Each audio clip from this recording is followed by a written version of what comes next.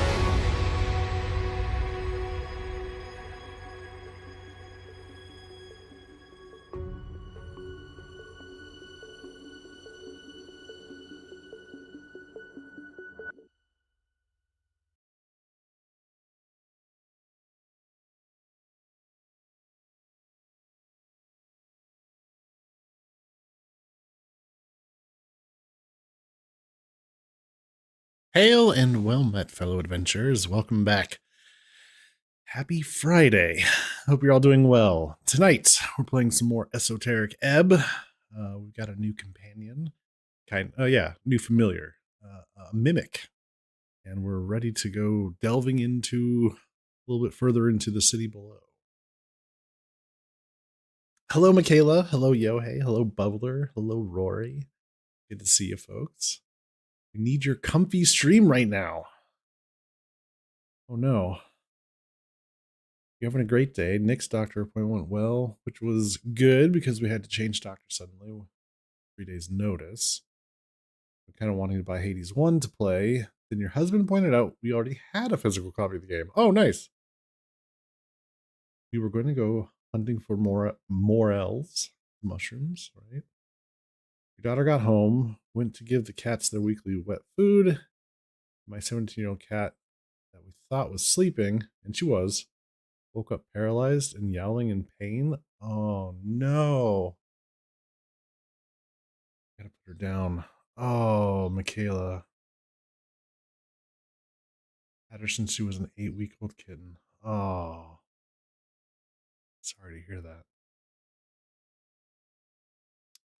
Oh. Oh, Michaela. Yeah, that just fucking sucks.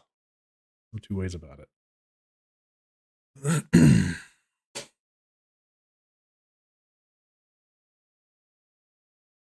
Oh. Yeah, that's it's never easy. It just isn't. Oh.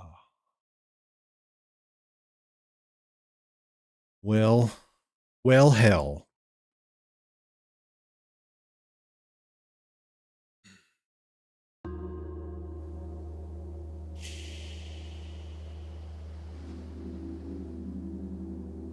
We knew she didn't have a lot longer left. She was an old cat, and we could tell her health was declining. Yeah. Yeah, I've been through that a few times myself. Yeah.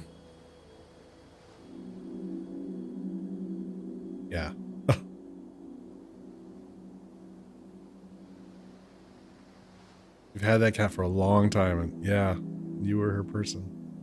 Yeah. Yeah.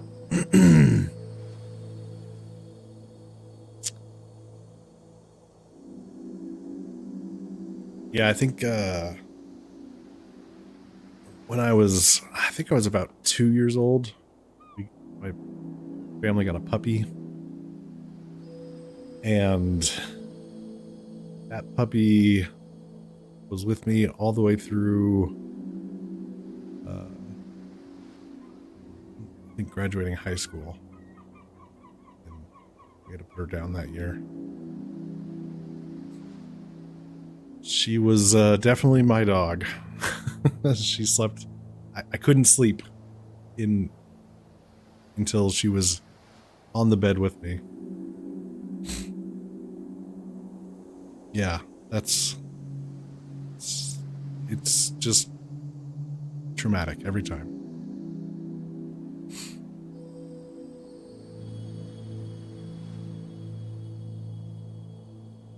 You had a dog like that? We got her when I was a toddler. She died when I was 16 and away at band camp. Aw. Here's to our special pets.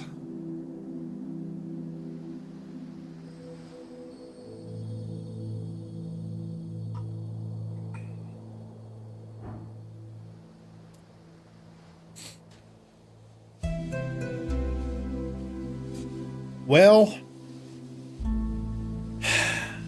hopefully we can take your mind off things for a little bit.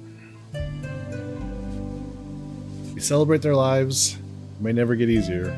We do it out of love and life. Found out today UPS didn't lose your package. They're just stupid and sent it back to Port Reading, New Jersey. Oh, okay. So a little bit of hope there. They'll route it to the proper address then. Hopefully. Or wait, are they sent? No, sent it to New Jersey. Yeah, you said it was coming from Europe originally, so it's not. They are gonna route it to you, right? Goodness sakes.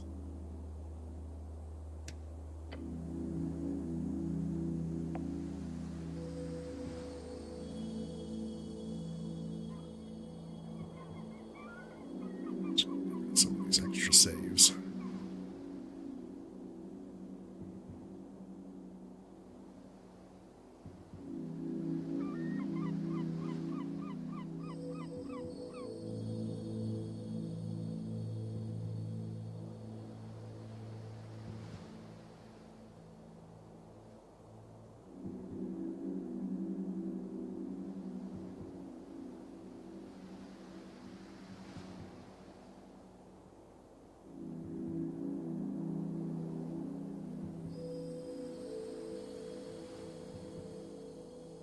Your son is crushed. He practically grew up with that cat. And your daughter has been around the cat her entire life. We all went to the vet together.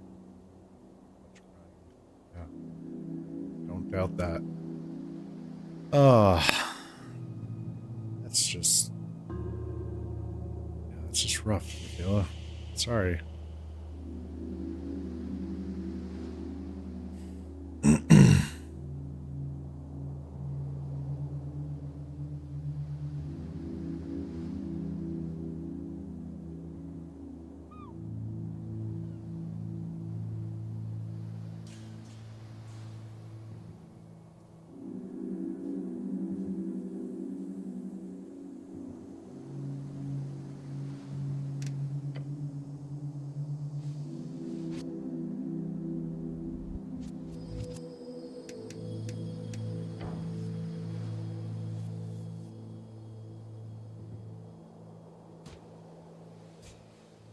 Sony just keeps making a quick save every time I hit the button. Makes a brand new one. Kind of wish they had a cap on quick saves, so we just cycle through them rather than making a brand new one every time. Or at least an option to set that or something.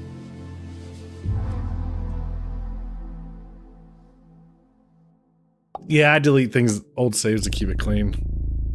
Yeah, I don't want it. As many times as I hit the F5 button to quick save, I don't want it taking up. I don't know how much space it takes up, so I'm just nipping it in the bud. The delivery address is incomplete. We were unable to resolve the issue, and the package will be returned to sender. Oh. Oh, Rory.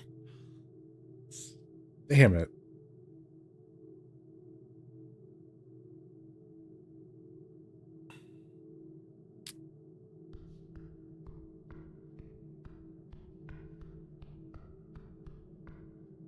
Something is stashed under these heavy... Is it a druidcraft thing?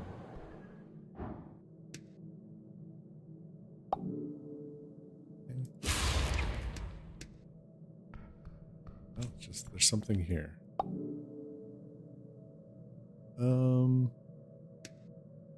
Give ourselves some bless.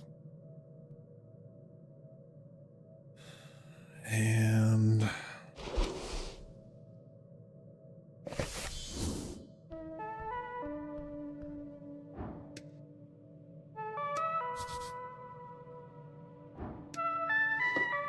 Oh, Crusader's Mantle and Paladin's Insignia. Advantage against Earthfolk. This one's strength.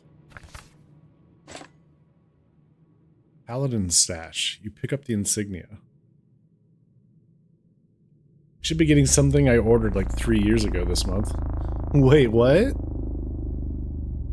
What do you mean? Oh, there's a story there. Goodness. 3 years ago. Heavy. Official. Symbol of Norvik, shaped in iron. Paladin's insignia. Huh. Well, there's only one paladin left in the city. Missing paladin completed. Lord Gorm.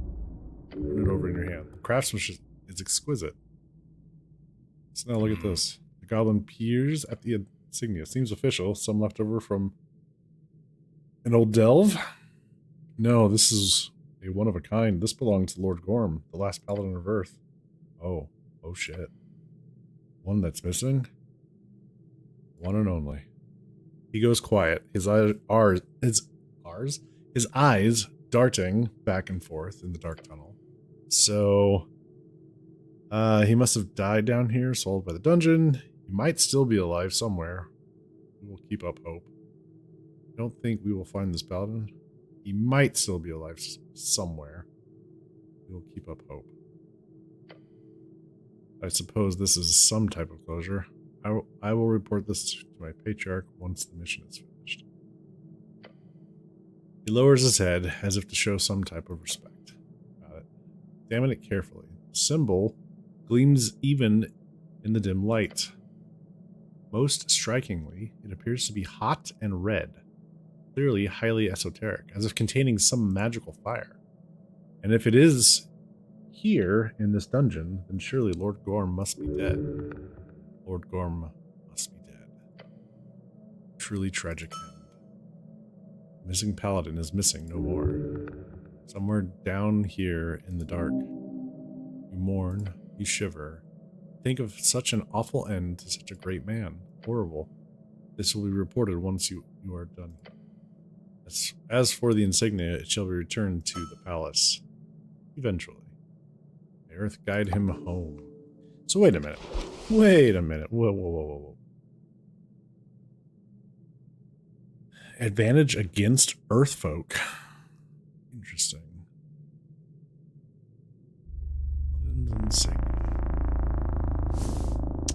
Huh. Thinking now of that delve we did on WoW with Alas, when the big bad made a special appearance. Let's see if your luck holds. Yeah, Michaela, what is this? How is it that something you ordered 3 years ago is just now showing up. Was it like a Kickstarter?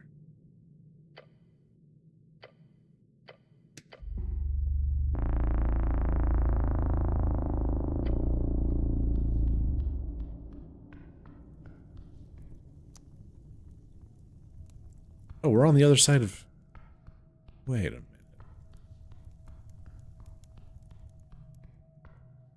Ow.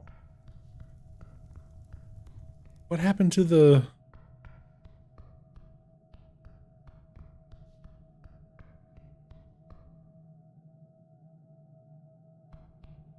Wait, there was a barrier here. We still haven't found this secret passage.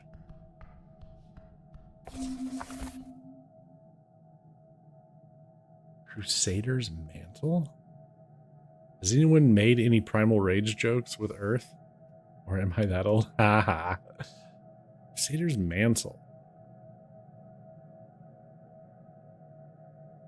A steam turbine. Oh, maybe. Holy power radiates from you in an aura with a 30-foot radius, waking boldness in you and all other friendly creatures. Until the spell ends, the aura moves with you, centered on you. While in an encounter, you and all allies add a d12 to all ability checks. Oh, wow. There was a show called Final Space, and it was amazing for 3 seasons. It then got axed when Warner Brothers Discovery merged, and not just canceled, but fed into the meat grinder of tax rebates that companies get when they completely demolish a media. Oh.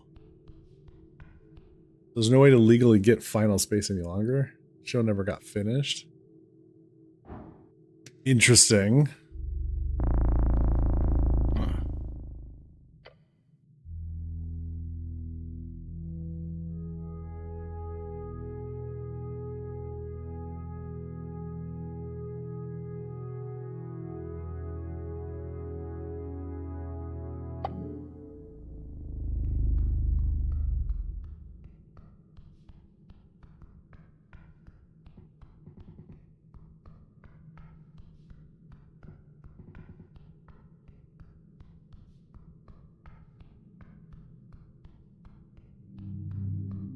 The creator begged and begged and begged, and they finally gave the creator one printing of one graphic novel to finish the show. But he could not crowdfund. What? That's weird. A pirate's life for me.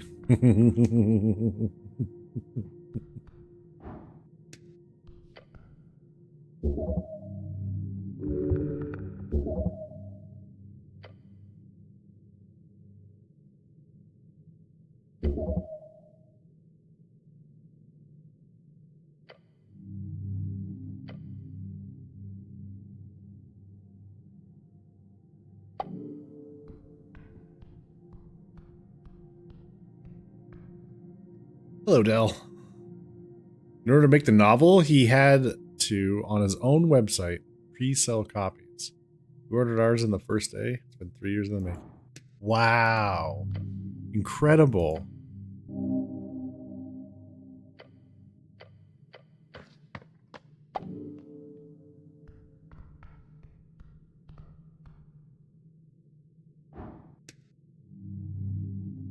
Huh?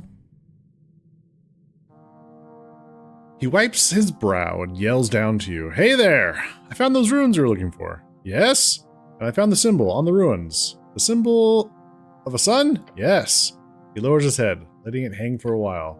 Then he lets out a roar. For Helvete!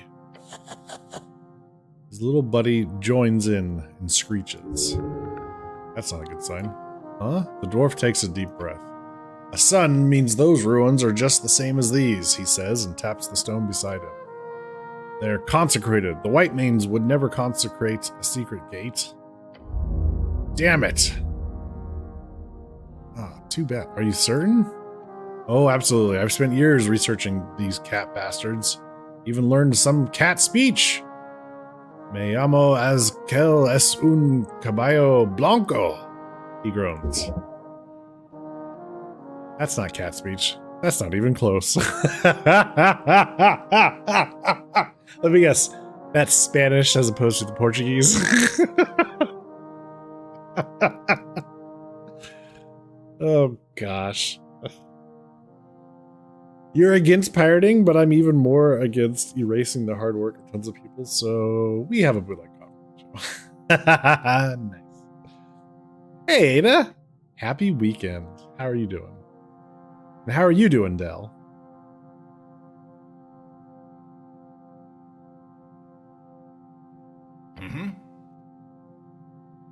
Guy's not entirely off.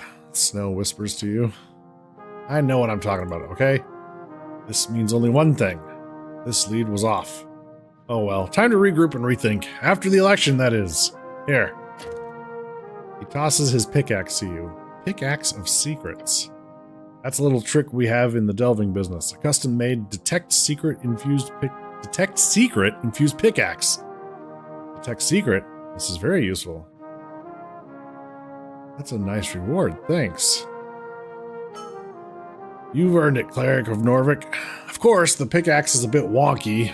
Keyword is supposed to be secret, as in you say the word secret and the pickaxe casts the spell, but it doesn't quite work, so do with it as you please. Wonky magic items can be dangerous or hilarious. Anyhow, I'll be packing up soon. I'm done here. Thanks again, saved me a ton of time and effort. Maybe in a few months, you'll join me for a real expedition. Could be fun. Sure. Great. And if there's anything else, just let me know. Good luck. Alright, let's check out this pickaxe of secret. +1 strength, +1. Highly dysfunctional pickaxe. It's supposed to point towards the nearest secret, a trap, a fake wall, or somewhere where other dungeoneering goodies are hidden. However, when you wield it, it just keeps trying to point upwards, making it impossible to actually use. Though the runes look quite interesting. Oh, the runes! Okay. Finish watching some anime with your IRL friend. 2 more weeks before we go to the anime convention. Oh, nice! The anime convention. Very cool.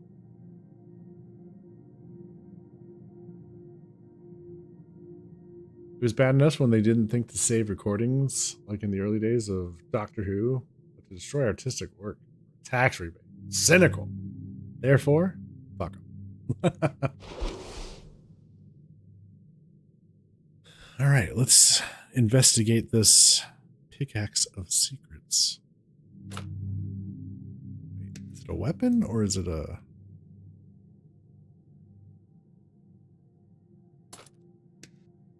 It's a weapon. Oh.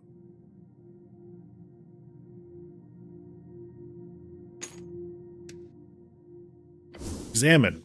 You inspect the pickaxe. Along the shaft, you see those glowing teal runes spelling out secret.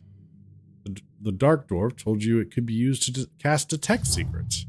It is, however, apparent to you that it is not functional. I'll figure out how to extract... I gotta see what happens. Secret. It vibrates in your hand as you utter the key word. Then, as if snapping to attention, an esoteric force pushing it to point straight upwards. For about 3 seconds, it holds this perfectly vertical alignment until it falls back down into your grasp. Limp. Useless. No. It's not pointing up. Oh. Moving just a few steps to the side whilst the pickaxe is erect shows it clearly. It is pointing ever so slightly in a faint lean toward the Pillar of Jor. Few more steps reveals that to actually be the case. That is interesting. The green one found useful information for once. The green one. Oh my gosh. Your daughter's guinea pigs are named after the show. Mooncake and Chookity. Ah. The show has this little green floating alien thing named Mooncake, and he says, Chookity Pook. Chookity Pock. Fantastic.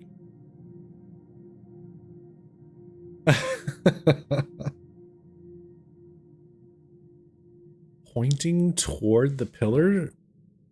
Alright, before we extract the spell, maybe we should go see if that is a thing we need to do. Like,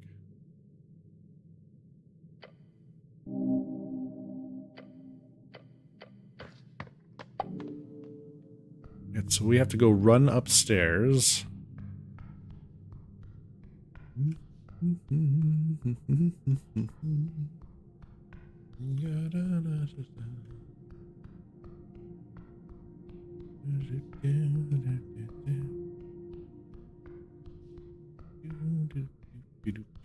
All right.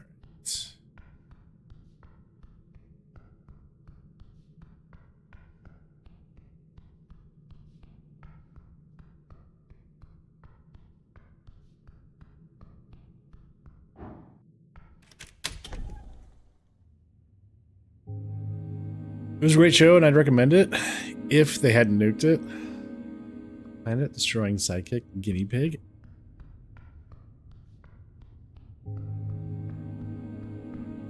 I just thought of something.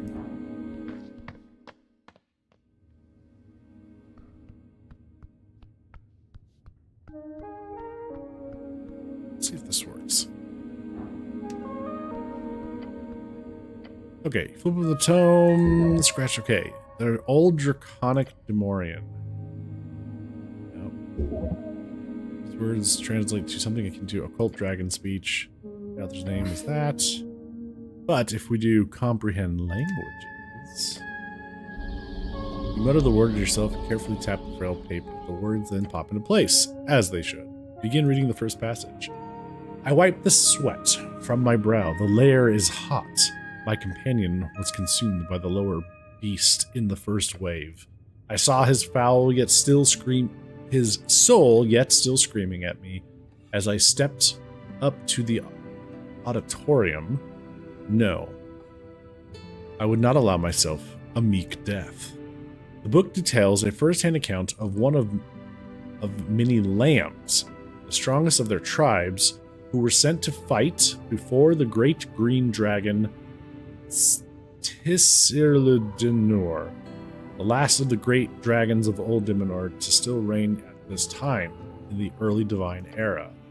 The author, Calum, was one of the few to survive. He writes how he ended up in the good favors of the Queen of Tree after many years of servitude, but he never gave up his dream of killing each of them.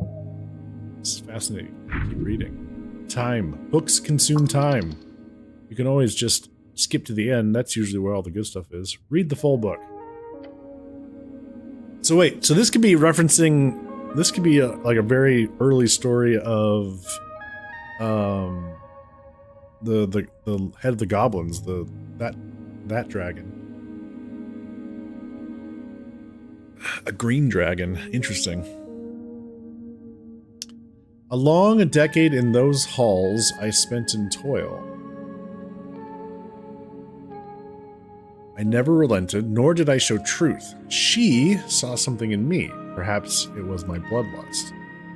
Calum became the loyal first human of Tisirldenor, a type of manservant. He was by her side at all times, and he listened to her every word, documenting. The book contains a long series of transcripts seemingly directly from the ancient dragon herself, and it slowly reveals how the author learns not just the basic tongue of Draconic, which all of the high humans spoke, but rather the deeper power behind those words. A human playing the strings was amusing to them, to her, for none could ever dream of handling anything but the most shallow of songs, until the day I understood. This is fascinating.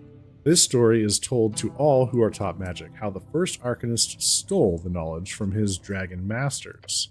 But this you have not heard. Calum Diminori listened to the ancient dragon until he understood. Dragons control strings not just with words, but with their voices. Once that clicked, the book explains he learned how to tap into the words of power, higher tier magic. It goes on to, with incredible detail, explain exactly how his research went on during those years, how he managed to procure and transcribe dozens of previously dragon-only spells. He did not master all of them himself, but he did master some, And most importantly, he trained himself until he could cast a spell of Jor's limits. Oh boy. Dragons, Words of Power, breaks out Skyrim whiteboard. Foos ro da. That would be what we today call a 9th level spell.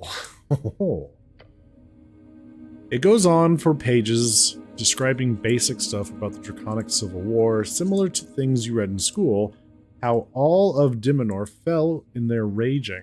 In that chaos, humans were starting to rebel.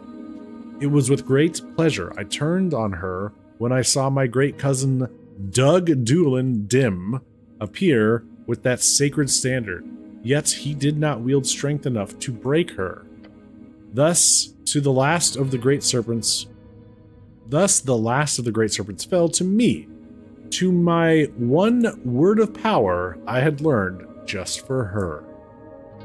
Kill. Power word kill. Oh my gosh. The most famous of the power words. How interesting. Is this truly how it came to pass into human hands? Thus, the era of the worm was fated, with man raised in its place. I am Calum of Dimenori. My words shape worlds. Myself, Jor, is what I am become. The book ends with instructions on various draconic magical theory, most of which you already know. Elementary. However, look at that final cantrip on the page. Mage Hand! Yes! Nice. You run your fingers over the script. Yes. This is the personal transcription of the spell Mage Hand by this mythical Caleb. Memorize. What a masterpiece. Look at that scripture. To imagine that you are sharing in such glory. This is a much more sleek implementation of Mage Hand than any that you've ever come by before. You could perform great feats with this. What? Reach for apples? Apples. Holy shit. This will let you steal shit from a distance, won't it? Yes, although it is not as subtle as you might imagine.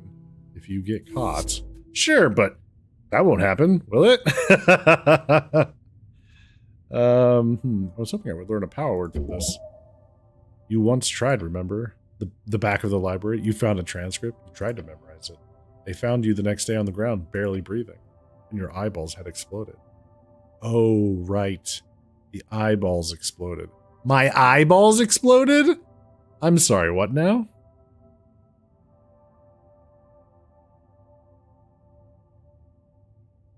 Is this why I'm always wearing a helmet? Oh, Brent. Hey, White Hell Days. Can we also use connecting red yarn? Well, yes. You have to use connecting red yarn.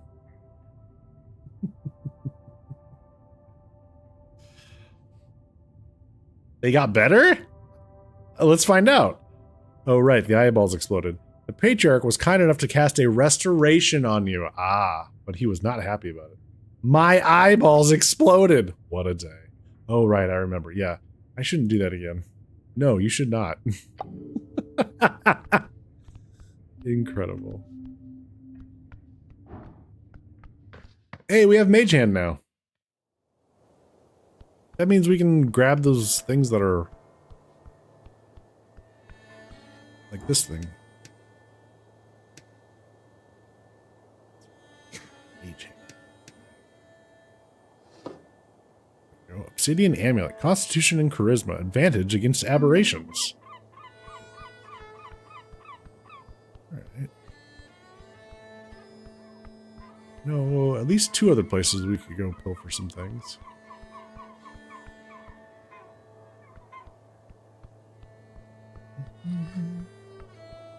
I mean, trifle.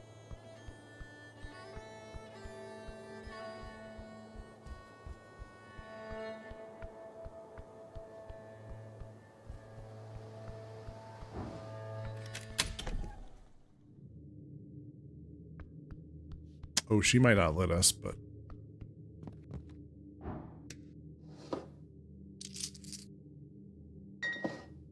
Nice. That.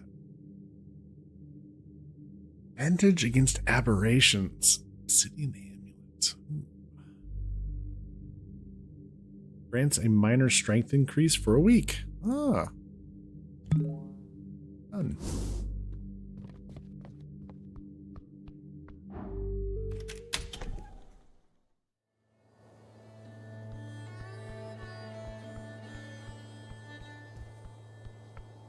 How are you doing, Brent?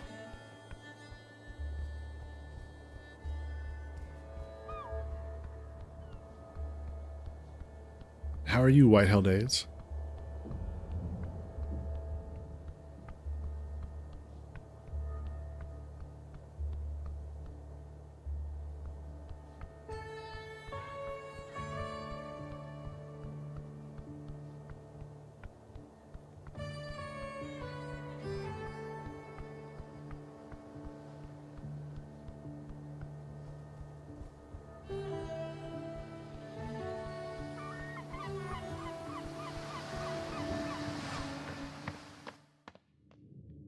Grinding Diablo 4. Nice, nice.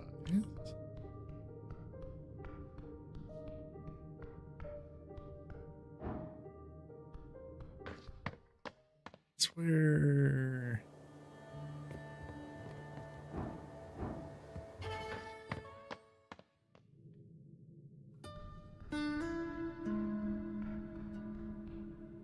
One of these is his place, right?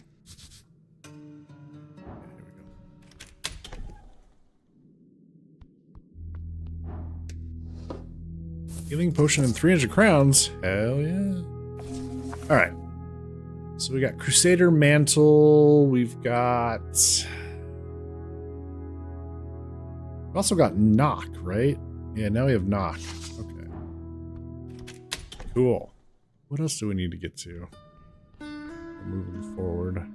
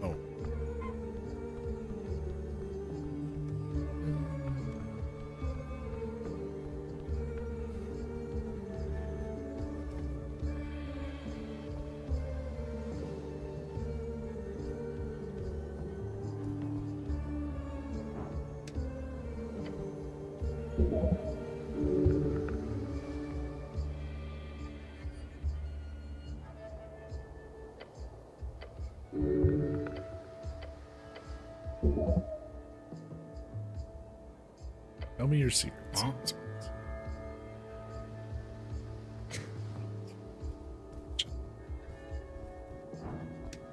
Okay. Okay. So let's comprehend languages. Wounds. Animals. Knock. Bark skin.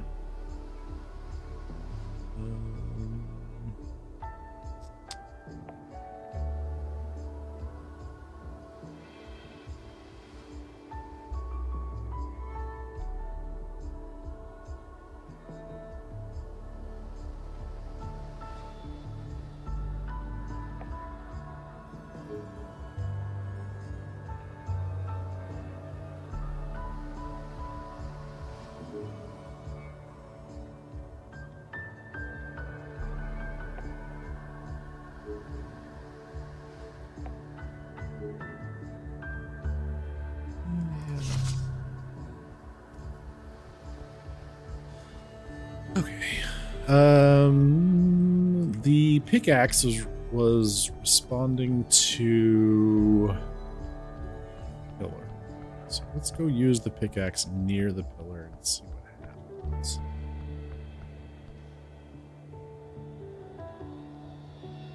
If anything.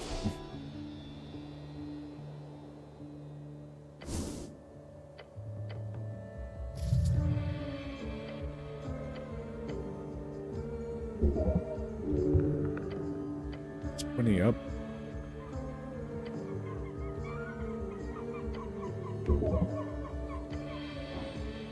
That's all it'll tell me, huh? Okay. We can extract the spell. Oh. Whew.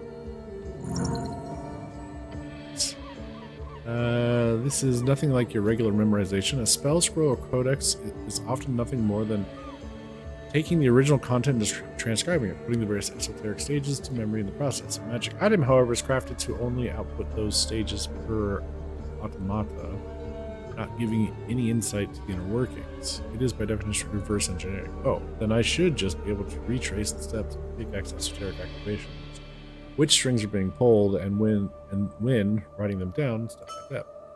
Yes, normally that could work, even if it is a highly difficult and slow process. However, this pickaxe is broken. It does not perform those esoteric stages in proper order, or more likely, one of the stages is broken. It will, no matter what you do, take around 3 hours for you to do this. Oh. Make sure you have time before you commit.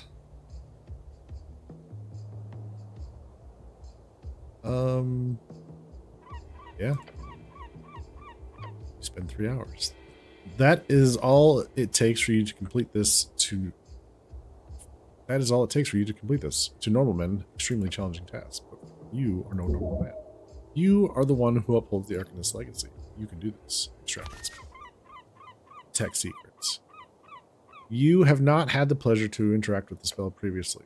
You quickly learn of its extreme usefulness. Allows you to uncover, once for each cast, any secret, trap, hidden passage, stashed away item, or esoteric illusion within 30 feet. If you wish to uncover the secrets of the city below, make sure to keep it prepared. It must be quite new, however, as you have not heard of it being used by adventurers nor by any clerics during any official spells. Amazing. Alright, well, spent 3 hours doing that. I think it's worth it. We should probably put it on our spell list. Spells. Okay.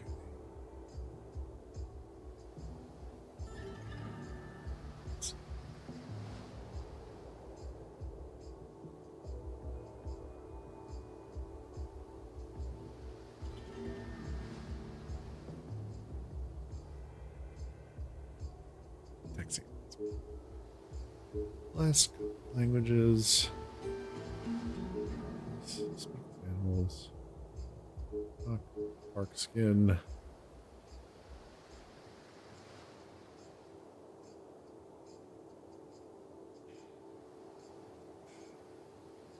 That's good.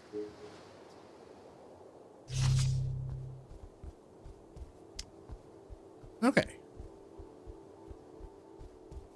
We are ready to investigate the tea shop.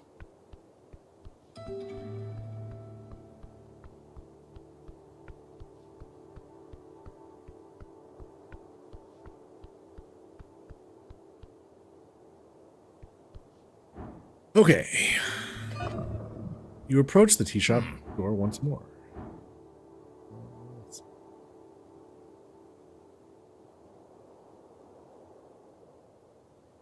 Knock. Oh, what's this? Or grease. Let's do knock.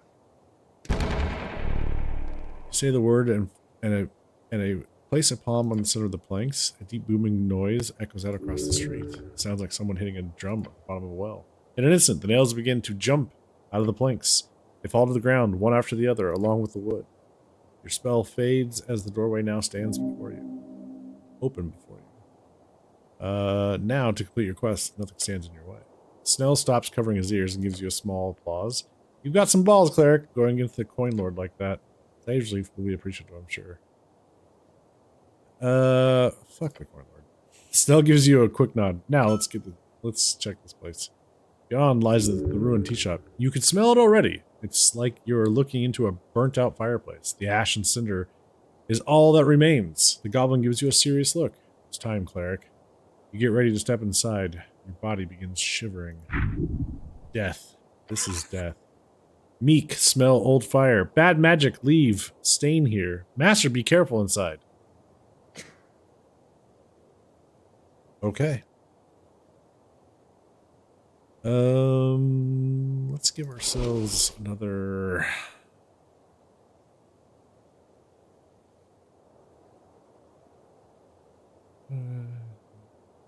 one level charge and restore one spell slot. After resting, all dice checks are... Let's see. Just in case. Okay. Here we are. Tea shop that blew up. Oh, I should check my quests.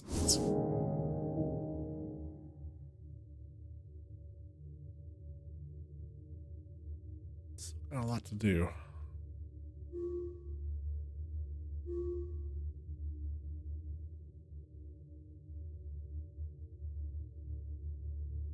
You found the exact spot you fell into the river? The bike rack? Someone must have pushed you in. Well, maybe I need to go back there. I don't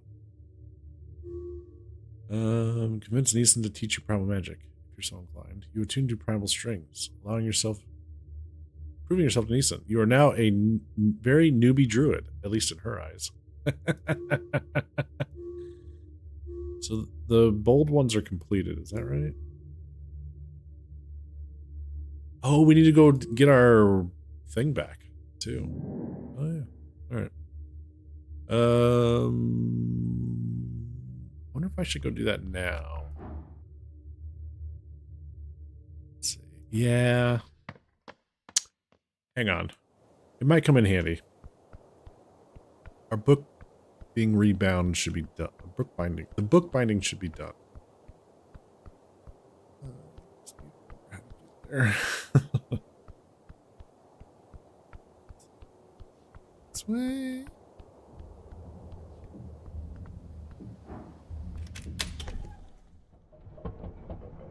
Oh God. Alright, we'll come back to this.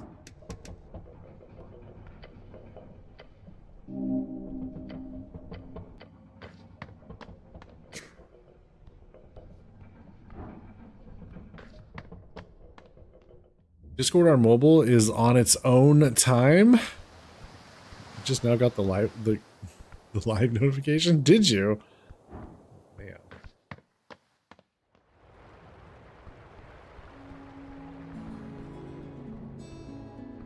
It's moved.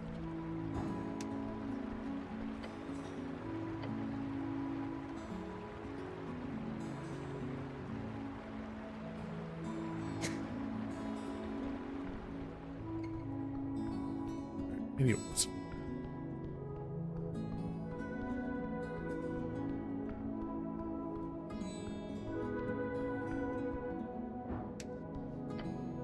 Alright, the hatch on the door swings open. Heyo! A pair of yellow, piercing eyes gaze at you from beyond a veil of bushy feathers.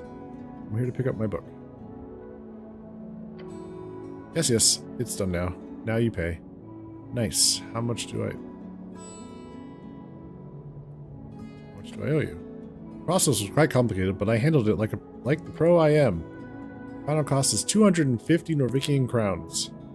Hey now, you should purchase a basic spell for 50. However, if this bird is as proficient as he believes himself to be, then it could be worth the cost. Make him lower the cost through pure charm? Sure. You got signed out of DoorDash in the middle of a dash. I thought someone was hacking me. Took 15 minutes to get back in. But I got in and got the food delivered and signed back out. Changed info and signed back in. I think I'm okay now. Oh, man. Whew. Nice, White Health. Glad you're able to get that sorted. Oh no! Fail! Can you lower the price? No. Alright, it was worth a try. Oh, we'll get him to lower the price.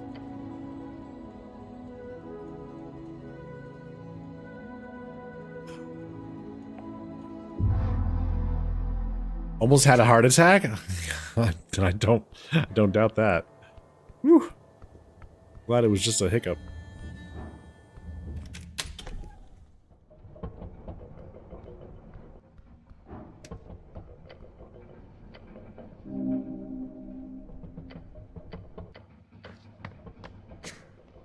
Tinfoil hat theory time? There are no actual roles in the game. It's all predetermined and part of the story. Oh my god. Let's find out. I don't think that's the case. I think I just got terrible luck when it comes to these roles.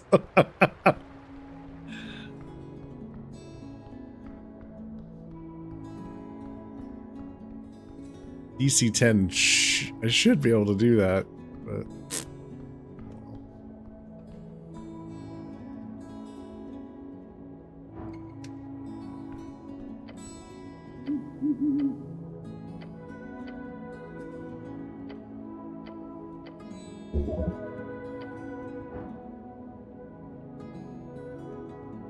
Wait, I have a +0 on my charisma right now? Oh, I thought I had... Wait. I thought I had boosts to that. Hang on. Oh, I have a minus there. +1 there. Oh, I think I had some other pluses from other stuff.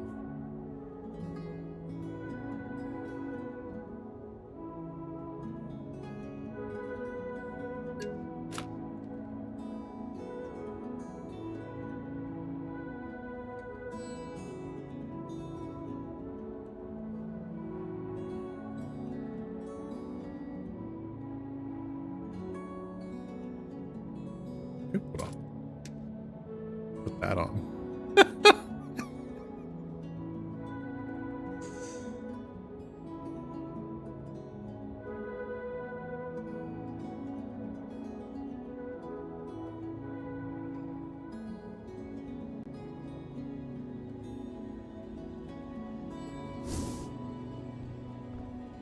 You uncharismatic bore. That's me.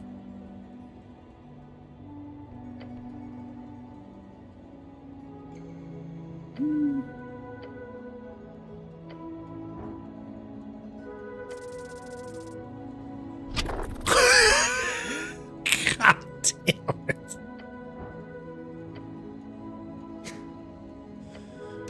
Incredible. This is why we save scum.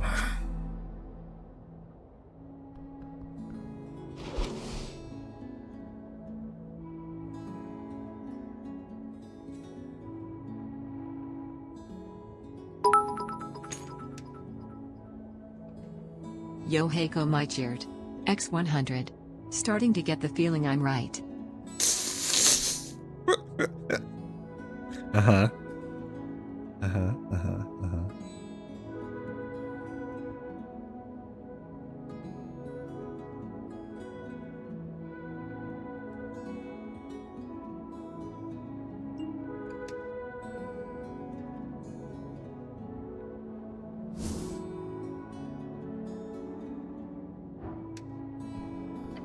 Thank you for the bits, yo, hey, appreciate that.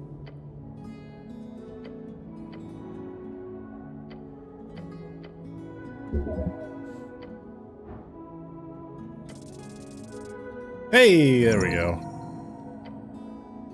You gotta comb his feathers, you know? Just say, make it 100 and I'll you a big time. Wouldn't it be nice to have a cleric in your debt? True. Okay, pay 100, then you get your book. Nice, that's a big discount. Wait a minute. You toss in all 100 crowns from your pouch of holding, and out of the slot in the door, you see the end of a paper-wrapped book. Green ledger. You open the wrap discovering a wildly bound book, its paper smelling like a fresh damp forest. Yes, it is easy to use. Opening it reveals a series of primal patterns. It is quite frankly a masterpiece of esoteric delight. It feels tingly to your touch, extremely esoteric. You are happy, I can see it. The yellow eyes tilt to the side as they peer at you from the slot. Now, be on your way, and mention my services to your clerical friends. I am the best, you see. That needs to be known. We'll do general stare at your new book. Anything else before you leave? No? You wanna go drink at the tavern? No. Are you a scholar? You are interested in the arts. Let's see. I'd love to hear more about you. Alkin in Norvac is not so common. Let's see. It's kind of my job, yeah. I was trained in the knowledge back in Three Wings. I know many things, but no time to talk or share. Busy. If you want scholarly teachings, go speak with my upstairs neighbor. That gnome never stops. Oh, Snare, he's not a gnome. He's a halfling. You know him. Good. And I will not learn the differences between gnomes and halflings for the same reason you people will call my kind birdfolk, clumping us together with the foul feathers of the darker bands. Racism.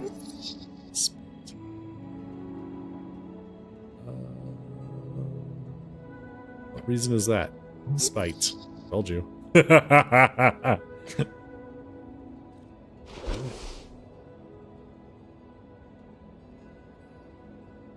+2 wisdom. The tool of an arcane cleric remade in a green image. It is the folio of a druid, it seems, with the insides covered in primal iconography. You have a feeling your patriarch at the towers would flip out if he saw this amazing work of art. While equipped, allows you to prepare additional spells. +2 wisdom. Adds your proficiency to your max prepared spells. My max prepared spells. Oh.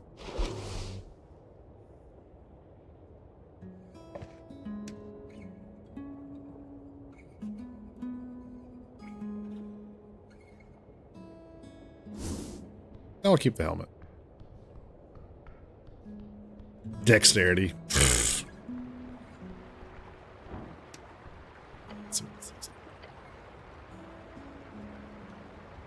Prepared spells.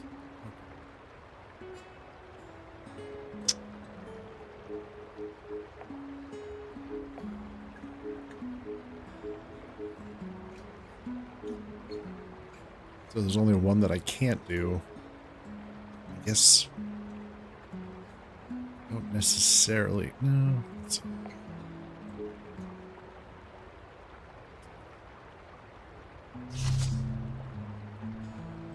Okay. Oh, I know why. Prayer of healing. I don't think I need. I don't know that I need that.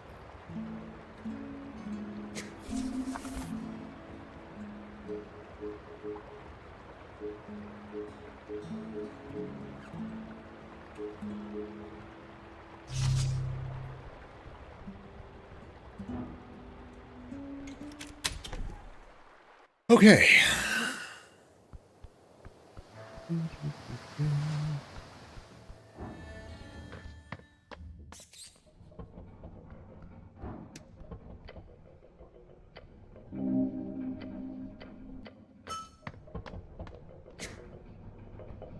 Should I mess with these guys? I don't know. Boy greets you with a hesitant collective grunt and mumble. Eric, he's just low odd. Not causing any trouble here, are you? No, we're holding a meeting, an important meeting. In fact, you just joined us in time for a roll call. Now, I have to say, I'm not exactly 100% on board with how you solved everything down on Water Lane, but I respect your work immensely. Working for the city must be incredibly demanding. What a celebrity, the goblin whispers to you with a chuckle. With your roles at this point, screw messing with people. I'd lock myself in a room with With no furniture with sharp edges.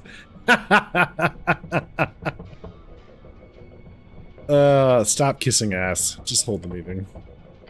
Fine. He glares at Snell for a second. Alright, Norvikian Resistance members, thank you for attending today's meeting. Important meeting.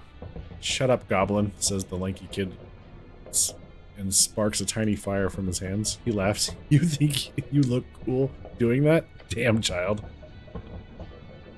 The magic boy clears his throat. Esoteric initiate, Earth niece here.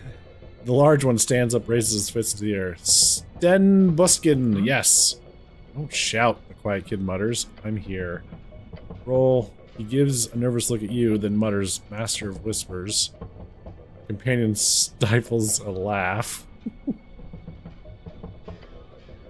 I told you it was a bad title.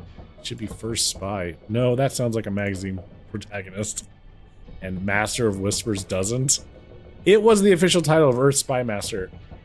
Do I look like a master? He hisses, then goes quiet once more. Rollo awkwardly clears his throat. Also present is the visiting Lord Cleric and his helper. Oh, I'm the help, am I? Look at the bottles in the corner. They've been drinking.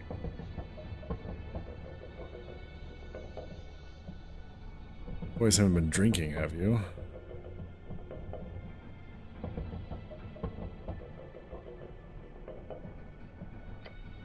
Rollo laughs, then shrugs with a wry smirk. I mean, drinking's extremely unlawful behavior. Drinking... If you have, I'll kill you. Oh my god. If you have, I'll kill you. Drinking is extremely unlawful behavior. I am not a fan of alcohol consumption. That is okay. You are free to do as you wish. I am not so stiff that I am unable to allow you to act outside of societal standards of decency.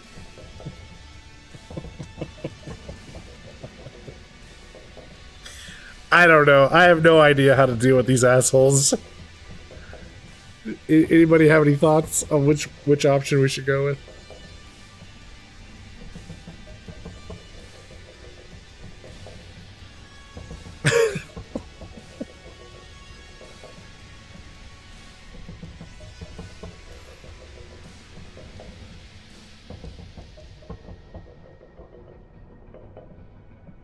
There's one you should go with and another you should go with. I saved right before the start of the conversation.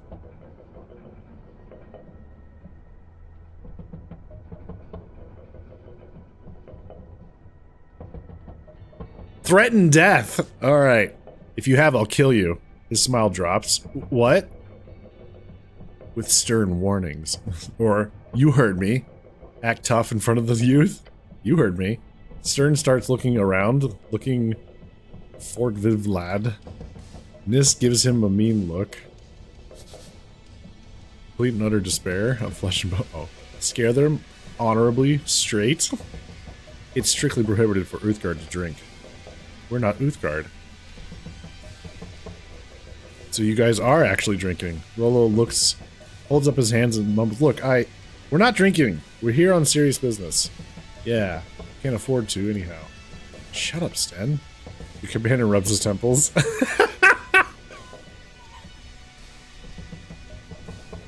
There you go. There you go, Yohei.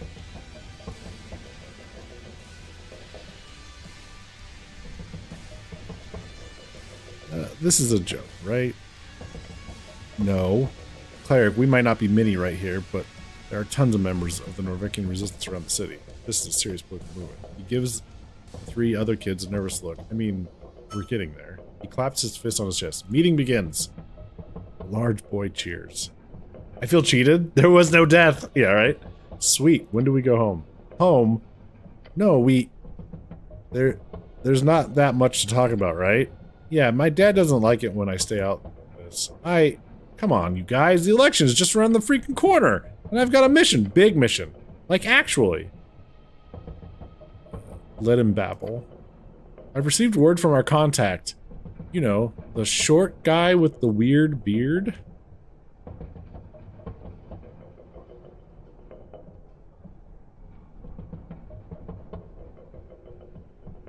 A halfling or a dwarf? No, just a short human. A resistance movement member? Yeah.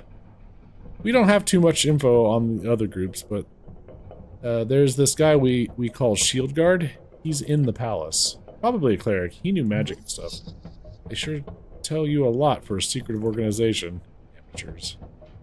Word? A letter. He dropped off a letter with the resistance seal. He smirks. Half of Earth's red eye and half a shield. It's really cool. What are your orders? Just like he told us about the chant being printed here on Tolstad, this time he let us know about another problem. An even bigger threat.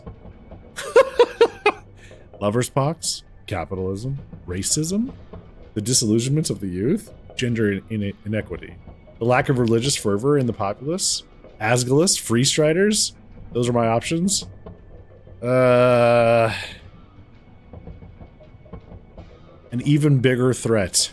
Racism?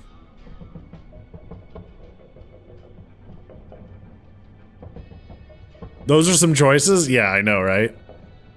Lover's pox. That's what we should go with, right? I don't know. Which one do you guys want me to... I'm not going to say the difference... I'm not going to go with 2, 3, 7, or 8. Avoiding the politics. Like, political stuff. So...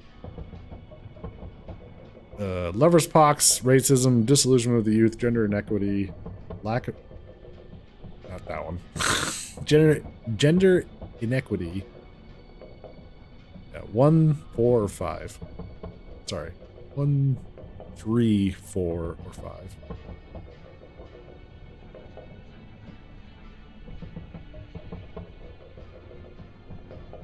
I don't know.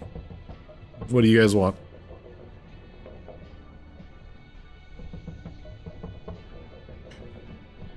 Okay, lover's pox. Lover's pox? What? No. Oh, damn it. It's as far as it went. Racism? No. Although hatred against humans is a big issue.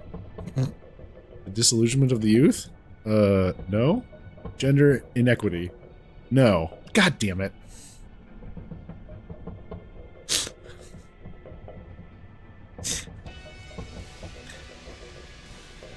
I know this is what they want me to say. I'm sure it's this one. Capitalism? No, well, kind of. Free Striders. No, it's... No, wait. Yes, it's the Free Striders. Oh, really? Go on. He told me that the Ascani Reeds Trade Company, that's a Free Strider company, that they apparently have some very important documents hidden in their offices on Water Lane. Specifically a contract for a deal called the Harbor Accords. He wants us to... Actually, he didn't specify what we should do. He never really does. But he strongly implied that we should seize it for the state. But, you know, without being detected. Stealthily. He wants you to steal from a Free Strider company. He wants us to seize it. Stealthily. Tell me more about this contract. He shrugs. It's apparently very secretive, but the contract is kept inside of the office. What do you know about this company? It's an evil Free Strider parasite sucking the city from its resources? It's all made clear in our manifesto. Can I read it? No, I don't want to read it. I have no interest in reading it. Okay, good. It's exclusive anyway. What do you know about the building? I heard it's guarded pretty heavily. They've got a hippogriff on the roof. Griffin. It's a griffin. Griffin is the common spelling in Orvik. Although Griffin, Griffin, and Griffin can appear in various places across the Minorian lands. Whatever. Don't think there's magical locks, though. That's usually hard for places with a lot of movement going on. You sure know a lot about security, kid. In response, the kid looks around. My brother works as at a locksmith. He does arcane locks sometimes. So what are you going to do? He thinks for a second. We just need to sneak in when it's dark. Locate the safe and crack it. It's apparently hidden behind a mirror. The info wasn't very specific, but hey, how many mirrors can they have, right? The boys silently, intensely glance around the roller mill. Like I said, Dad doesn't want me to out in the streets at night, so I'm a skip. Isn't stealing illegal? Yes, Sten, it is. Don't be pussies. Their leader gives a frustrated groan. This is the real deal. We can make a difference. Rollo, I don't think it's a good idea. You know what the Free Striders do. Oh, yeah. Litigation, litigation, litigation. I agree. It's a bad idea. Damn it. He then turns to you and opens his mouth, then he closes it and shakes his head. Well, screw it. We'll make up some excuse. That sucks. Unless, he says, gestures toward you, unless the cleric here wants to do it, then yeah, sure, we'll skip. What? Fuck no.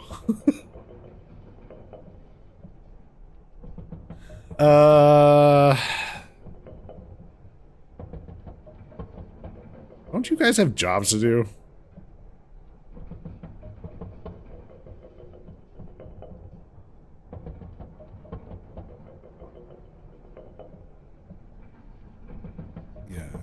Don't you guys have jobs to do? The blonde kid gives you a blank expression. He glances up to his friends, who all seem to avoid his gaze before lowering his eyes. As he stares at the floor, we're doing important work here. Should I make fun of them for being unemployed? Do you get paid for holding these meetings? Hanging around the roller mill is important work? You're all unemployed? Sorry, you're all unemployed? They're awfully quiet. I'm actually, I work on water lane some days. The magic kid raises an, I used to deliver milk. It's a seasonal thing. Rollo worked at the fishery. He gives the quiet kid a dirty look. Those assholes fired me for not keeping up a bullshit quota. So yeah, cleric, we would have proper jobs if the city wasn't so infected.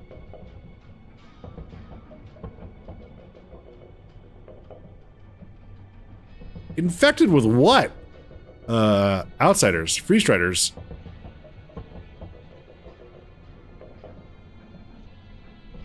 Calling anyone not from Norvik an infection is horrible. That's not what I have a friend from Fordsnip. He's cool. And Leaky's family is Wilgini. There's a difference between immigrants and immigrants. What? Oh my god. Why am I getting myself sucked into this? Ah!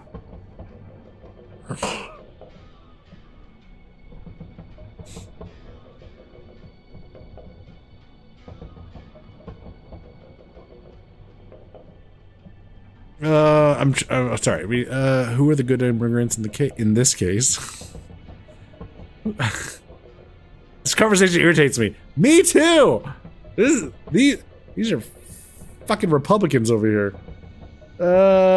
Let's see. We should have more immigration. That'll solve all our problems. Only humans should be allowed in Norvik. Only humans and dwarves should be allowed in Norvik. Only humans and dwarves should be allowed in Norvik and halflings. Only humans and dwarves should be allowed in Norvik and halflings. Maybe goblins too. They're pretty cool. Wait, and who are the good immigrants in this case? The types that work hard, I guess. Don't commit crimes. They should learn to speak Diminor too. When they make nice food. Cool. We've got our definitive list now. Snell. Oh my god. Alright. Wait for the kid to explain. Uh-huh. He rubs his cheek. A nervous tick. It's complicated, okay? When was this made? Like, recently. Norvik has always been a place Earth conquered for humans, but he was also friends with lots of other folk. So the main issue isn't really immigrants. It's more like when there's so many immigrants that the city can't really keep everyone, like,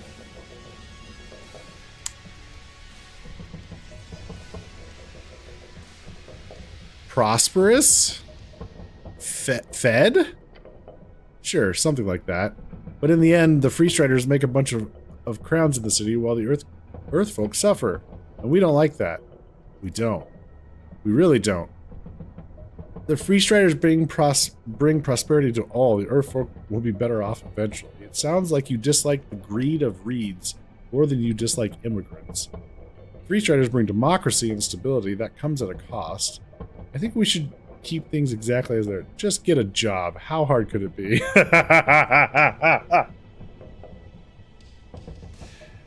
Maybe. it's a way to hold up a mirror and be like, do you see how stupid you sound? Yeah, exactly, Michaela. Yeah, I mean,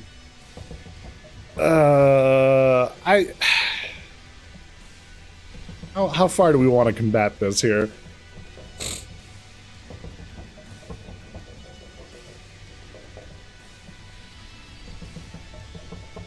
We don't like that.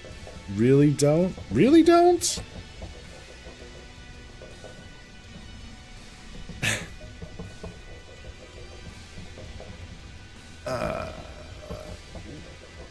One or six?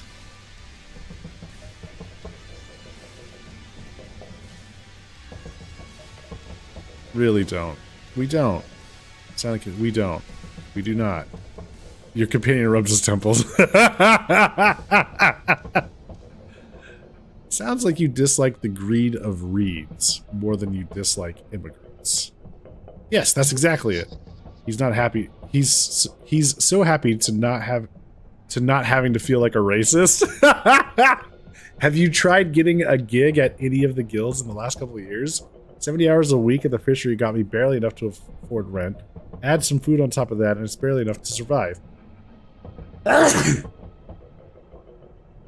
Excuse me.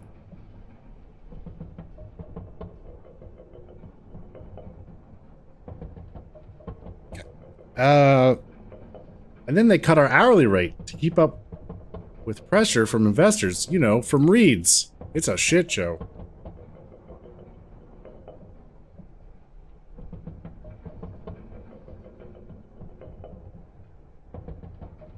Well, good luck with that. Thanks. Okay. Bye.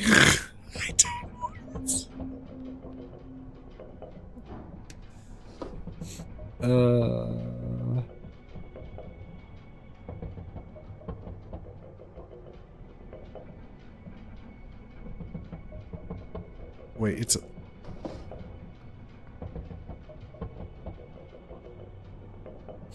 I can see why playing this game right now can be unappealing. Yeah. Why would I have to pick pockets? Shiny red thing. What's the dog? Grab it quick.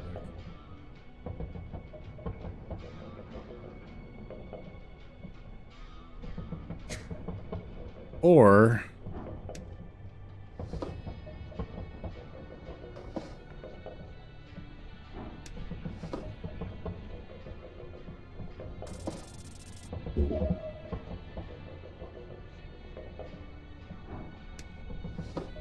oh, I see. That's fine. Alright, let's get the hell away from these idiots. Ugh.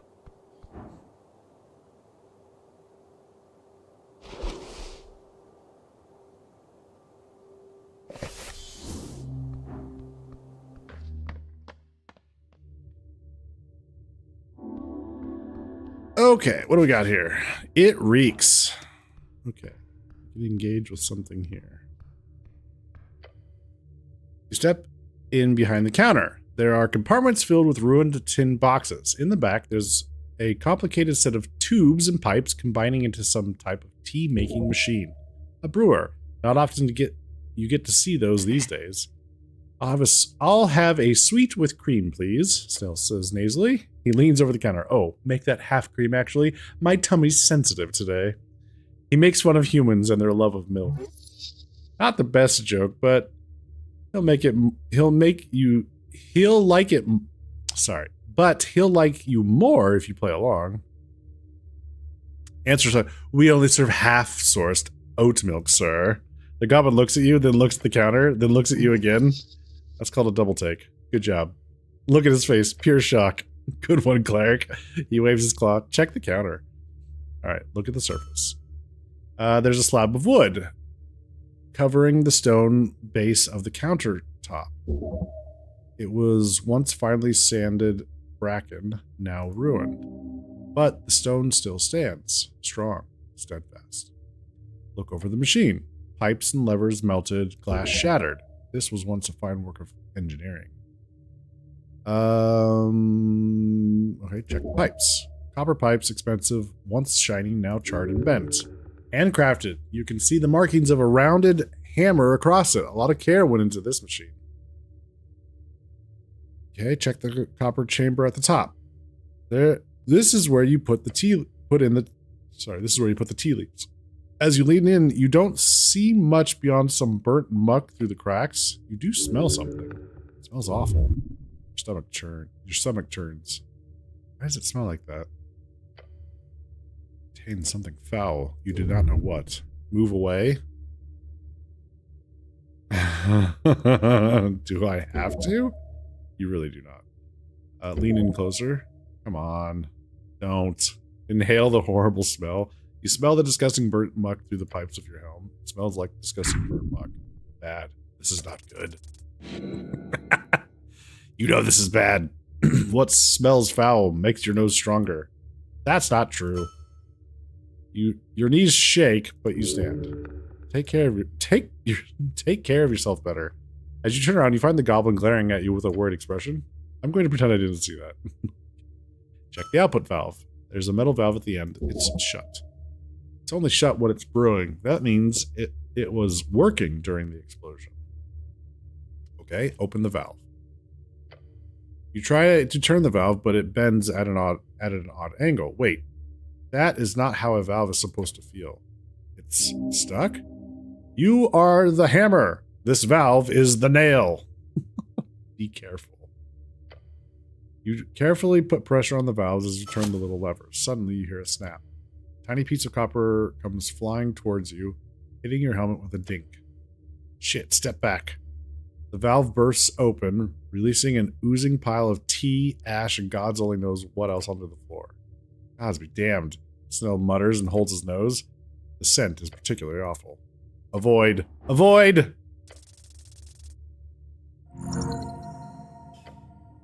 Foulness! But nothing you cannot stand. You smell the fetid, melted ooze. The goblin is dry heaving next to you. It's not so bad, Snell. Don't be dramatic. Try your best not to puke. Alas, you persevere. The floor behind the counter is now covered in a layer of ashy mulch. What did I gain from this? A loud ding comes out of the machine as the last dribble of ooze exits the canister. It's still operational? What the hell? A death knell. After the bell, a box opens up at the top of the machine. Inside you see dry tea leaves. It's the steam leaves. They're supposed to add extra flavor. And that scent, they are ukol leaves from Kargamesh. Wait, this thing was ready to go. Doesn't that mean it was being used during the explosion? Ooh.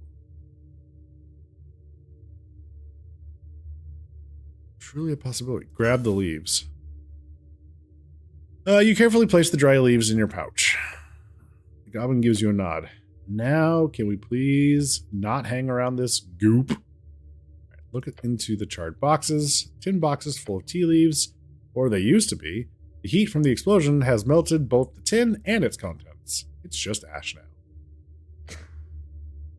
Okay, we got some tea leaves from where that halfling is from.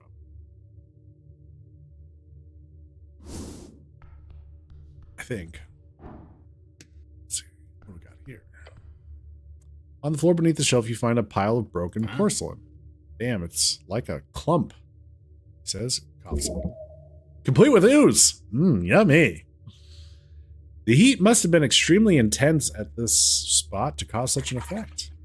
Old Master had a cup like this. I'm sorry, what now? Old Master had big collection of cups? Yes. Teacups? Yes. This old master of yours sure is a strange character. Yes. Try to pick one up. Grabbing the edge of the cup reveals how stuck it is. You can't move it an inch. They've been deformed by the fire. The heat must have been thousands of degrees. Can't I pull harder? It would only break. No use. Okay. We know it was really hot. Oh my god, there's a lot to look at here. Laughter and debate once filled these seats. Engage. Along the wall, you find a row of boots. Any textiles are obviously ruined, but the wood itself stands. Interesting. Your parent squats down and checks under the tables. Yep, it's fucked down here too. Where should I look first? Wherever evil is found. Not helpful. The left booth doesn't seem interesting. Stell checks the right one. Check the central booth. The militia hosed the whole place down, Stell says, while lifting a coal-like wood piece. Especially here in the front. It's all sludge. It'll be hard finding any signs of anything. We'll find something. Bad guys always leave big signs. We'll find something. Wouldn't that be neat, he says and drops the piece. Yell if you find something. You focus on this particular booth, or what used to be one. The textiles have once draped over the seating have been turned to ash and charred along with the expensive wood. Along with the water damage, the elemental forces here are intense. The stone table remains standing for now, scorched like the dwarven architecture. Yeah, no, I'm not finding anything here. I'll check the outer booth. He lifts his head and sniffs. Keep looking for now, but let's not waste too much time here. He's ordering you around. He can't do that. Shut up, Strength. The goblin is simply making conversation. Don't read into it. Okay.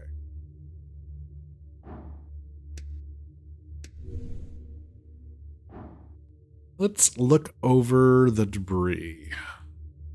Careful. Nat 20.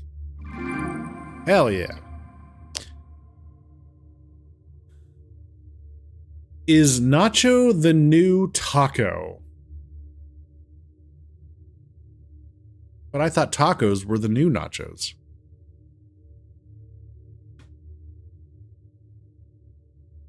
I don't know.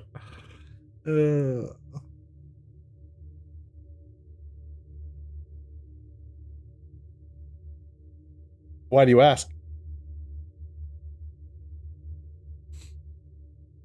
Lifting some of the wreckage, you spend 10 minutes searching around the crevice behind the booth till something catches your eye. Something not burnt. You reach out and grab it. Melted Ilium brooch. It's a tiny metal leaf. It fits in the palm of your gloved hand. As you wipe off the soot, you find it in a strange condition. Its intricate design shows both value and style, but you feel a tingle down your arm. The tiny leaf fits in the palm of your gloved hand. Magic item? The brooch is half melted. The magic item does not get destroyed like this.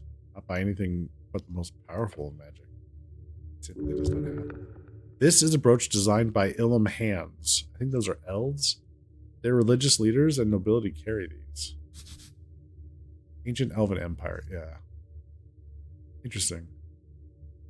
I found something. Oh? The goblin scoots on over to you and looks at the tiny pin in your hand. Strange. Interesting. It kind of survived the fire? Bring it with. Show it to the old lady. Sure. He looks around. Let's focus somewhere else in here. Focus on the charred remains. Glancing over the scorched wood, you find it simply burned like everything else, barely existing. But it is wood, intact wood, relatively speaking. The malicious attempt to stop the fire splashed everything with water as well, so all the soot is just sludge. It's still quite strong, wedged along its stone bench. Look at the ruined wood intensely. You might as well check how sturdy it is post-explosion. Put pressure on the broken piece. You lean on it, you strain. It takes some effort, but you can hear the wood fibers twitching. Get some burnt bracken. It snaps. You hold the piece of wood in your hands. Your companion looks at you. What? It wasn't ruined enough for you? Just a souvenir. Great. You shopping great. Look at the piece of wood. It's been infused with fiery energies. Looking inside the burnt wood, you see a sliver of alive bracken from the Ilum forest. Oh. The thickness of the survived and burnt wood suggests a certain level of heat and firepower. If this was caused by a fireball spell, a regular third level wouldn't do this kind of damage to Bracken. Interesting. We've got some information. Okay, it was a really big explosion. Check. +2 charisma, -1 wisdom, advantage against elves. Oh. -1 wisdom. There's a new Puppet Regime short. Happy International Labor Day. Wait, so Roy, why were you asking the nacho taco question?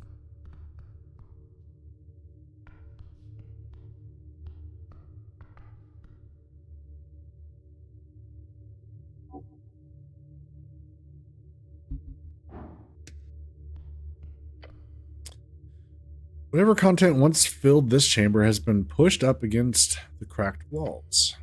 The dwarven masonry is damaged in various locations and everything. Every single thing in the chamber is burnt. This is the center, but what exactly did the explosion originate from? It's part of the short. Not sure if it's just part of the joke. Oh, part of the Puppet Regime short. Never heard of it. The stony tiles, scorch marks, and general aesthetic makes this look like a dragon's lair. Beware, beware. Localize the origin point. I haven't stolen anything. Yet. Hey, Duke. How you doing? You're unfashionably late. Ugh. So uncouth. How are you doing? How's your weekend? Look around and find the damage confusing. While centered in the chamber, the damage appears uneven, as if the force of the explosion was struggling with itself. With that thought, you receive a vision. Replaying the event in your mind, an explosion in the chamber, flagration spreading. It just doesn't work. However, you experiment in your head with the idea of multiple explosions. Suddenly, it clicks. Floor, it has several scorch marks. You start counting. 1, 2, 3. It's not enough. Looking around the chamber, you see several points from which the fire clearly spread. The explosion is... No. Explosions. Explosions, multiple. Your companion lifts his head from whatever scraps he was looking over. I hate technology. 80-year-old grandma asked for help fixing your computer, and I fucking hate scam artists. That's all. Oh, Duke. Oh, I'm sorry to hear that, man. Were you able to help your grandma out?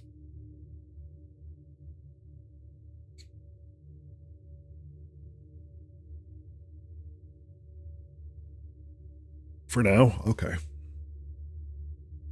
That's good. They didn't get any like money or information from her, I hope.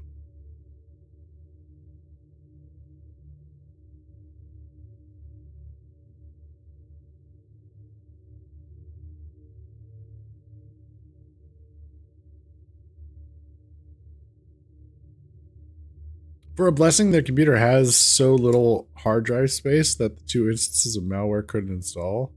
Windows 11 kept posting low storage warnings.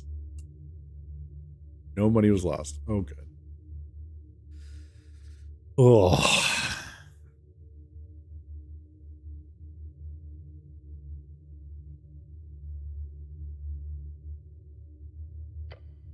What did you say?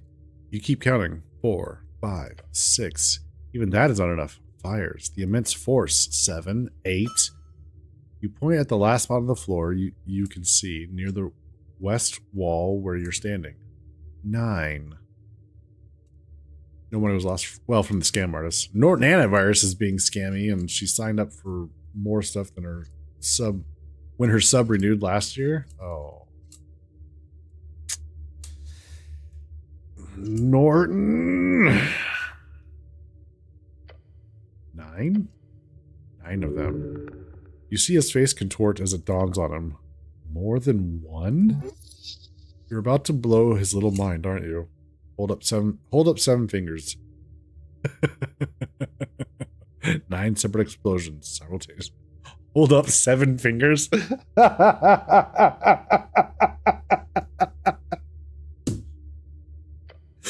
He stares at your fingers. He won't mention it. He's too kind. He looks around the chamber concerned. Walk me through it. How do 9 explosions go off at the same time? We got a cabal of sorcerers? A coven? What? Careful now. Do you really want to share this info with it? Yeah. The goblin is not your boss. You don't need to tell him anything. No. Tell him. A necklace of fireballs. Yes. Necklace of, he says and pauses. You can see his mind working behind his sharp eyes. Huh.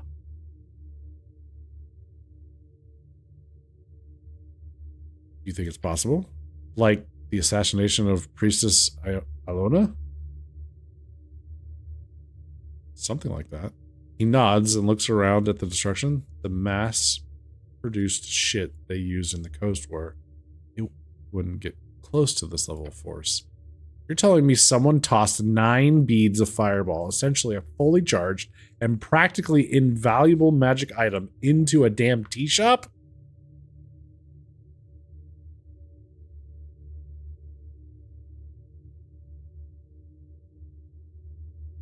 Yep. He rubbed his eyes. Well, shit. Another thing to report. Old lady's not going to believe it. Leave the rebel alone. Wow. I occasionally like to watch a YouTube video from one of the scammer payback channels. Norton doesn't do as much as people are made to believe. Yeah.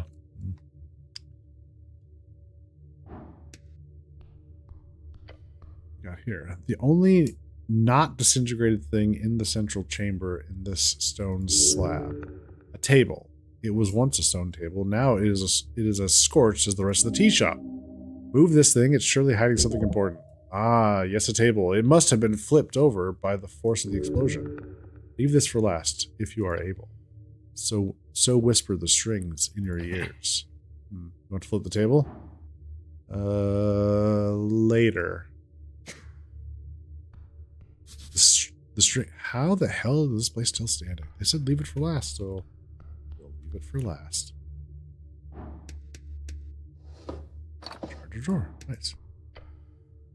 Once there were shelves filled with magazines. You've seen this type of construction before in other city tea shops. Images of loud dwarves arguing over articles flash in your mind.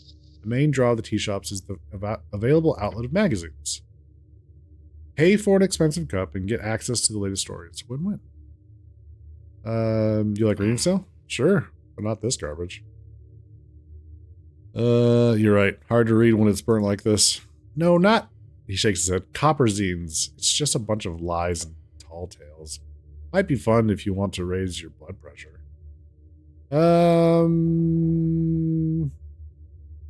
Thank you for expressing your opinion. Let us now return to work. Okay.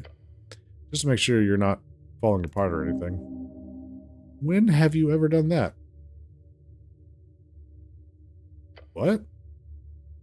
I just seem to notice you start to act a bit strange sometimes. Just wanted to make sure you're not, I don't know, leaking out of your head or something.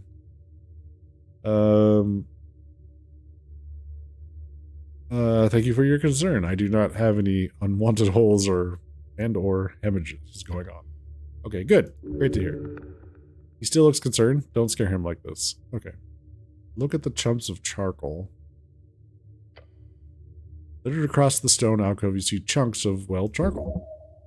This used to be wood. These stone shelves used to have a wood front. Is there anything readable left? Why would there be? I don't know. But what if? Maybe we'll find a magically fire-immune newspaper or something. That's right. You have to take a proper look here before moving on. Great. Just great. Search for anything. Among the mess, you notice something solid. Moving away a small pile of burnt magazines, you discover a paper completely unharmed by the flames. It's a bit dirty, but a quick shake reveals the title. The Undercommon. For fuck's sake. This paper is cursed, I tell you. We spent a fortnight fishing these bad boys out of the sewers last year. What kind of asshole thought a magically indestructible newspaper was a good idea? There's a faint tealish outline on the paper. Not quite glowing in the dark, but almost. It can't even be burnt? The magical elven brooch was damaged, but not this? Immunity to fire damage sure is something, huh? Huh. Can't even be burnt? Nope. Not even magic flame. Is it any good? The zine? Nah, it's shit. Put the magazine away and look for something else. Oh. But it could be useful. You know.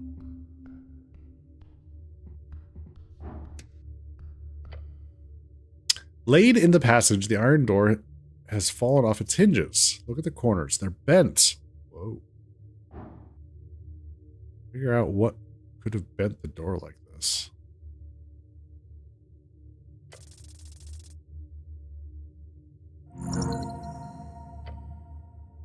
To melt iron like this, it would require incredible heat. You remember from your studies the art of the fireball spell, an awesome power. If it was used to horrific efficiency in the Coast War to eliminate entire legions.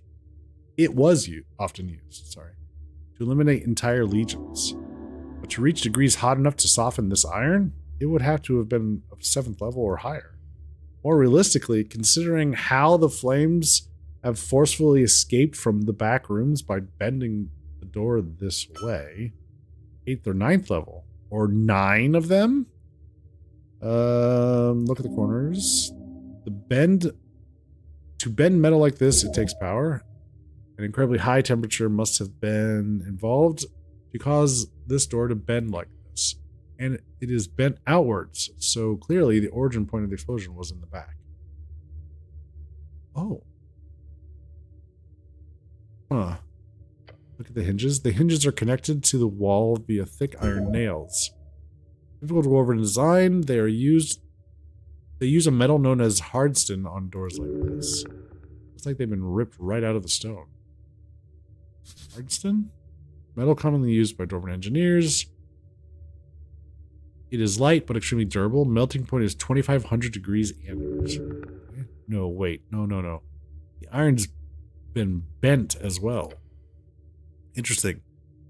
Then this was a combination of force and heat. An esoteric effect, not just a spell. You bet it. You bet it is. This was a high tier spell. Alarming. Meek, what do you make of this? Door is very hurt. Meek feel bad for Door. Bad magic did this. Master, be careful. Whatever did this, still may be here? Still maybe? Oh, we did take it with us.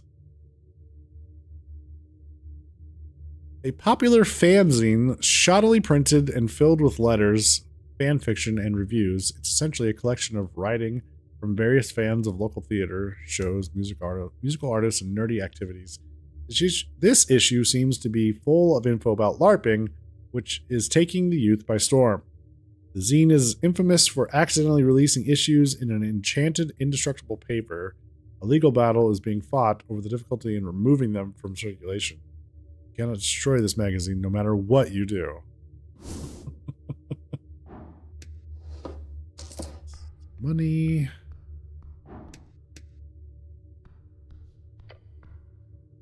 Frame for a painting. The actual picture was obviously burnt away in the blast. It is iron. It remains. What sort of painting do you think it was now? Drummer does strike me as the type of guy to hang a giant picture of himself. What do you think?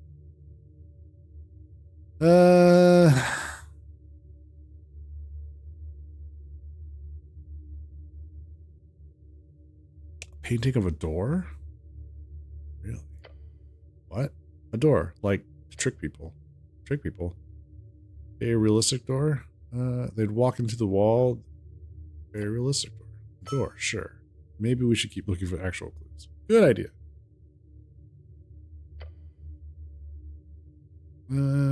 Sad to see it ruined like this. Look closer at the frame. Iron, melted to hell, but still somewhat intact. Not as affected by the fire as some pipes you saw in the central tea shop chamber. Strange, you feel a slight breeze. Very slight, suspiciously slight. Look for the source of the breeze.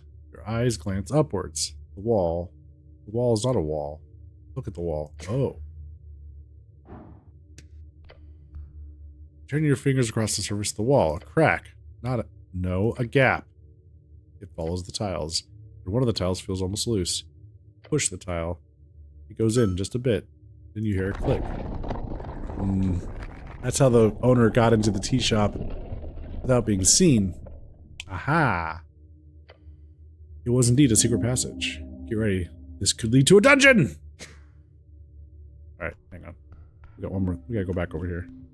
I said save this for last for some reason, so...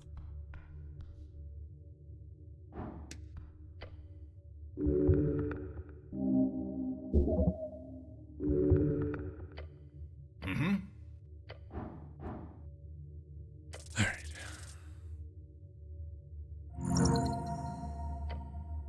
You grab the thick table with your gloved hand, gripping it firmly, strongly. Snell copies your movements. On 3. 1, 2, 3. Flip the table. Corpse. Shit. You stare into the corner of the tea shop. Amidst soot and broken tiles, you see a corpse. It almost disappears into the destruction around it. An aura of sorrow. This is pure tragedy. Beyond any imaginable degree. It's a... Snell stares at it. He is silent. Gods be good. Lower your head in respect. You spend a moment next to Snell in silence, your thoughts landing on the disfigured remains. It haunts you. The corpse appears completely charred to you. Such destruction would make it very difficult to identify. Size is average, in human terms, somewhat slender, hard to make out anything other than a silhouette. The goblin seals himself. How much experience do you have with corpses, cleric? Your thoughts land on anatomy books, basic medicine training. Nothing practical. Clear your throat. The goblin breaks his intense stare down at the corpse and turns to you. He is afraid the corpse will awaken. Not an unreasonable concern. Cleric?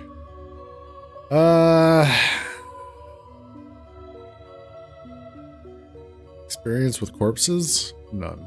Great. Guess we'll do this one step at a time. We should do a preliminary checkup just to scope out the scene.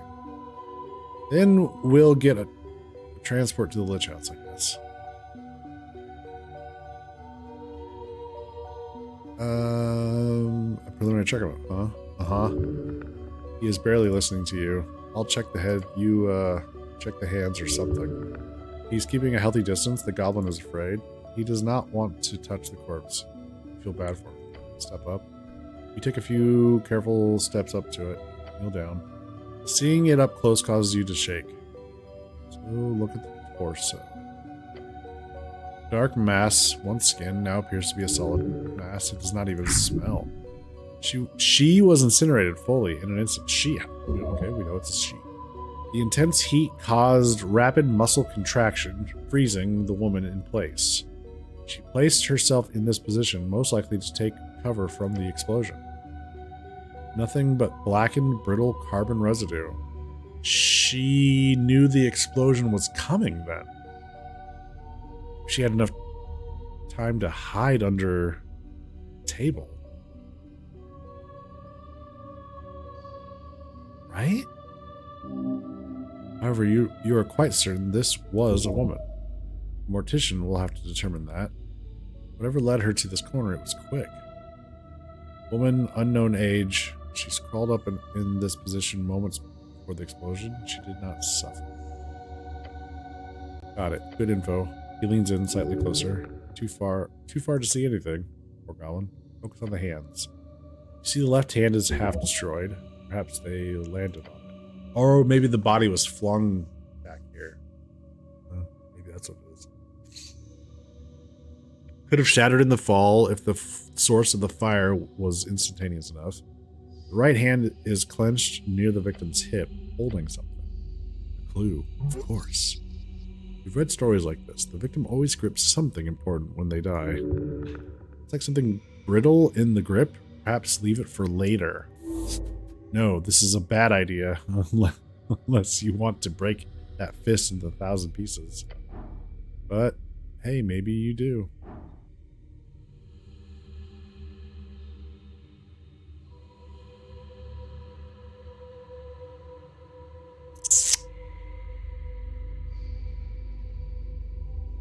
DC 13, huh? Are we feeling lucky, chat?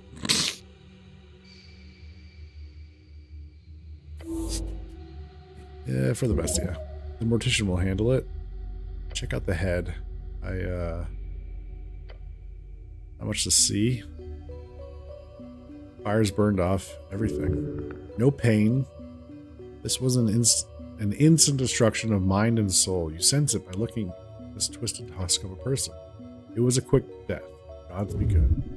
The thought of one moment being here, another being not, causes your stomach to churn. While charred beyond recognition, the skull itself is fairly intact. The mouth is intact. Good. Why is that good exactly? So you can have someone talk to. Someone to talk to, of course. Speak with dead. It requires an intact mouth on the corpse to successfully mimic speech. Even in this condition, the corpse should be a valid target. Or we don't see anything else. Good question. Looking for distinguishing features, you do notice something interesting. The ears. Ears? Ears?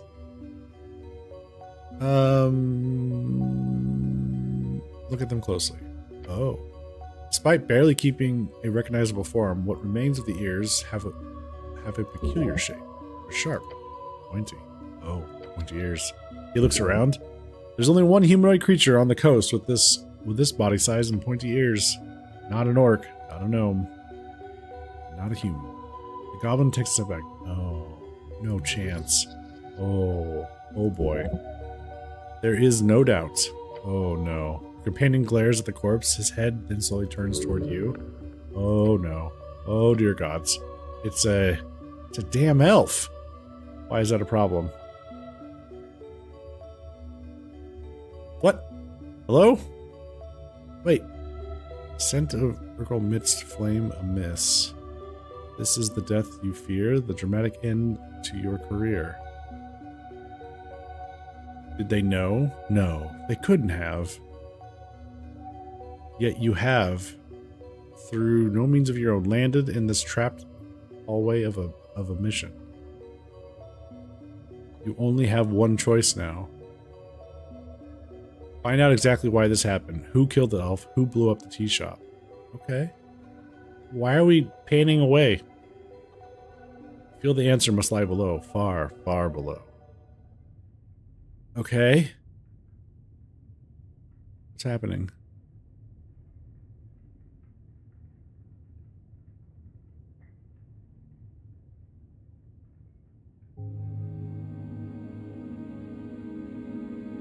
Oh, no. Oh, hell no. Wait a minute. Wait.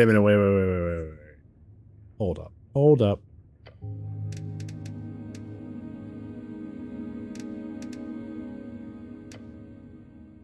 When they said later, I thought for sure they meant like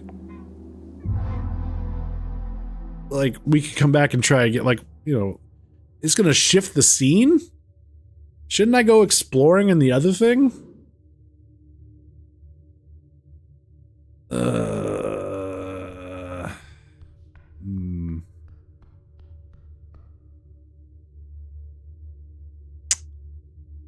All right.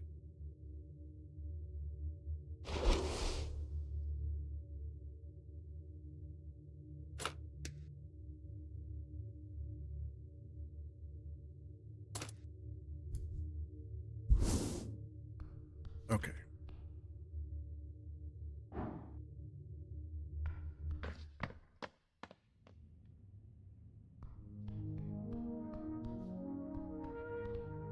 Whoa. He's got a whole horde back here. Holy crap.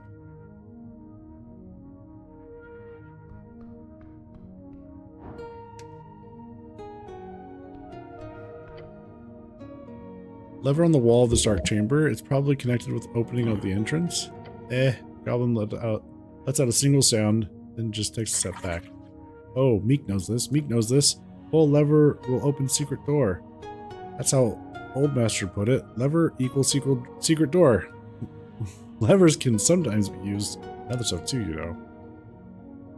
You don't want to. Pull the lever with me, Sal. The lever appears stuck.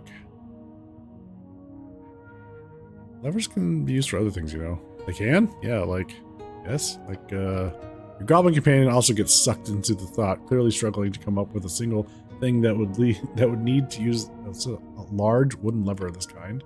Like what, master? Drawbridge. A drawbridge. Oh, yeah. Yeah, a drawbridge. Drawbridge? Yeah. Oh. Master's so smart. I'm only as smart as the people in my party. Humble master. Very humble. Meek learn much. Very good, very good. Drawbridge. Same. Oh, maybe master will come up with the answer later. Meek look forward to it. You don't want to pull the lever with me, Snell? No, thank you. I'm going to assume it won't spring a trap or flood this strange chamber.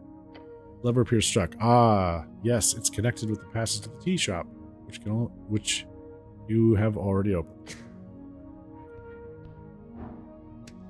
What's this? An adamantine warhammer. Dexterity and... Wow. And charisma? Dexterity, charisma? Interesting.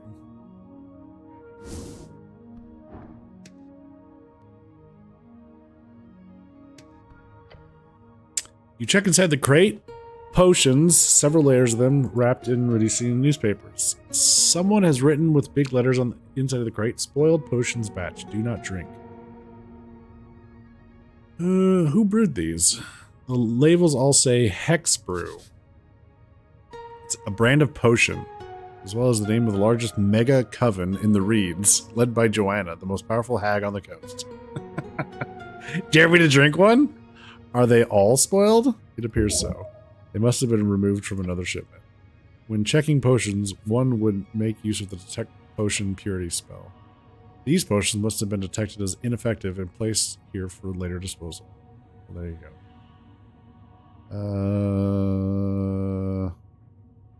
Check the date of the newspapers.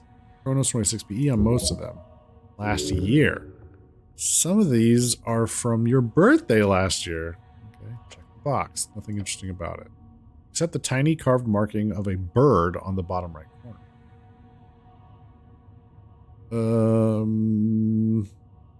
Yeah. Clear white eyeballs inside. Ew. Hecky. I don't want to drink one. Those are potions of healing. Nice. More potions of healing. Excellent. Ginger drink. What's this? Grants a minor constitution increase. Oh. Nice.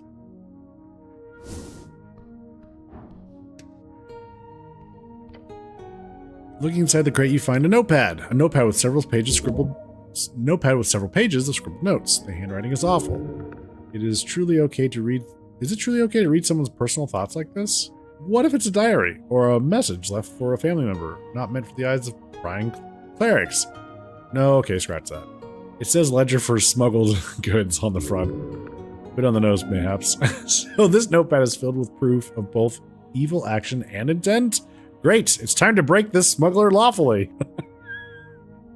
Shut up, Strength. Let's see. Look at the list labeled export import. Many terms you've never heard before, and some you have, mostly importing. Pocket bikes, a large quantity marked as not yet arrived, and then terrible state. Popular magic item, mass produced during the Arcane Era, but it is dwindling supply. Number of rare potions with various draconic names. Some you understand, but many are simply draconic terms from Divine Era alchemists. Then you spot a final mention of something called Quillwell cartridges, although it appears to not have left the warehouse. Hey, that's the one Modissa was looking for. Asgore Girls Vendors is clearly this tea shop owner. Oh, okay. Check out the smuggling guide page. Smuggling guide. That can't actually be. His voice trails off. Some people, man. Step 1, use your connections. The Rhodesian merchants are always good for coin. They pay hefty for simple storage. Storage.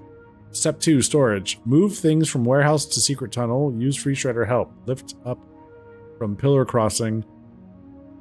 They write off missing goods as lost at sea. Step 3, keep secret. Mix crowns with tea shop income, fudge receipts, avoid sage leaves handlers. Step 4, no distribution. Return to warehouse night before ship leaves. Do not sell goods yourself. Stay clean. Of course, the Freeze Riders are involved in this. They probably set it up to begin with. Over your shoulder, Snell is also reading this elaborate display of criminal incompetence. He looks less angry and more disappointed. I suppose it's a blessing when the crooks of society also implicate themselves through sheer idiocracy. Look at the last entry. On the last few pages, there's a ton of reminder notices written in sloppy handwriting. It goes on about missing payments, lost suppliers, and various angry comments about tea shop customers. Probably written to himself, he's clearly not someone who remembers without the help of writing. Then you get to the final notice. It's marked with the date March 21st. That's the day of the explosion. Coast hag potions not yet arrived. Days late. Don't want diluted piss again. Elf will arrive from temple. Then I leave. Don't like tea shop being used for meetings. If they break anything, they pay. Elf. Huh. A meeting in the tea shop. An elf, the smuggler, left after letting the elf in through the secret tunnel. Ah. Hey, Quack. You can't handle my strongest potion. Interesting. Let me write this down. Take the notepad. As you start to remove it from the crate, it suddenly starts to evaporate in front of you. What? Turning to magical dust in your hand slowly. A curse. Put it back. It stops evaporating. Take it out again. It begins to slowly turn to dust once more. Put it back again. It stops. I see. This notepad, it has a defense mechanism and esoteric abjuration. If you bring the notepad away from this crate, it breaks. Somebody does not want it to be used as evidence in a court battle. You'll have to leave it here for now. I'll send someone to take a look here later. Don't worry. I'll make sure to mention that they should not move this thing, just in case.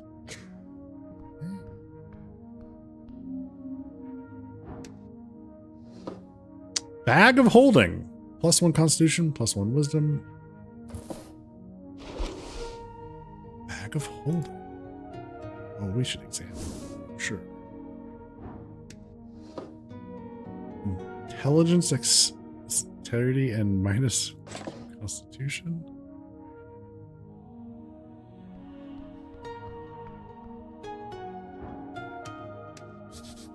A button. The Drake Slayer, such an artwork. It says Joanna, CEO. Joanna, the leader of the Hag. Ooh. Gauntlets of ogre power? Damn.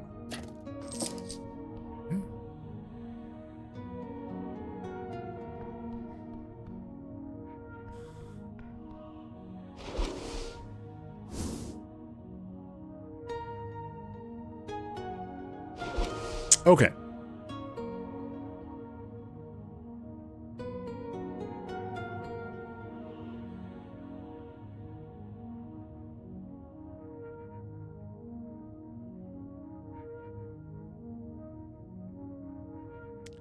Dexterity, intelligence, but I lose out on constitution. Can I afford to lose out on more constitution?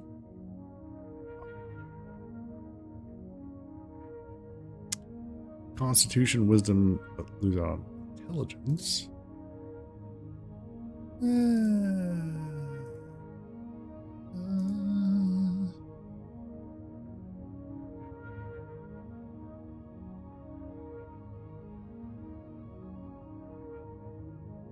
Strength.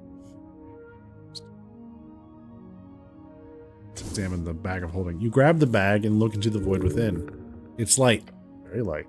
What you found here is a very popular and extremely useful magic item, the bag of holding.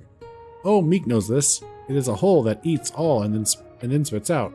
Old Master had one with teeth. Very rude one. I have a pouch of holding. No way. What's interesting is whoever left this behind could definitely have stored a bunch of cool stuff inside. It could be anything. Expensive magic items, relics of divine might, messages from lost people and their culture, fancy clothes. Oh, yes. But more importantly, it could have a hoard of crowns. Try to grab the contents. As you do, the bag shivers in your hands. Oh no. It's the one with teeth. The usual trick of just turning it inside out or holding a hand in front of it while thinking of the thing doesn't seem to work. It's broken? Or cursed. Damn it. How will I get the potential stuff inside then? You could always try to force it.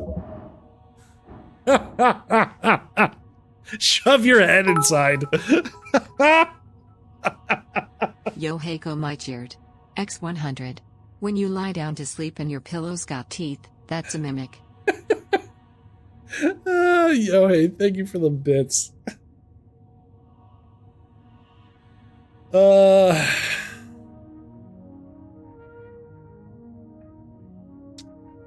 Let's examine the bag closely. Oh, I'm not concentrating on this.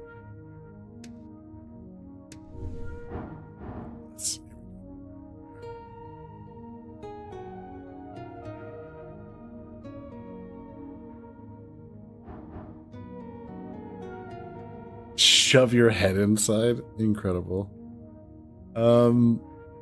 Examine the bag closely. Hey, nat 20. Hell yeah. As you do, you realize there is a faint trace of dust along the edge. Bone dust. Give me bone dust. Saying those words causes a canister to plop out of the ether. And another, and another. Cool. 3 bone dust. It's awesome.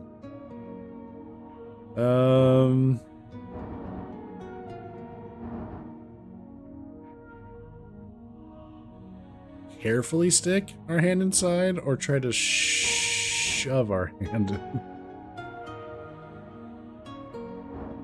Try to ask the bag for stuff in different languages. Ooh.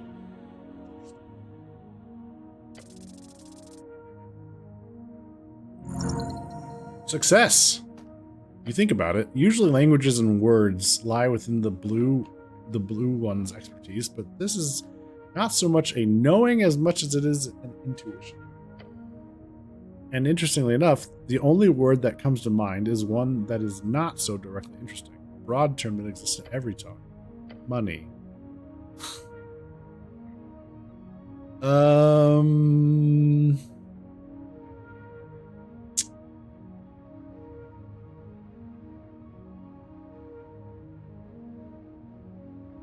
Elvish. Yeah, let's try Raha. Okay. Argamisian. Dwarvish. Giant. Minorian. Celestial. Anoran. You speak the word and a flow of coins appears out of the bag. Oh. A lot of them. Many, many crowns. Oh gods. Catching coins. So many crowns. Still catching coins. Eventually, it ends. Wow, that was what? 1 month's rent almost? Almost, yeah. Nice. You did work hard for it. Picking up all those coins. Quite nice. Even if money is not everything, it is quite lovely to have it. To give those less fortunate. Yeah? Oh, yeah, yeah.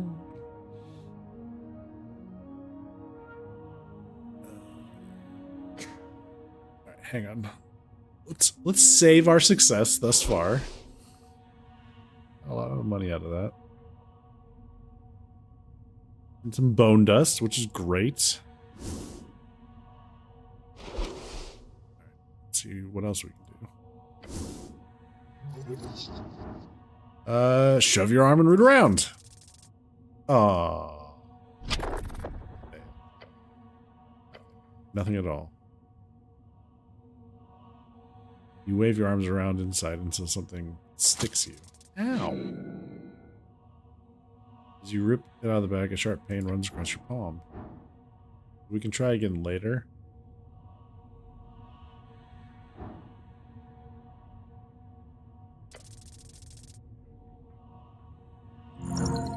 Success. With some finesse, you feel around the rim of the void within, and there, you feel it. Pull something out of it. A jar of pixie dust. Oh. Sweet. Kind of party. I suppose it doesn't really count as a drug if the effect is entirely esoteric. Shove your head inside. What could possibly go wrong? The last thing you hear is Snell saying something about health and safety. Then you shove your head into the bag, and inside you see darkness. Close your eyes and feel something inside. React. Something near. Something close. Your stomach grumbles. Yeah, I'm pretty hungry, actually. Hungry for one thing. One thing. Apple! As you speak the word, your vision becomes clouded with pure red. A wave of apples smash against your face in the void. Pop your head out of the bag. As you do... As you do, following your head in the stream is a stream of apples. They fly around you, spill on the ground, all around like little red treasures. First surprise, your companion's expression soon turns to weariness, of course. What did I expect? Pick up an apple. You do so, taking one of the many... Yeah, just keep doing it. Yep. Pick up all the apples.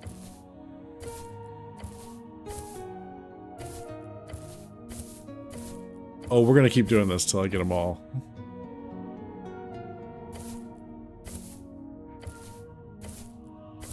It's free healing, man. Why wouldn't I take more apples? Yes. Yes.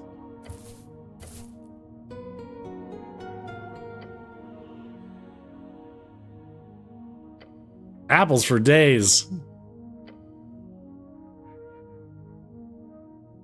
Through time and strings, you have become the Apple Boy. Can we go now? Bulging sack of apples. There you go. All right. Oh, nat 20 on the DC 25. Hell yeah. Let's see, what to ask? Oh, yeah, ale. I can't drink. Oh, no. Not that ale, the stuff you can drink. No, that always helps you handle people, even if you're not actually drinking. Oh, go for it. I like it all, actually. Can I have a concentrated rhubarb ale, please? The bottle pops up out of the bag in an instant. Damn. Must have been your polite tone. Nice. So the only one we failed on was the strength. Okay, better remember that for later. What else can I do with this? Not much. If it's weird and cursed like this. So what's the deep storage? What is this about? Deep storage.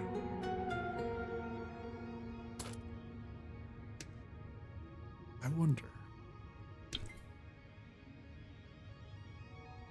All right, what do we get? Grants a minor dexterity increase for a week. Grants a minor charisma increase for a week. Bam. All right. Nice. Deep storage. Wonder what that means.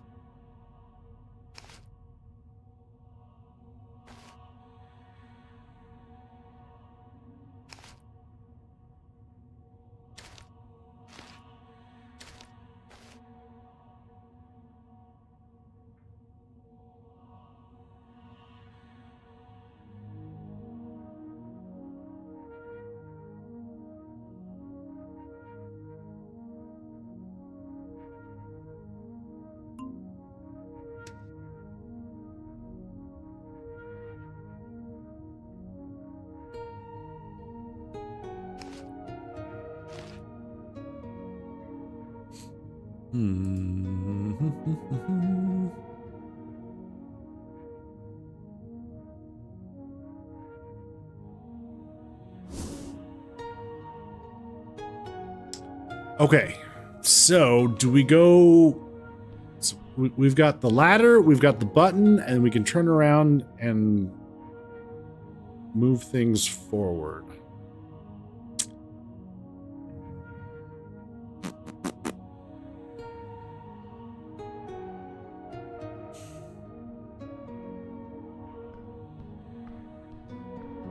Not entirely sure why the whole elf thing is a big deal, but... Alright, a button on the wall of this dark chamber. It's probably connected with these strange stairs leading to nothing. The goblin lets out a single sound and just takes a step back. Oh, Meek knows this, Meek knows this. Push button will open secret door. Press the button with a single finger. You do so, putting a fair bit of force on it. As you do, a groaning sound fills the chamber. A passage opens at the end of the stairs. Logically, this would lead to the Temple of Earth. Great. Temple of Earth goes through here. I'm guessing it'll get explained with this time skip, but it's going to be something political, probably.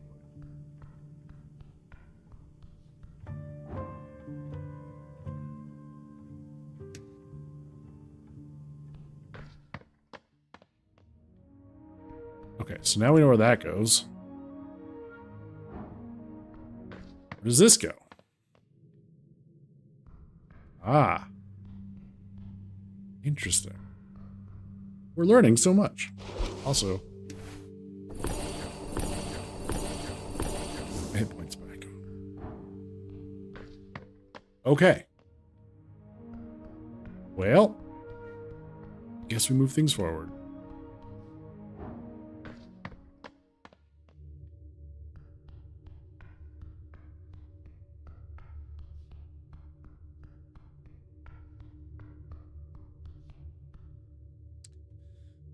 Okay. There isn't anything else I need to go. Oh, wait, where's that one elf? Where is that one elf? We did meet an elf, and she was wanting to know about... Wait, she's still here. You can ask her about the leaves. Mm-hmm.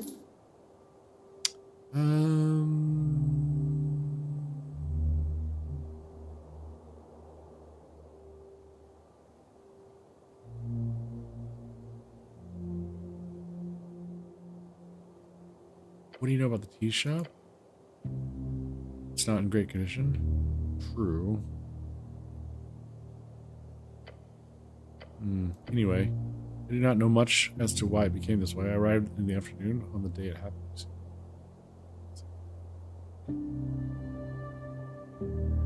Have you heard anything about it? Just that it exploded, but people tend to not want to speak about it much. It's almost like it's none of their concern. Or all of their concern. Alright. So that elemental can't cast Fireball. Which makes strange playful booing sound. No, warrior. He can do much harm, but no fire. No. Indeed. That's it.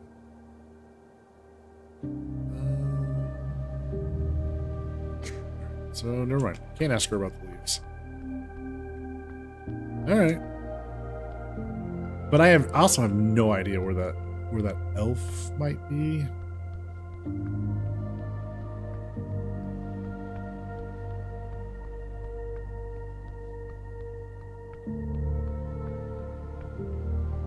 The one that was looking for the paladin, or was talking about the paladin? No.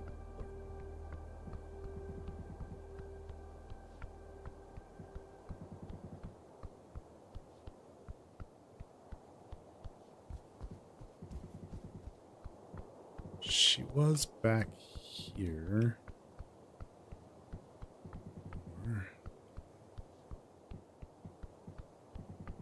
Okie dokie.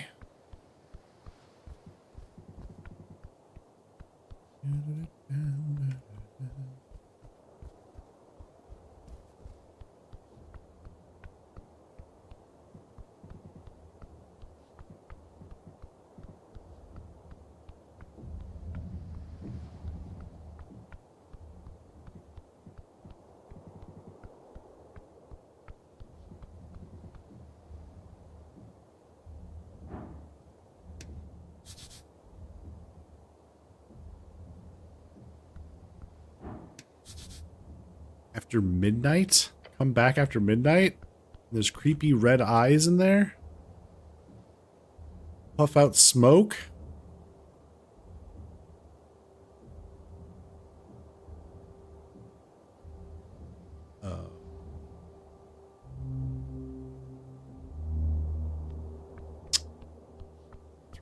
Come back after midnight.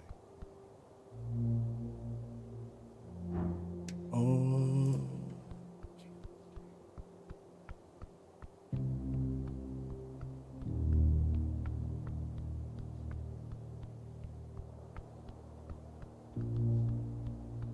But I haven't seen that elf today. Probably don't need to worry about telling her. You know?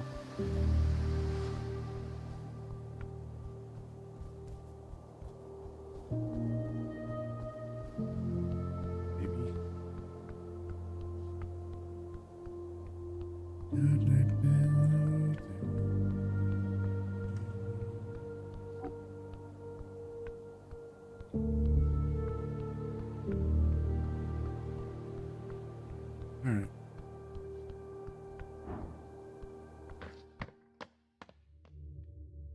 All right, so we're gonna have to check the corpse, go through the corpse again, and we definitely want to try to pull whatever's in the hand, whatever's being held in the hand out. So we should take a shot at that and make sure we get it, because it looks like we only get one try before we move on to something else.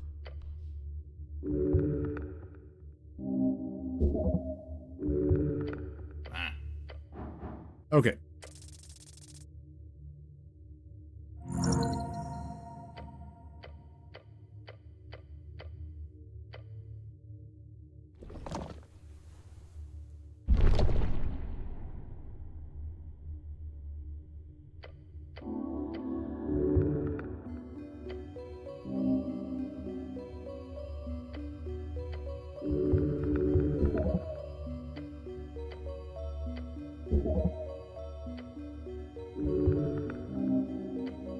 Okay, I can handle it.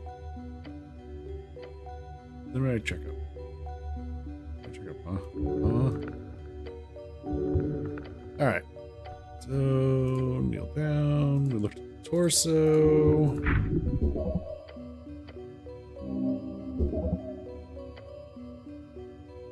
Woman, unknown age.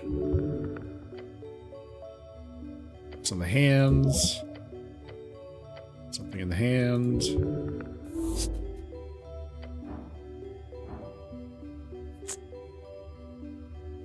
There we go. Of course.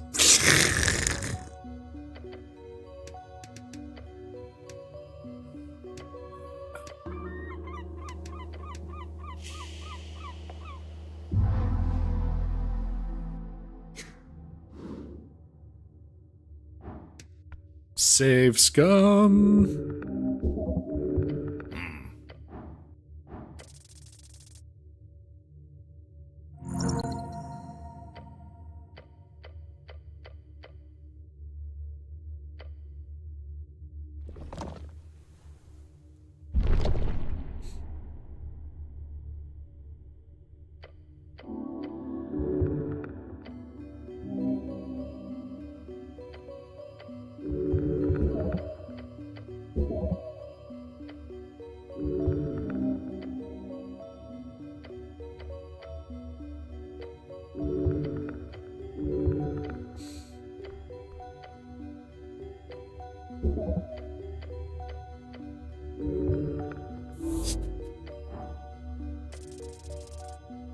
Damn it.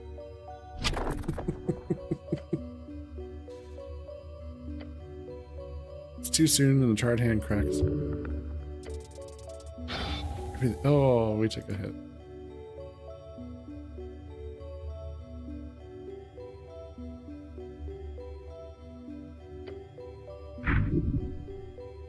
The hand disintegrated further, creating a pile of dust and chunks.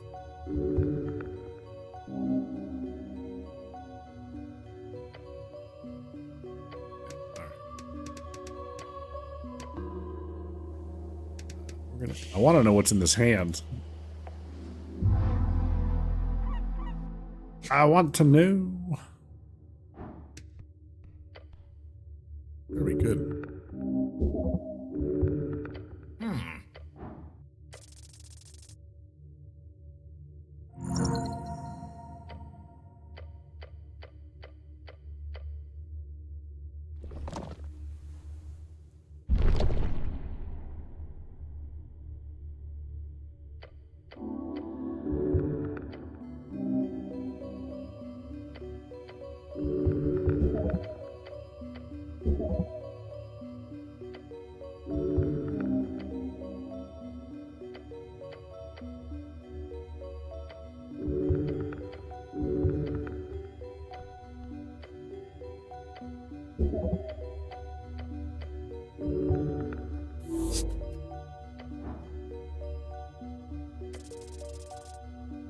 there we go. Got it. Slowly and deliberately, you sneak your fingers underneath the fingers, and something comes loose. A chain. A thin gold chain. Parts of it. Interesting. However, the second after you see it, you watch it begin to glow. An esoteric glow. Then it starts to break apart in front of your eyes. The gold chain within seconds, turning into another pile of dust. The fuck? That was magic, right? Yes. The goblin grimaces. Defense mechanism. Nothing you can deal with now. Aw. Damn.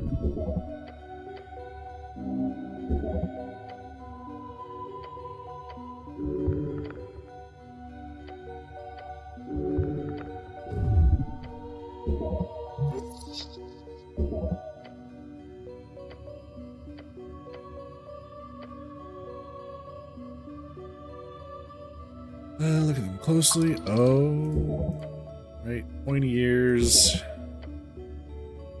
Not a human.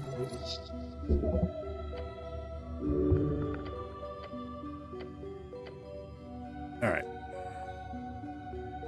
And then the scene shifts. Okay.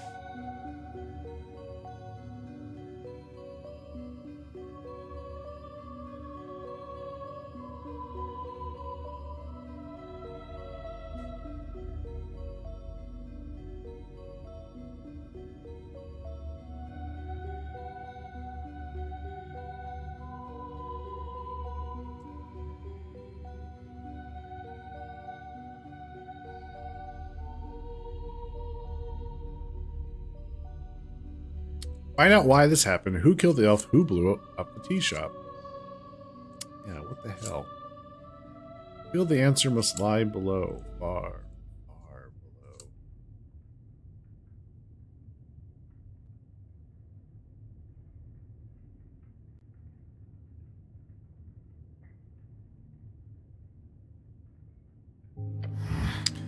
below. Your eyes follow the towering dark knight as he walks past, heading down the stairs. Body is secured. Good, good. The pale man answers behind his desk. Snell leans against the iron slab, his eyes fastened entirely on the elvish corpse across the table. I think I expected a dwarf. Huh? A dwarf? A dwarf. A dwarf. What? Why? The tea shop used to be a gathering place for the Asgals. My first thought was of infighting or political assassination. But an elf?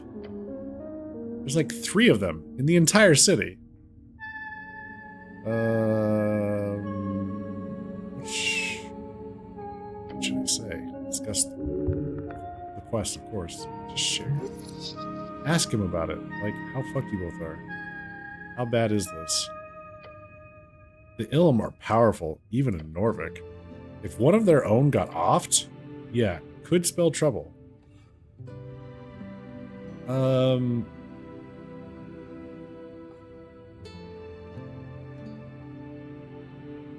Let's see. Should be easy to identify an elf, right? You'd think that. I'm guessing it'll be impossible.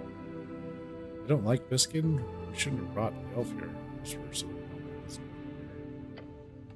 Look, I'll say it again. He's a weirdo. If the old lady has a deal with him, so for better or worse, he's our guy. This is above my rank. But I don't see anyone jumping at the chance, so you're still serving the old lady for now.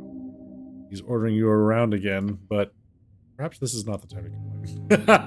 Oh, good idea, Strength. Good thought.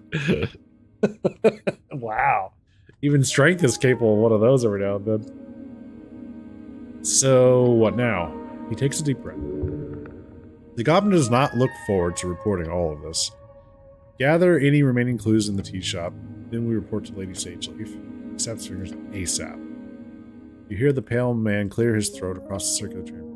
Cleric, I am finished with my report.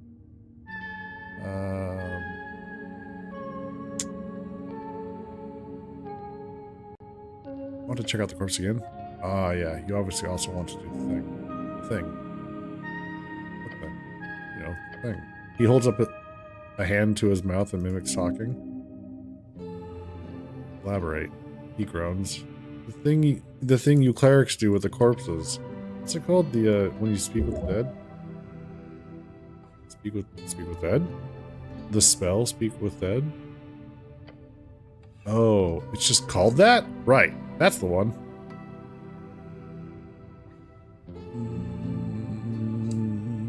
Well, right. That is a thing I am somewhat capable of doing. He squints. Phrasing it like that doesn't evoke trust in your abilities, cleric. But you get 5 questions from that spell, right? With that, you should easily be able to figure out who, what, why, when, and so on. Perhaps Viskin can tell you something about the spell. I can't cast their level spells yet, though. Oh, wait, but doesn't it take years to learn that shit? Give me an afternoon or two. I think I lost something when I fell into the river, but it's coming back to me. Sounds worrying, but good. Just try to get back into the groove quickly, alright? Let's talk to Viskin, hear his report. Yeah, sure. Lead the way. Okay. Well, let's less on. Is there anything else I can... So this is the corpse. Racers of Thievery.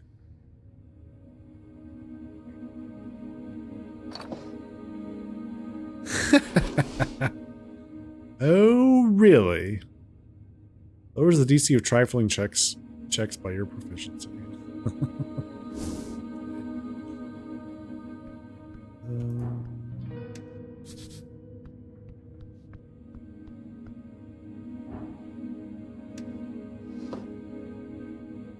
He's got charm person on him.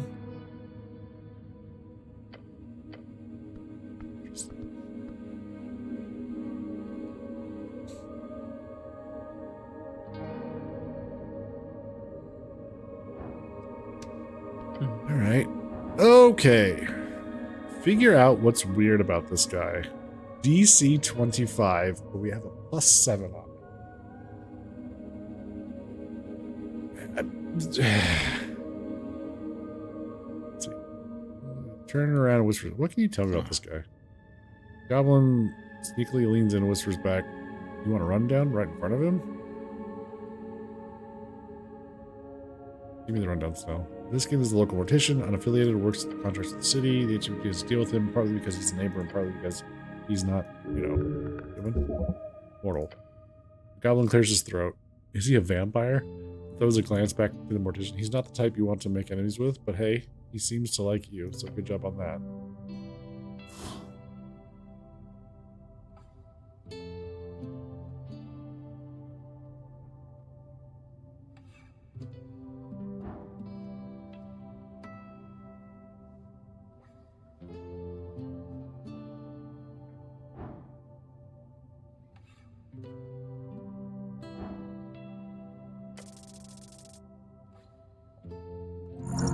Oh. You stand there, mulling over all you know about the strange pale mortician when your attention is drawn to the air around you. Damp and dry. Cold, piercing through your chainmail, leaving you with an uncomfortable feeling, a feeling that appears locked within this place, this tower. Close your eyes, focusing intensely on that feeling all around you. It's not natural. It's very much esoteric. A negative energy flow permeates this place to its core, all of it focused around a single point. Oh man, by the gods, he's covered in negative energy. Even worse, it emanates from him. This is no human. What you're looking at here is but the thin disguise of a creature most foul, most powerful. No mere spellcaster, no mere arcanist, no mere wizard. Viskin is a lich. Oh, gods. Oh. Wow. Everybody in the game was like, don't mess with Viskin. Okay, yep. That would explain why. Holy shit. A lich. An unliving, everlasting bastion of esoteric power. Learn from this creature. Abomination! What? What do I do with this information? You have a choice. Either try to deal with this directly or contact relevant authorities. Then this needs to be reported to Coin Lord Darrow. He's the highest city official in the Toll State. If only he was available. You should investigate this further. But what if... I don't mean to interrupt, Cleric, but you've been standing there in silence for almost 5 minutes now. Was there anything else you wanted?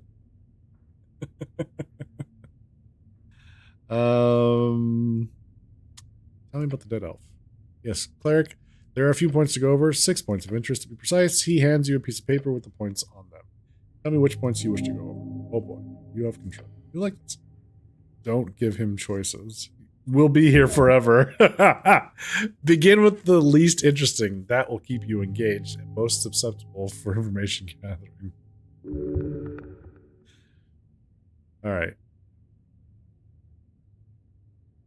Let's just go. There's 7 points. Interesting. There's 8 points. What? Okay. The transfer? Yes, it went fine. The body was ruined, of course, but still intact enough, thanks to the charring, that gentle repose did what it should. And then had a subordinate carry the corpse wrapped in yim silk, a special fiber material. With minor damage, the transfer was completed. 2. Folk identifier. It's an elf, right?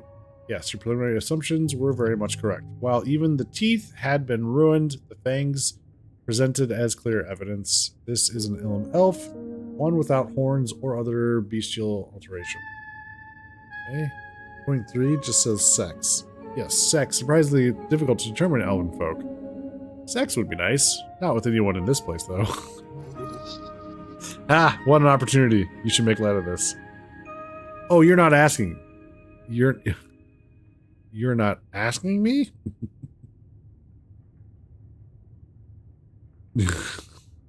This is point 3, not 6.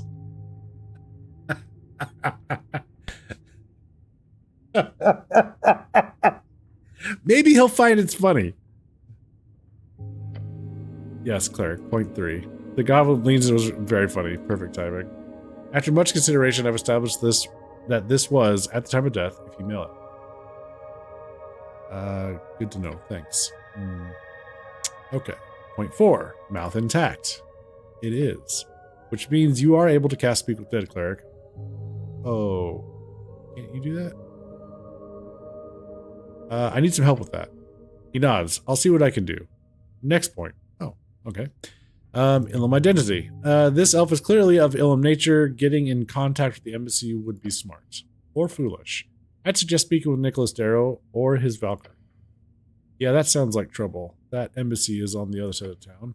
Plus, they're not exactly known to be too welcoming to inquiries. Point 6, hands. Yes, they were quite broken when the corpse arrived here. I'm assuming she held on to something at the time of death. Did you take something out of her grasp?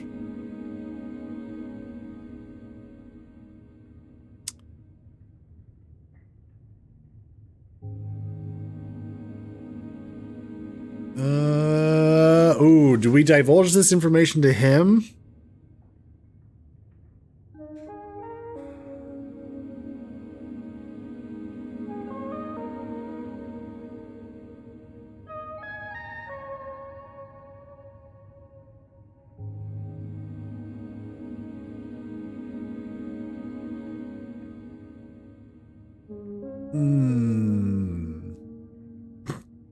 Should we trust the Lich?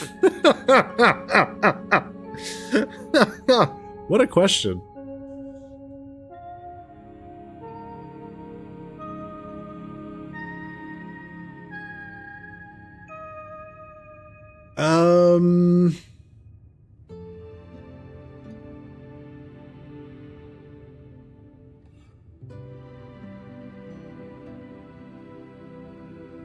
Boy, I don't know. I don't know if we should. I'm trying to think. I mean, we don't know much about Viskin. Like, oof. Oh boy.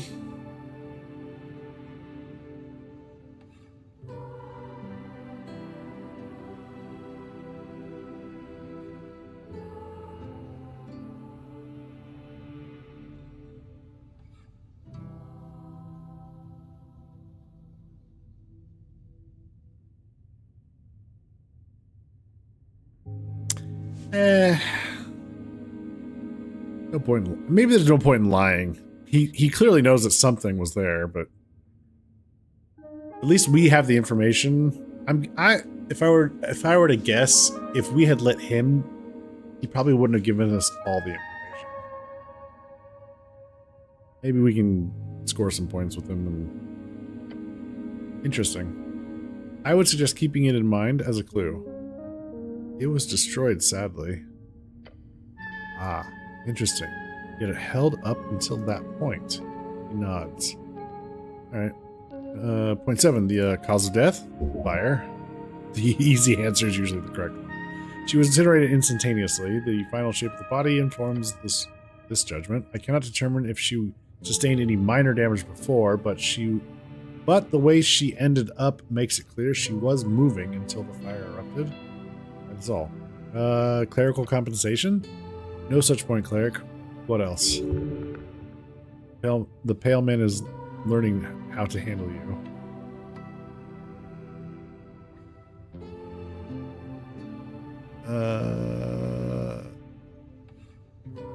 Oh, were we trying to get compensated from him with that? Oh. I have what I need. Okay, right, good. Now listen. Speak with Dead is a powerful spell. Where can I find it? Straight to the point. Necromancers are rare in this city. Some specialized clerics are taught it, but few are powerful enough to know it innately at 3rd level. However, for lack of a better way to put this, I know a guy. Can I trust this guy? This guy's guy? Just look at him. Doesn't that face just scream trustworthy? We failed. Great. Why would his guy also be someone you could trust? Why wouldn't? Sorry. Can't I get a spell scroll from the towers? As a low-ranking cleric, you can't get access to anything higher than 1st level. It truly and utterly sucks. Alright, tell me about this guy of yours. His name is Bandival. He is, or was, an arcanist, a pupil of the Fortress of Verdun, if you believe the rumors. Perfectly square, mile-wide urban expanse placed at the center of the Verdun Hills. Nothing grows around it, and there are no entrances. One of the great mysteries of Ascan, said to be the cursed city of some forgotten magocracy. Those who have attempted to scale its walls and survived say it's filled with undeath and general negative energy. A cursed and evil place you've heard about in stories since you were a child. Surely this is a necromancer. A necromancer? Bandival is an eccentric fellow. You may find him down in the crypts. Alright, I'll go look for him. If you treat him well, he will surely share his knowledge. Once you are in the crypts, one of the western coffins has a handle that may be rotated. Do so, then pull. His private area will be revealed. Sounds cryptic.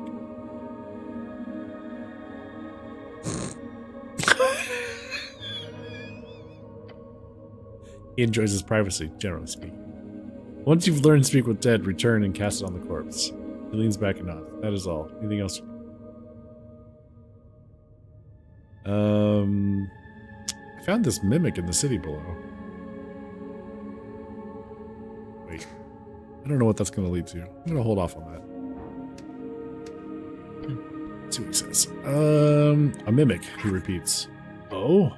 Creature peeks out of its folds. Scary thing. Master, beware around this one. How very, very quaint. You pick up familiars at an alarming rate, cleric. I am certain you will handle that monstrosity well. I hope you're not implying I'm also familiar. Pale man does not respond to the goblin's comments. Oh, wow. Rude. Stop. You've already wasted enough time. Just leave. The pale man shifts at his feet. He makes it clear he does not want to answer these personal questions. Very well. What the hell should I ask about? There's discontent in your stomach?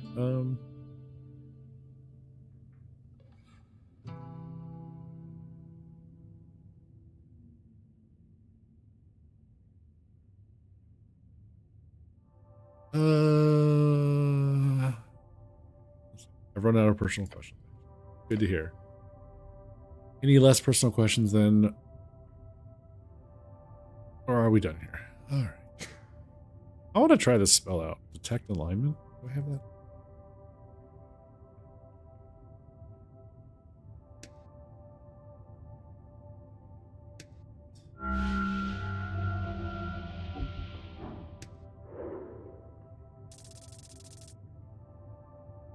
He is neutral evil.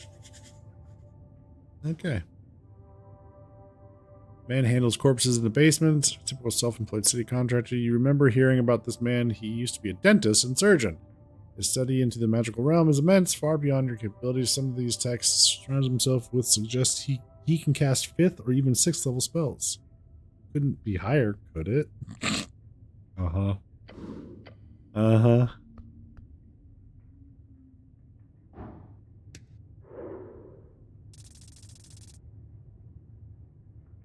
He's also a lawful evil.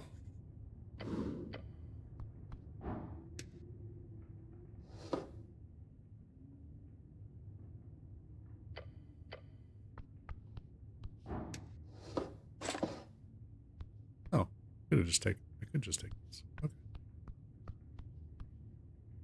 All right, so we have to go down to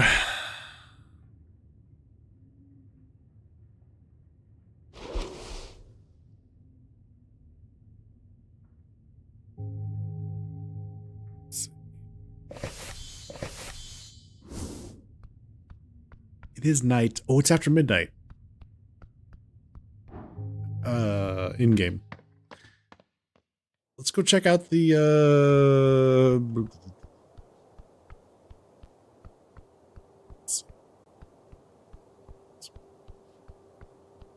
gatehouse? There was something at the gatehouse. Ooh, talk to that cat. I also speak with animals.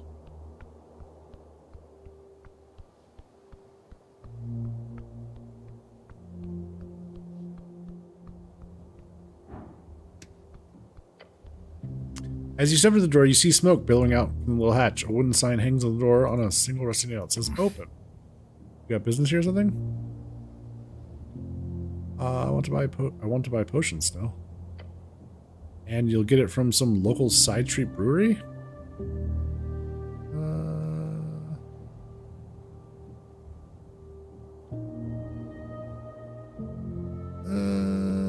No, you're rude. Magic soup. Haven't heard that slang before. Catchy. Let's see.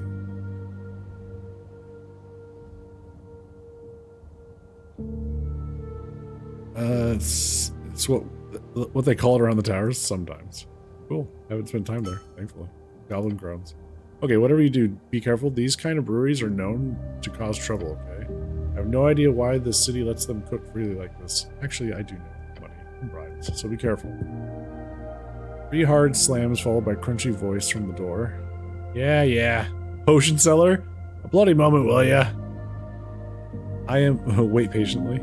You stand there stoically, manly. The goblin stamps his foot and looks around the dark street. Alright, let's see what we've... Through the smoke, you see a pair of peering red eyes in the hatch. You hear him click his tongue. You a copper? Turns to snow. You a copper? I'm neither Militia nor Uthgarda, obviously. Well, no matter. You got coin, you got potions. You got potions, lad. Swirling, glowing, make the muscles get thicker and shit. Brute. Show me your wares, potion seller.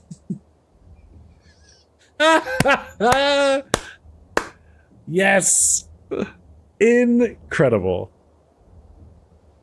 Absolutely fantastic. I love it. Potion seller. Suppose you can call me that. You got all this. You got all the standard stuff. Slush and river blood. You know. Just say the word. I'll gab it.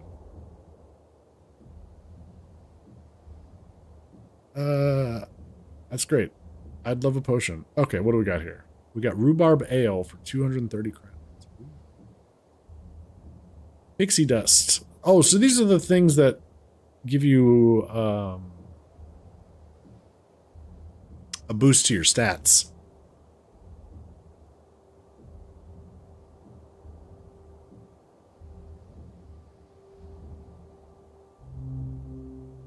Okay.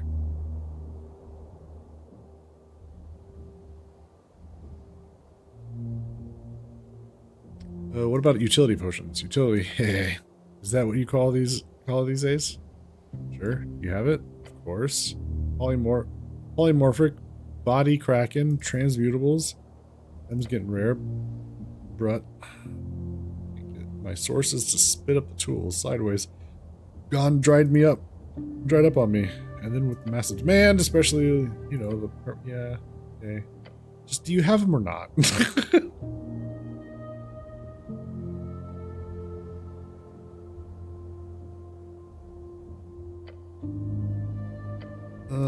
Mirror gender. Completely out? Yeah. Well, too bad. Okay. You got something more potent? Ah, bro. Not for you. Convince him to sell. What? Why? You'll be knackered by one swig. My special brews ain't for you silly lads. For you tilly lads. I promise I can handle it, potion seller.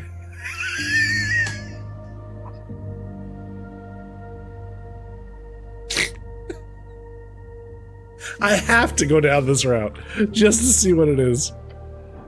Brett, I've yet to be convinced. All right.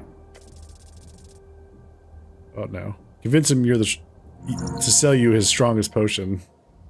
You have to prove yourself. Do it. Do it now. But how? Look around. There's an ancient stone ruin right next to you. That'll do. Scream and smash your head into the stone wall next to the potion seller's shop. You take a step to the side. You lean back in. Your aim is true. That's some serious ganding. Real stuff. Try to say it's conscious. Hells, you earned it. If you can do that, you can probably drink this and live. Gain item. Potion with supreme healing. From the hatch in the door, you get a potion. It's my boosted version in hexbrew shape. I'm getting my expertise in. Don't complain if you got any side effects. Okay, Hooli. Alright. I'm right, eh? No judge. Alright. Just to make sure this is oral, Brut. Don't go sticking it up your bum. Why would I do that? Some of them gives a bit of an extra kick if you do. This won't, so don't. Oh, okay. Well then. Oh, that was a strength increase? Ah, shoot. I thought it was the, yeah, sure.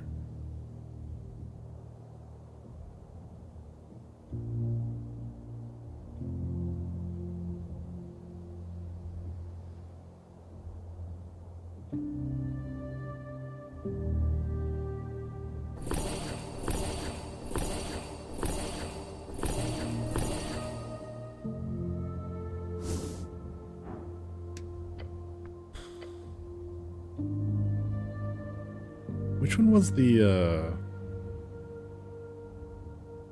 mind expansion? Strange mushroom drips.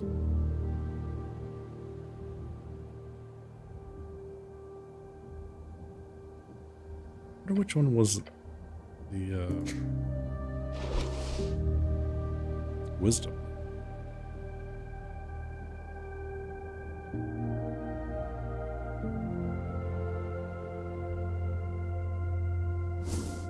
We'll come back.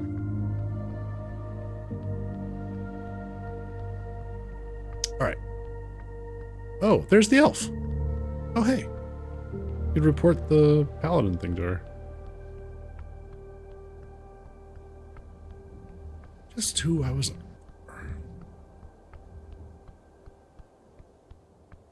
Crap, she's gone. What?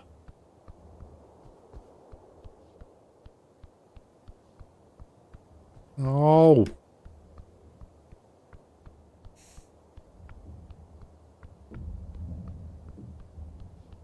Damn it.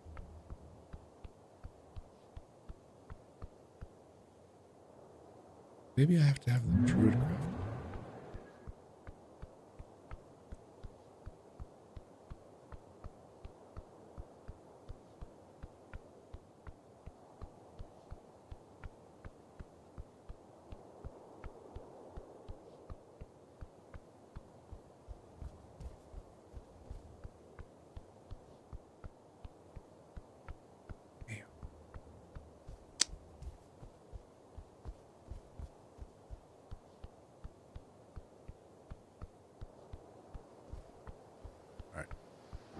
We should rest.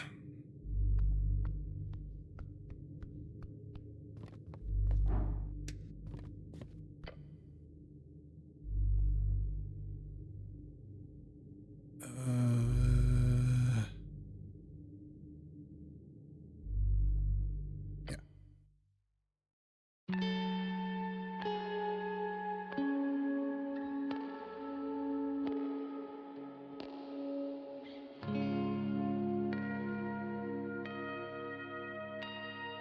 Okay.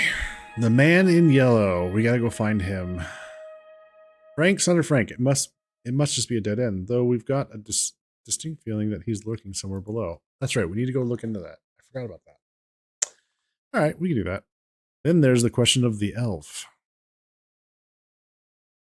So it's supposed to be a simple job. No casualties, no pressure, just some angry goblins and a ruined tea shop.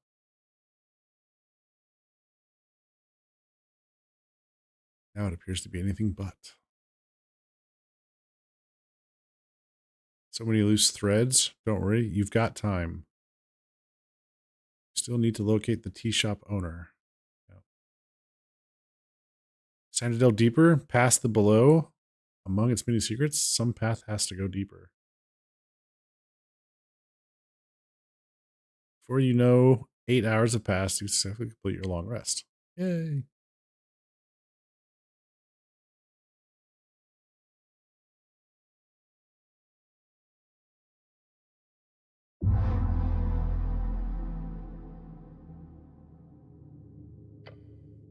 Another day full of trouble. The end is near. It's time for you to open your heart. The people of Toastai cry out to you.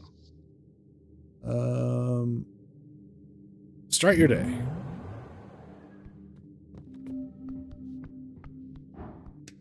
Engage.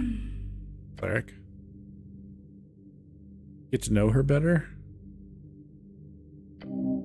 It is time. Become the man you're meant to be. Speak with the angel about religion. Get to know her better by discussing religion.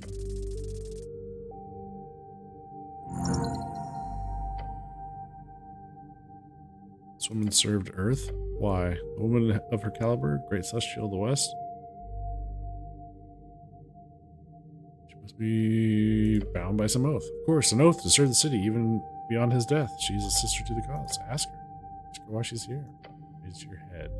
Angel's many eyes focus on you as you open your mouth. Why do you remain here, serving a city of men? She stops her work, the floating papers begin to move out of the way, and the angel descends ever so slightly. It is... She grits her teeth and clenches fists. First time you've seen her perform any kind of physical exertion. Holy shit. Sorry, what now? The city has lost its head. City of fools. Your legs shake. You stand before a goddess. Stand your ground. Face her. Do not lower your head. Celestial faces you.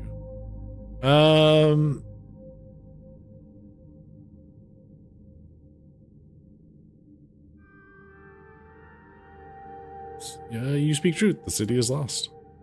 Her normally stone-faced expression is still there, but with a swirling mass of esoteric force where her eyes are supposed to be. Her telepathic voice rattles louder in your mind. A crackling boom. I am not a slave to this city. You feel as though the world is vibrating around you. Angel's yellow slows. She is calmer now, as if releasing that angry remark was exactly what she has been waiting to do. But that is not an answer to your question. Just listen. She lifts her head and the many eyes follow. Why do I remain here? She asks herself. Yet, in your mind as well, the darkness within her skull retracts as she waves her hand. Ask if you're so adamant.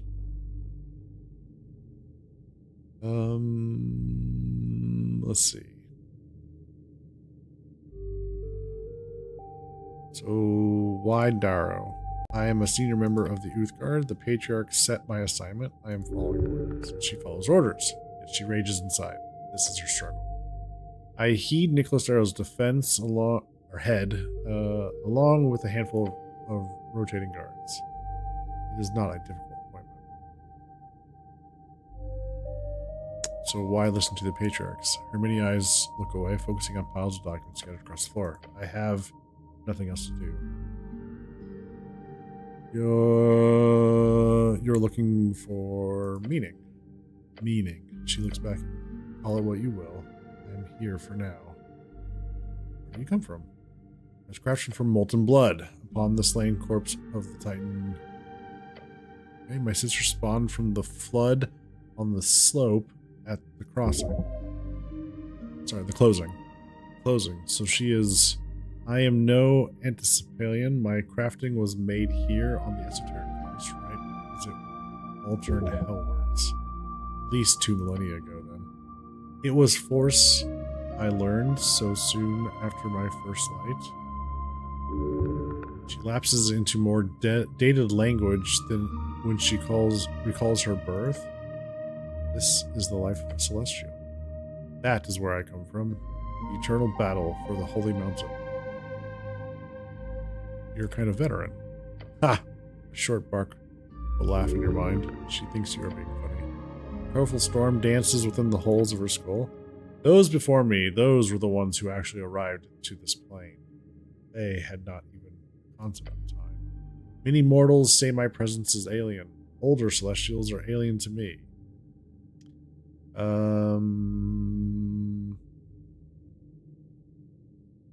So why not go back to the Golden Horde? You believe them to be better.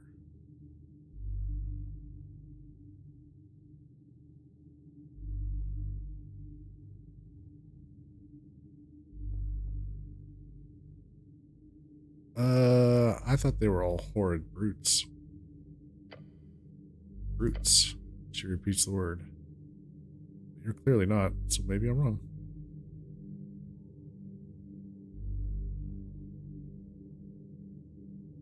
So maybe I'm wrong.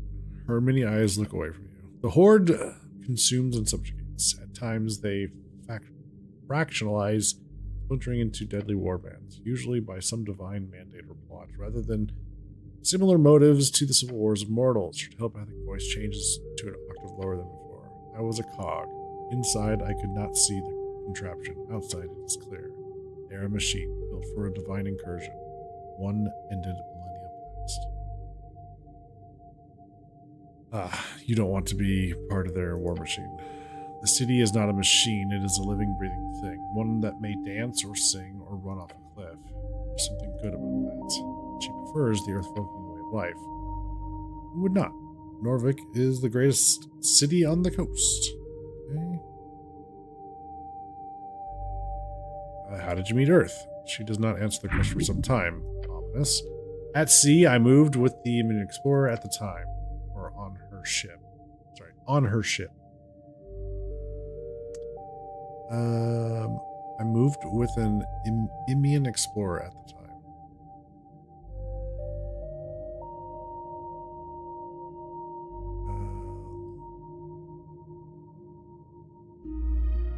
Let her continue. I was an official gold dispatch. My job was to watch the Indians' movements and report my findings while acting as an official witness. After only a year of travel, the ship went down in the ocean. They accidentally flew into a frozen island. I stayed near to watch the disaster, as was my duty to report. It's quiet for me. 20 crew members died in the impact, and the other 12 gathered on the wreck. They called out to me, pleading as they froze to death. I did not have authority to interfere, as was the Golden Horde's foreign affairs edicts at the time. Her voice does not change in tone at all, yet you can feel the pain as she tells you this. She obeyed, she followed orders. That is good. Horrible. Once the voices were silent, I left the blizzard behind, moving inland.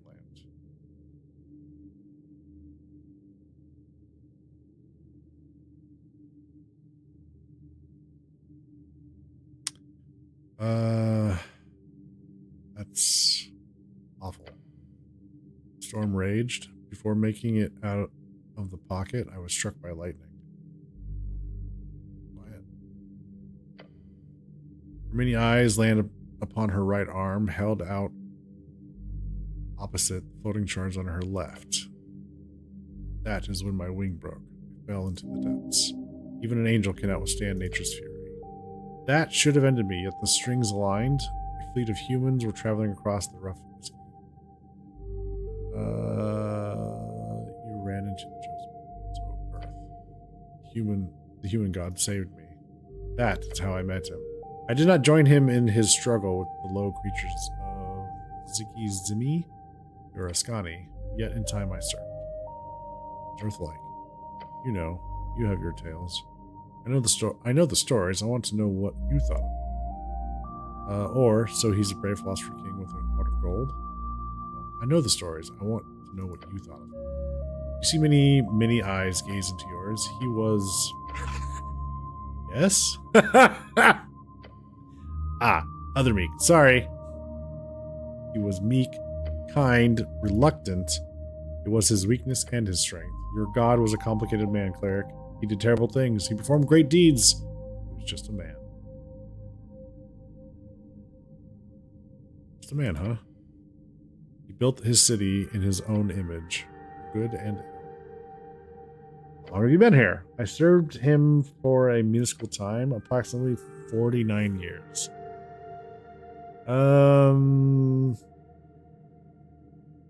So you fought trolls with Earth? No, I joined after the initial conquest. We view time in different lights, cleric. Remember that. So do all celestials look like you? No. Too bad. Too bad. She turns her head away from you. Dismissing your awkward comment? Good. That's not good. Probably the best you could hope for. She liked the comment. Celestial creatures are amorphous spirits built upon the energies of the positive. We shape in time, we form by purpose, some of us fast, some of us slow, some by physical means, some by spiritual. Celestials are even more diverse than their opposing devilish cousins. From unicorns to quaddles, from mighty Empyreans to cherubs of old Dimenor. Well, I think you're pretty at least. Not a single one of her many rotating eyes meet your gaze. Aesthetic subjectivity was not in discussion. Aesthetic subjectivity was not in discussion, cleric. Please refrain from using such language. She attempts to stifle your manhood. It will not succeed. Shut up, Strang. Simply reiterate your position. Oh, she did not hate that. Oh, she did not hate that, did she? I have the freedom to express my subjectivity as much as I want. I am a man. Ouch. My heart. You are hurt. She states the words less as a question, despite it being one. Don't worry. Everything hurts a lot these days. She is silent for a moment, then she gives you another calm nod. Okay. That's it. You not inquired about assistance. Assistance. Tea shop. Oh, right. I forgot. Forgot about the tea shop? It's the only reason you're here. It's your job, man. Don't fuck up this paycheck, too. She descends lightly. You can almost look at her without bending your neck all the way back. This incident is to be investigated entirely of your own accord, cleric. I will not interfere. However, my duties include keeping watch over the ruins. The city below. Are you entering the lower parts of Norvac? I've entered the dungeons below, yes. Good. Valkyrie updated. If I find the time, I will assist you, cleric, in the undercoast path. Her voice betrays a certain feeling, deep within that radiant heart. There has been interest in dealing with the dangers entering through the trail. It shall be dealt with, once and for all. Dangers? She stares at you with many eyes. What kind of dangers? Monsters. Even when explaining things she may feel are obvious, she is an immense amount of patience. She has an immense amount of patience. She's used to dealing with things less intelligent than herself. You can relate. Patience is not always born out of low expectations. She continues, enemies of the state, type that festers. They are many. You will need to be wary. Meek, the meek see many bad things come from dungeon. Always bad thing. Angel is scary. This will help. All from dark is scared of burning light. Your scarf then whispers you, Meek includes self in this list. I will meet you there. An angel will surely help out a lot. At this rate, you'll be a full party in no time. She will be good support. You have a goddess on your side. That's kind of you. I really need the help. I assume so. Rude. Blunt. You like that, even if it hurts. The angel returns to her work. Alright.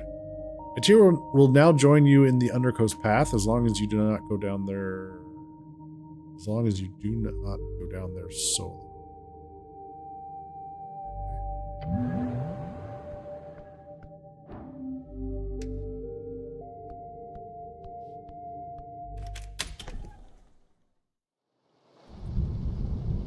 Okay. Oh, we gotta get our friend. It's messaging. Let's see. Sending stone.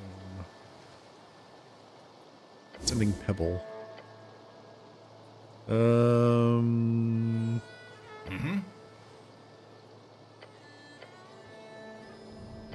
All right. Snell is with us.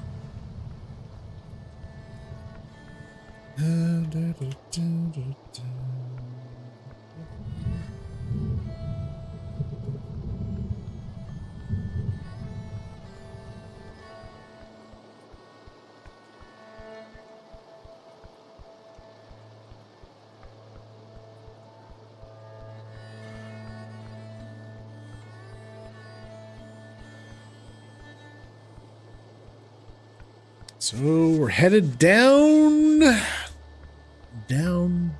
to Goblin Town.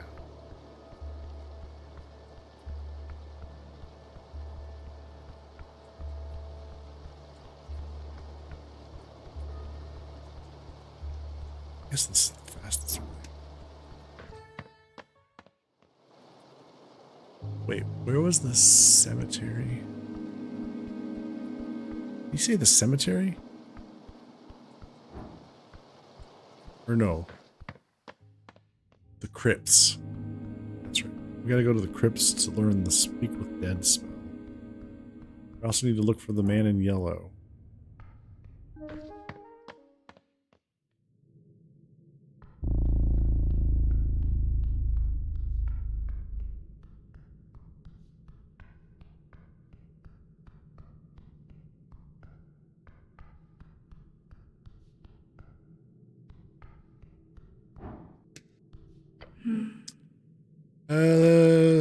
The porcelain spectre hangs delicately in the air. The pillar, her face is lit up by the dungeon glow. Cleric, Snell. Go. Goblin shoots her a finger gun before quickly retracting it, and taking a step back. He finds her horrifying. Hello, Atir. Her halo begins spins slightly off her head, its eyes gazing up and down. It changes. It is in constant flux. Yeah, I've heard. Day by day, little by little, what remains constant is the tamed quarters, the halls people wander. Coin Lord wishes this to be apartments one day. He wishes to tame it all, the city below.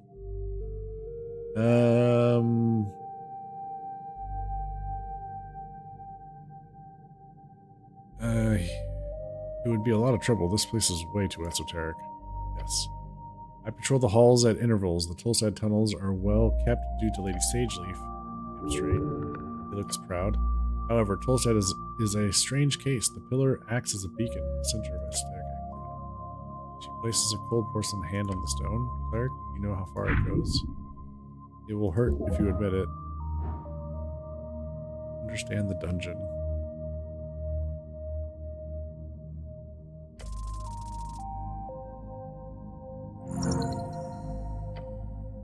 City below is vast, untamed series of tunnels underneath the city of Norvik. That you know. This is what you do not know. It is an esoterically charged ley line conversion point.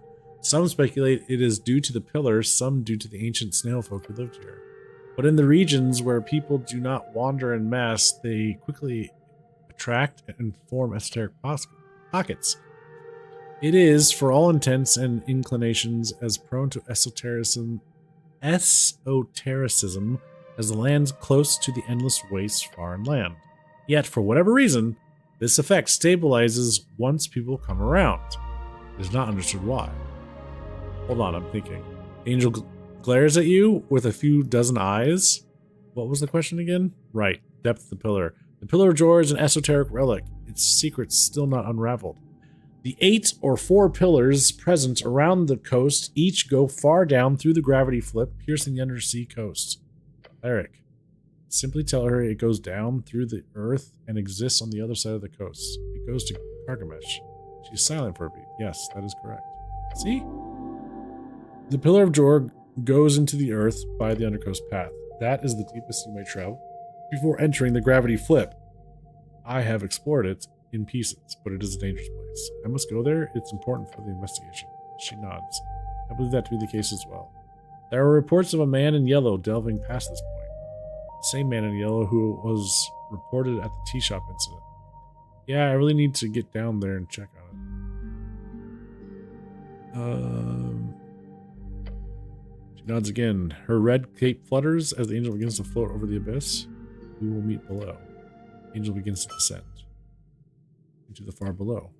She will join your party below, but only if you do not go down there solo. I think I've told you this before, but she freaks me out. She freaks me out too. Meet it in a good way. Sure. The goblin gives a skeptical glance down below. You will find her below the below. Look down into the darkness and see nothing. Okay. Oh, we were supposed to... Oh, shit. Crypt. We also need to talk to the dragon.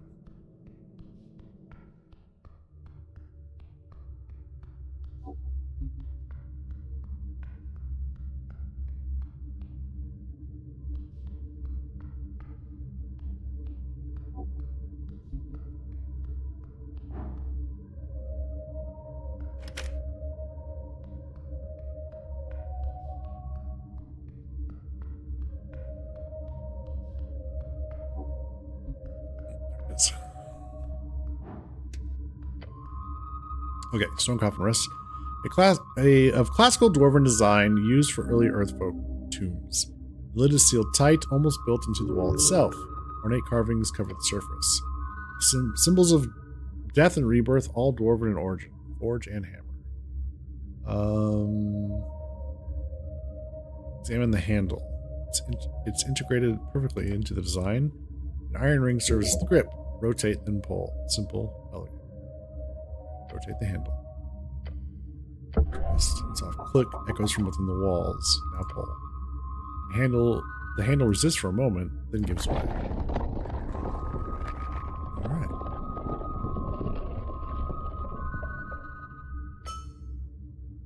Revealing a narrow staircase descending into darkness. Cold air rushes up. Ancient. Stale. Smell of old magic.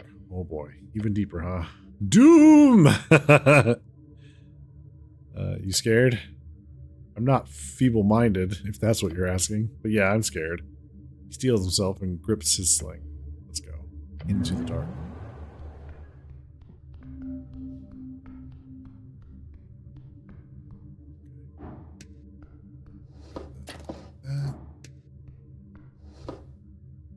Nice. All right, we're supposed to be nice to him, but that is just a skull. Oh my god. You fall asleep, so you're headed to bed. All right, Duke. Have a good night. Thanks for hanging out, sir.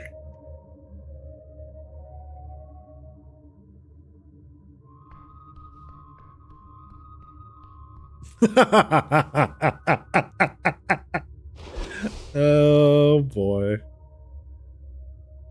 Where is this going? We're still missing a rat, aren't we?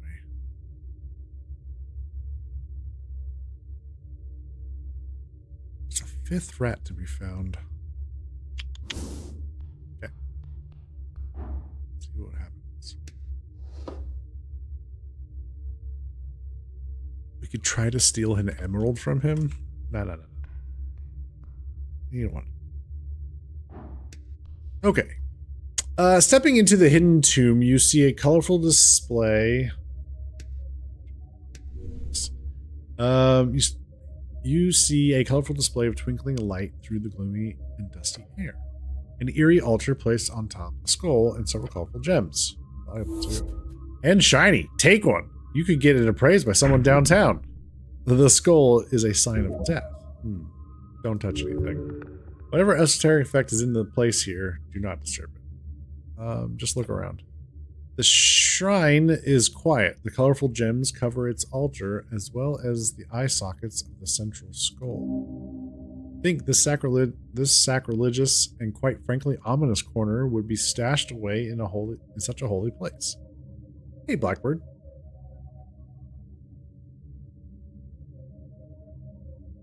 Most people have 32 teeth. Some just have 8. It's simple meth. Ha. This is Earth's original crypt. For God's sake, is there no depth of depravity these cultists and undeath enthusiasts can stoop to? See, the skull looks a bit deformed, doesn't it? What if I take the gems that are in the eye sockets? Not yell. Hello? Viscon sent me here. Is there anyone here? The fuck are you shouting for? As if lifted by some invisible force, the bejeweled skull rises from the altar. Its gleaming eyes twinkling in the light, its jaw chattering. The noise causes you to recoil. No way. An unending wave of dread falls upon your essence. An esoteric force, it's entering your mind. Earth, protect me. Protect you? The goblin tries to grab you, but he freezes and groans. What the hell? He falls to his knees.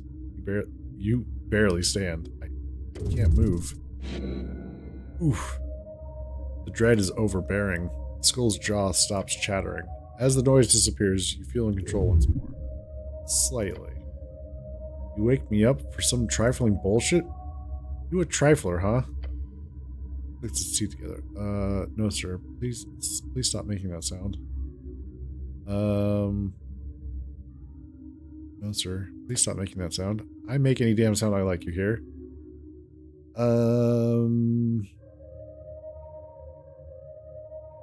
What's trifling?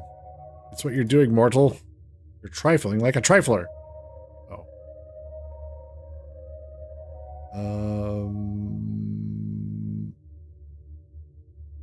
Try not to puke. Cleric, eh? There's no denying it now. You're a cleric. A cleric of a dead god. Holy hell, this thing is terrible. Just being close to it ruins your posture.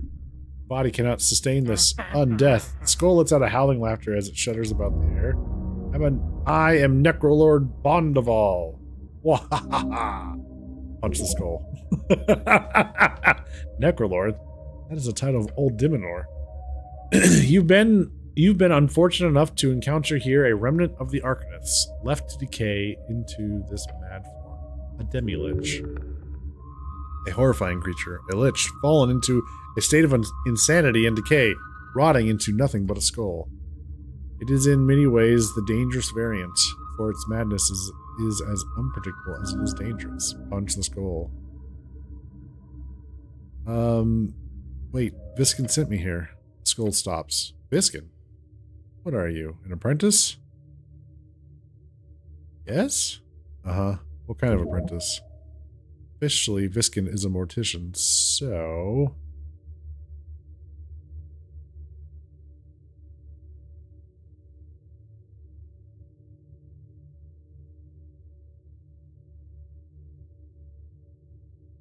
He's teaching me mortuary stuff. So you're the first embalming student he's taken on ever? No way, hombre. I'm not really an apprentice. Hold on. Are you a cleric looking to speak with the dead elf? How did you know that? He rattles a laugh, slowly spinning in the air. Viscon let me know all about the little situation. Oh, he did? Demi-Lich clicks once. You're not very necromantically entangled, are you? Not really, no. I never managed to master that at school. Towers. Not really, no. I can see that. You see, I'm not just some horny wizard. The skull drops down and flips around on the table. I'm a goddamned mage. You hear the goblin groaning. The Lich is surprisingly not a threat. For whatever reason, his intentions are far more sinister. He intends to teach you something. Trained in the arts by Hagen Dim legends, sent to fight on behalf of the greatest empire in the history of Jor's Arsprint. Necro Lord is not just some title, it's a calling, a dream of undead supremacy. One day it will be reached. You're the lucky one here, for I will help guide you to a string attunement, a necromantic attunement. You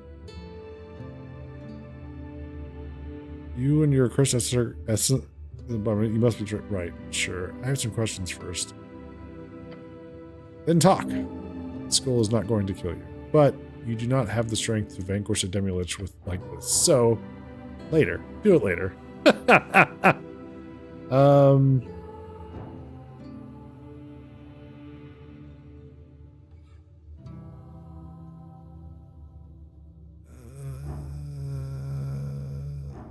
Oh, I see. So it's just a thing we have to do, huh? Failed.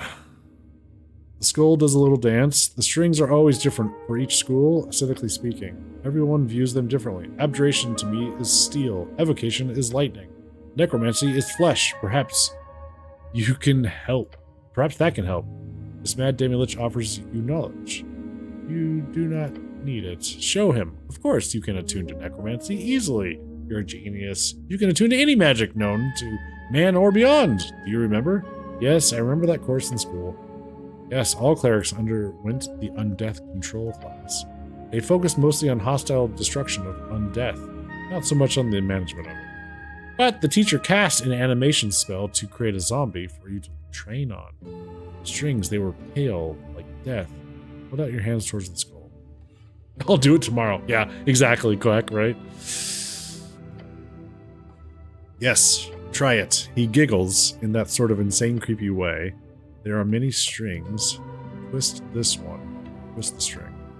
You do so. And the string grows dark, black as night. Ow.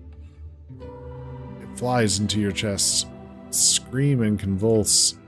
Oh gods. I better heal myself. Whew.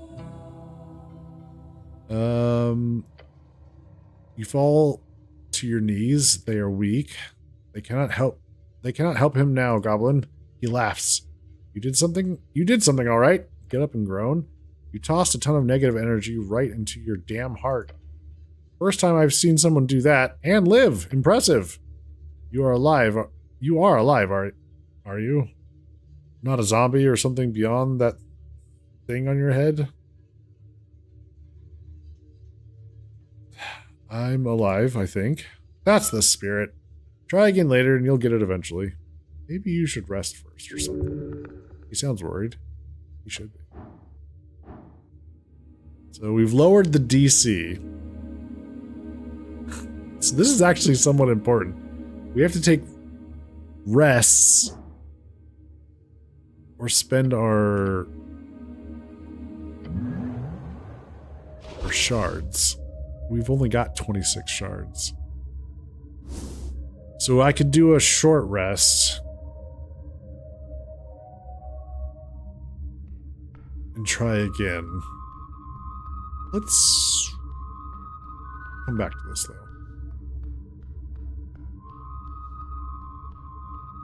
We do need to go talk to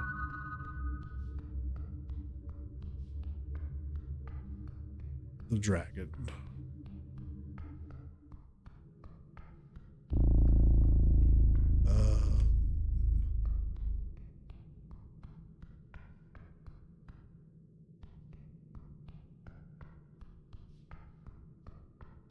Do you remember how to get there though?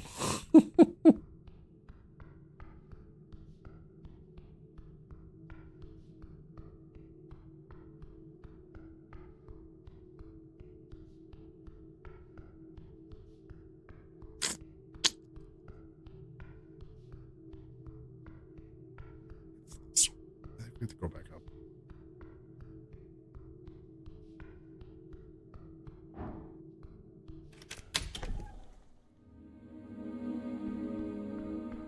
Alright.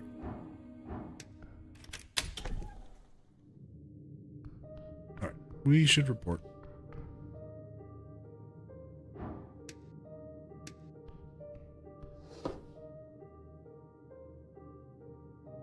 Ring of Regeneration?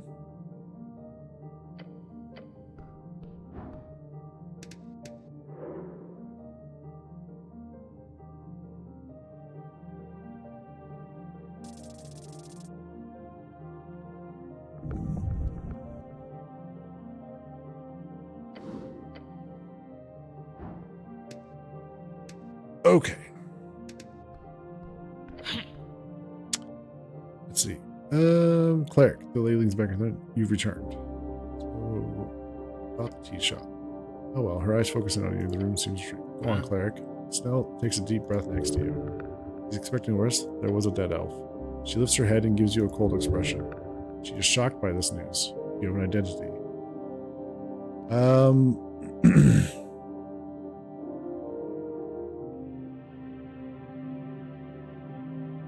The corpse was heavily damaged. Obviously, yes. Anything new to report? Perhaps something actually useful.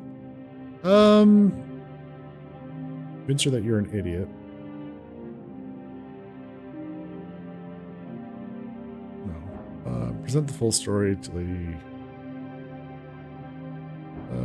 Let's see. What we got going on here? Backup knowledge. Arms saw blue flames.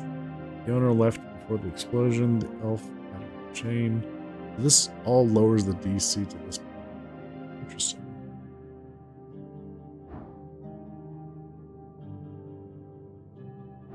Let's see. A brooch survived. A brooch. Show me now. Okay. Lady inspects the leaf in her tiny hands. Tacky, typically elven, and magical.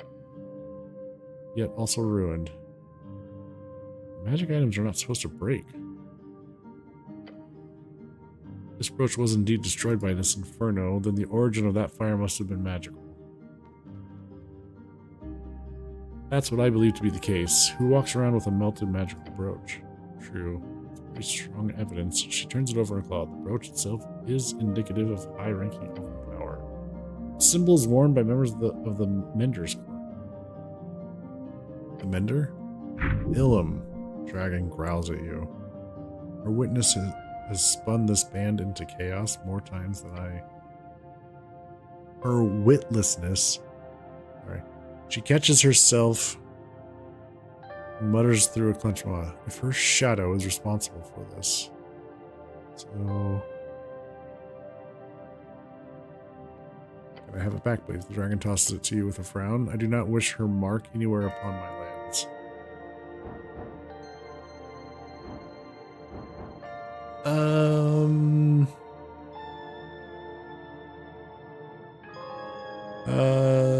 The tea machine thing was active at the time of explosion. The tea machine. The exhales. Tea machine. It was in the process of brewing tea. We even found some tea leaves inside. Interesting. Considering the shop was closed at the time, that is quite the clue. Perhaps this elf was making tea. Perhaps the elf expected company. That would make sense. One more question. What kind of tea leaves were in the machine? Why is she interested in that? Bill gives you a glance. Show her the leaves.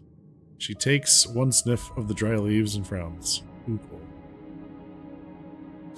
What is special about these? It means endless pillars in primordial natural wonder rivers. Okay. A Cargameshian plant. Her eyes hold fear. What is she not doing? Next. What else? Okay.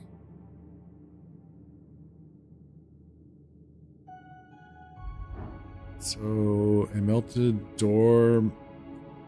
door was melted off its hinges. Melt?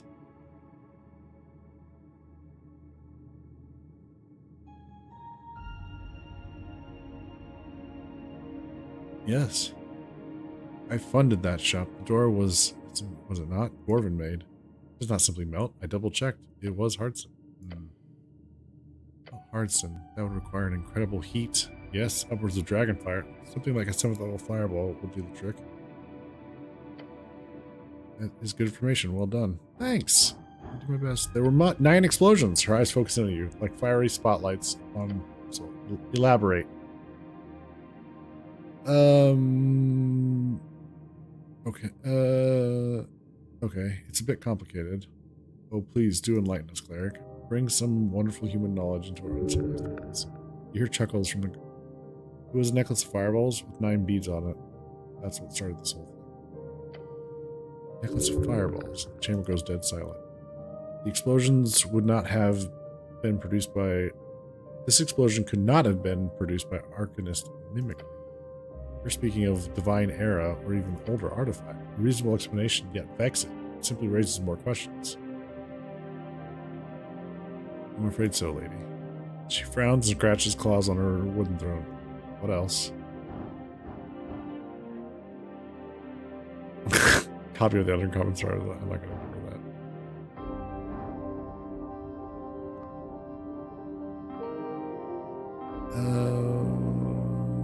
And then present the full story. Glad we lowered the DC. Yes, you go over the details, the broad strokes, putting the events in clear chronological orders. Lady patiently explains it all. The tea shop owner, what the elf was, and the elf clearly had reason to sit in the closed tea shop. The elf was in possession of a fully stocked necklace of fireballs.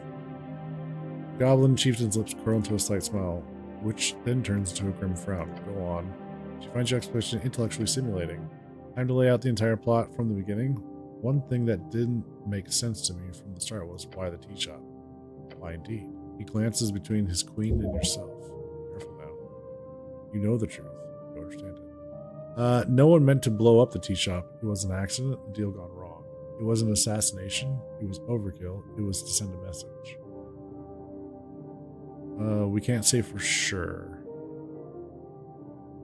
Yeah, we can't say for sure. Not right now. There's still more information to be had. No, not until whoever procured this necklace of fireballs was within my grasp. I do not believe for a second this was a planned attack. There are too many important targets so close. Had it been a simple fireball spell, perhaps. Snell, do you know how rare this artifact is? This necklace of fireballs. He nods. Exceedingly rare, my lady.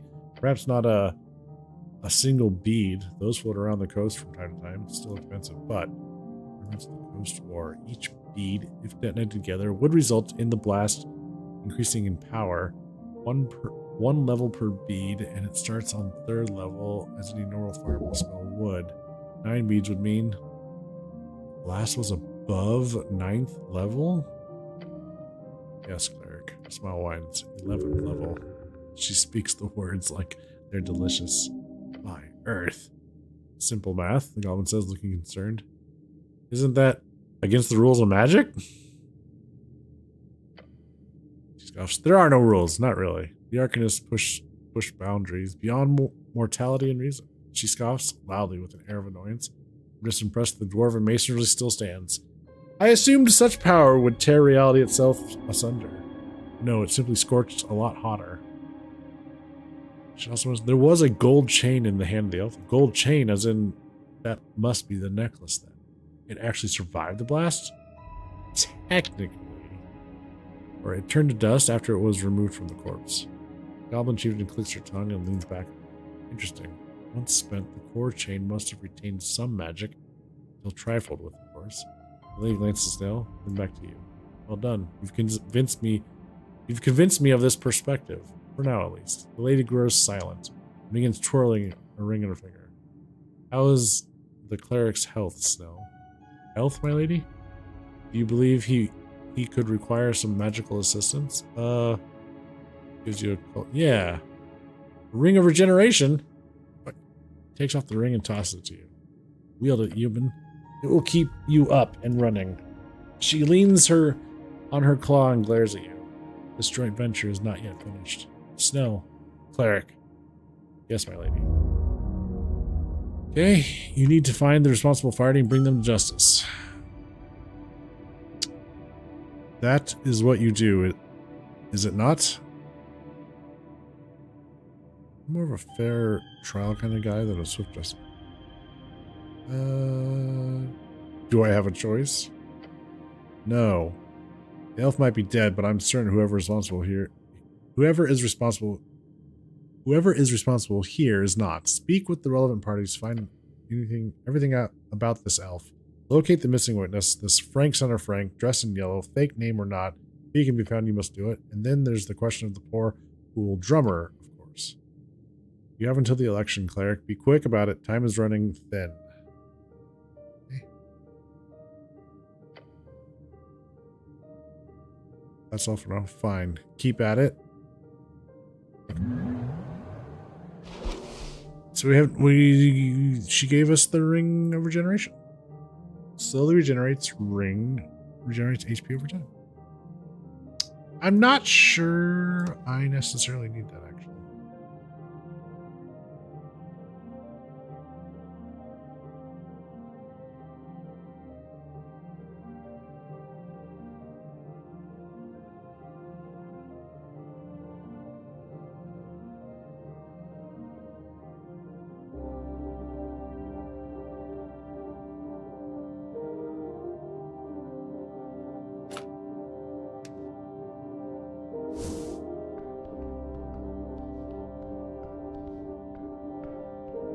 We'll run with this for now.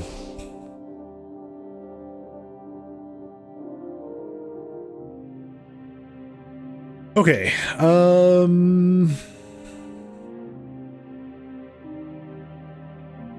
Yeah. So we reported to her. Is there something else we needed to do? I guess we can go look.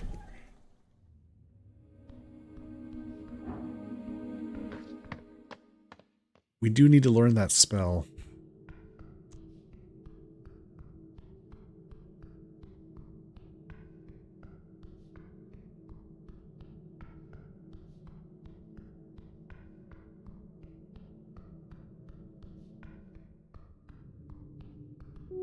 Oops.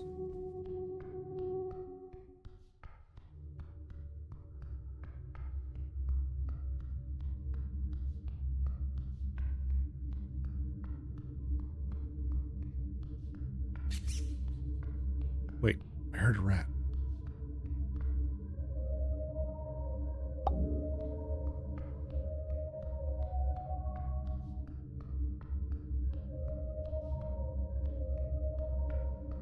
Is it down here and I just never noticed it?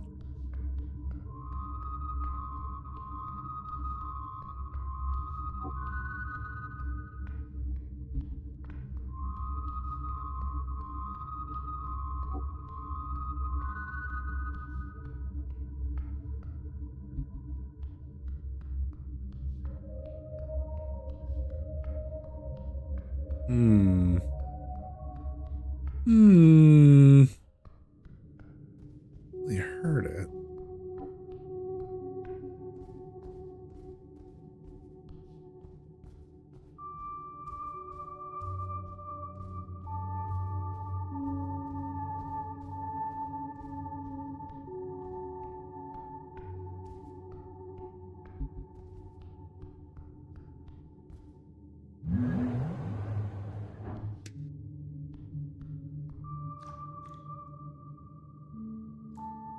Mushroom Lady is meditating.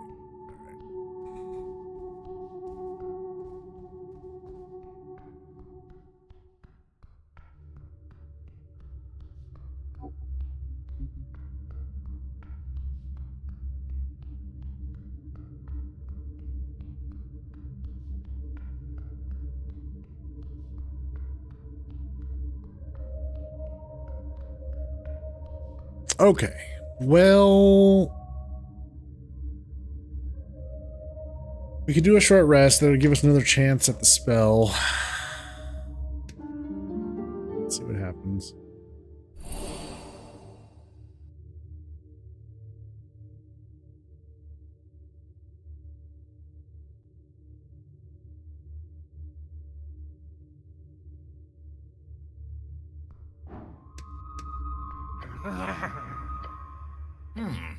Okay.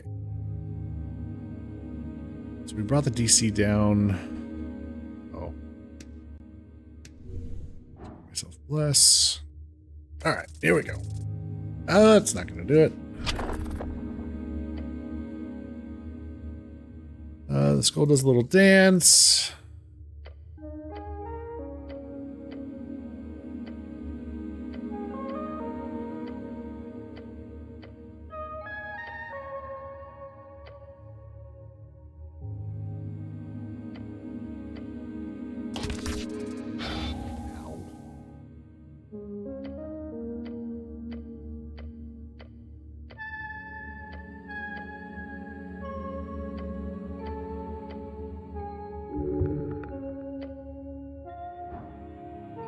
So that doesn't drop.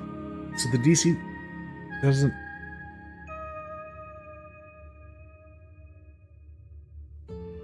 Oh. Well then.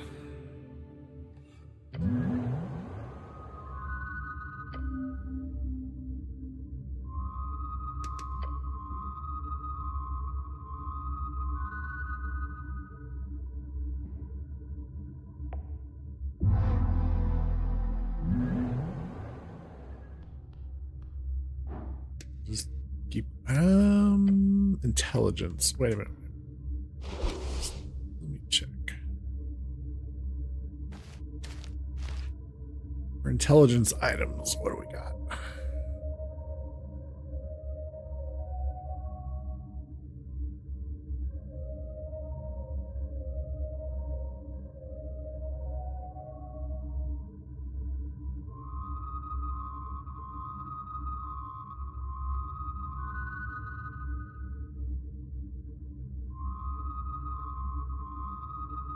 We got a +2, a +1,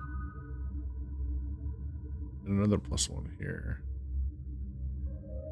This is +1. So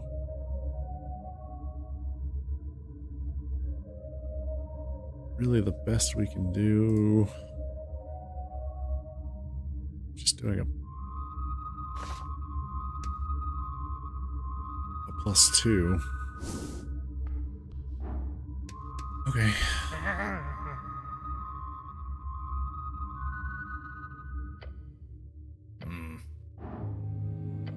Shit.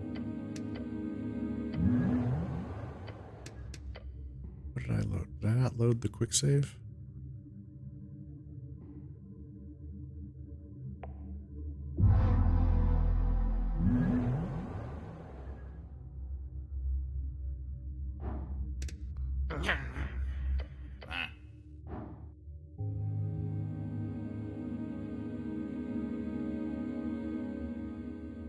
Wait, what? Oh, right. I gotta do... right. I have to do the short rest. Okay. Okie dokie. Let's do...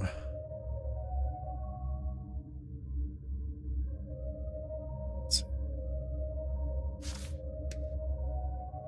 that.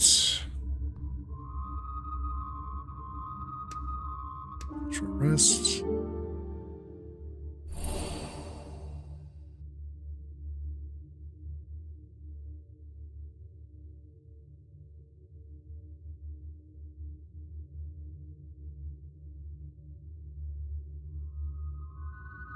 Okay. Let's save it there. Let's see if we can get this done.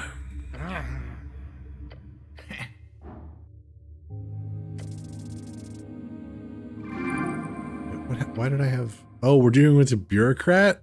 That gave us advantage? Oh. The Demi-Lich believes himself to be your teacher here. He might be insane, but there is still knowledge to be had. Also, nat 20. You can decipher. Hold out a hand. Tell me as best as you can the School of Necromancy. How do I master it? Strings are strings. They are equal but different. You must have seen them a lot. Since you have them running through your flesh in masses. I do. He continues. A string of necromancy becomes that when it intersects with negative energy.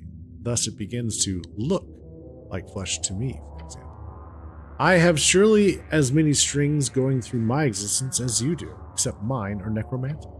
Yours are skull shakes, but many others. How do you deal with strings usually? When I attune with strings, I twist them. Ah, so that is how you cast your organized spells then. Necromancy is special because of that negative energy. Twisting a necromantic string would hurt, naturally, if you are anything but not alive. A living necromancer learns to either manage the pain through manipulation, religious fervor, physical numbness, or they learn to cut the string. Cut. Everyone uses different terminology. You might have heard it called willing the string or mastering it.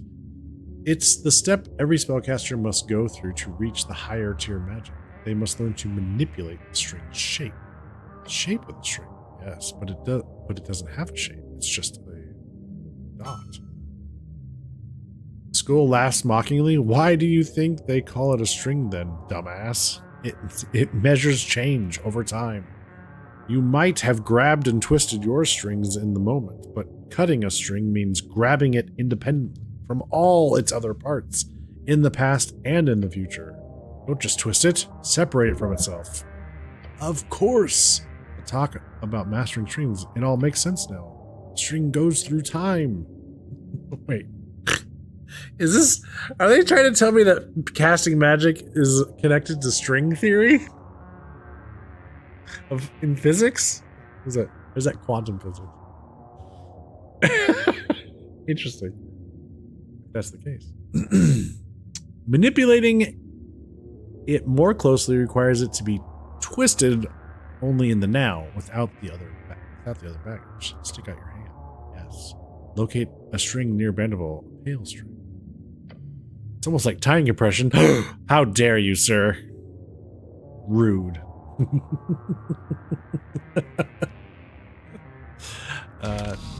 Twist. Wait, no, we're not supposed to twist it. We're supposed to cut it. Ah, shit. Heldens, open your eyes. That hurts. What? You twisted the string into a cure wounds, you idiot. Hurt like a... What do you say, motherfucker? I failed? Skull laughs intensely. You did great, cleric, or should I say necromancer. That was a cure wounds, for sure, but a necromantic cure wounds. Hey, Rune.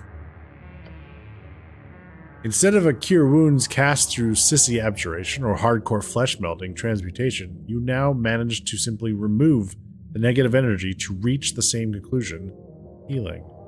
Although yes, it did hurt like all hells, since negative energy obviously is kind of my thing here as a glorious lich. Oh, so I mastered necromancy. An overstatement perhaps, but you should be able to cast the one spell you're looking for at least. Speak with dead.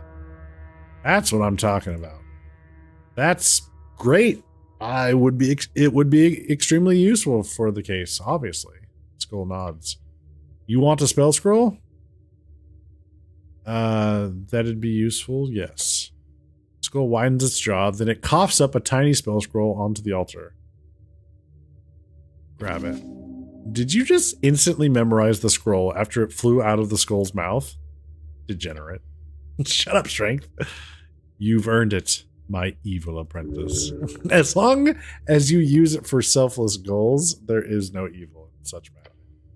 Probably. Glorious. Another tier of magic unlocked. Even if it's just a third level spell, this will surely lead to greater things in the future. If you have any other questions, go ahead. Speak with dead. That's 5 questions, right? Thanks, Rune. Appreciate that.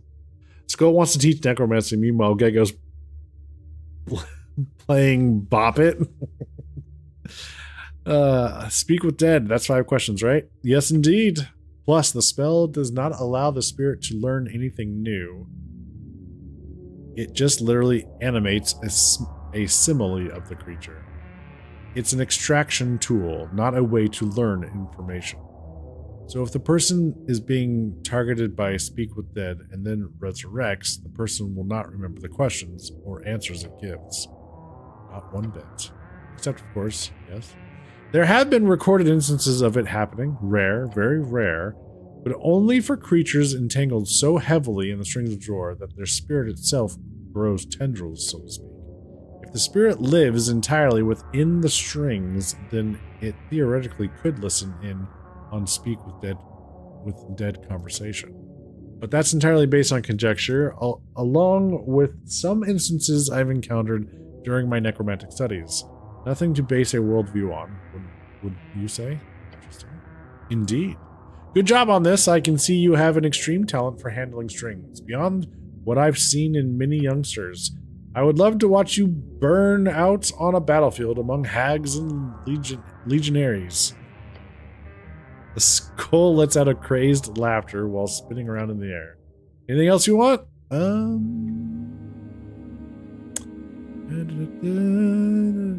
Nope, that's good. Push our luck.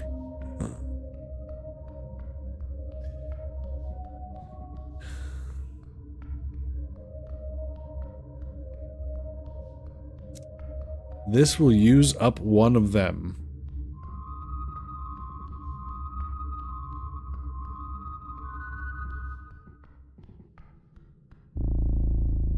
What will use up one of what?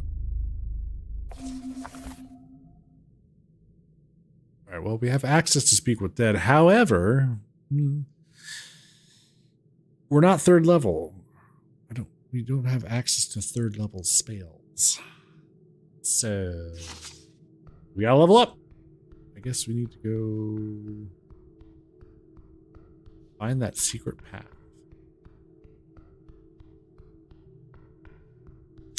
One of the 5 questions? Oh, right. Yes, in the movie. Yes, I remember now.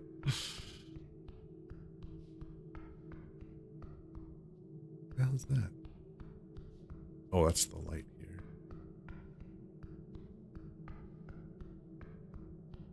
Where did this go? Oh, just back. Okay, we gotta go find the secret path. And we know that the man in yellow went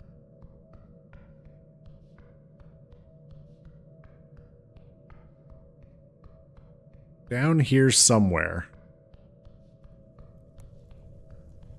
And there was something here at one point. So let's see if we can find it.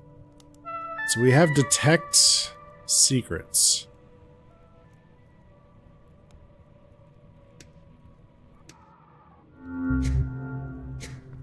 Aha. Oh.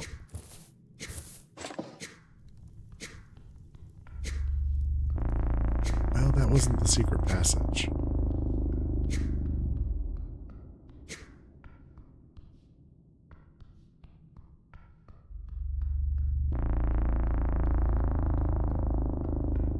So where else could it be?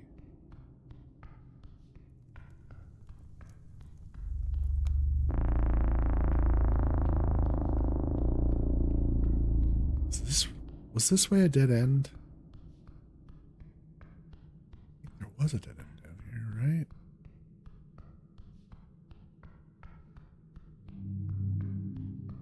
Yeah. No reason to cast that spell.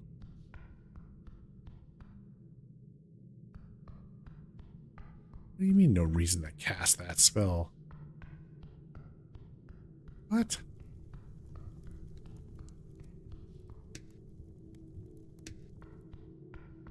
Up here.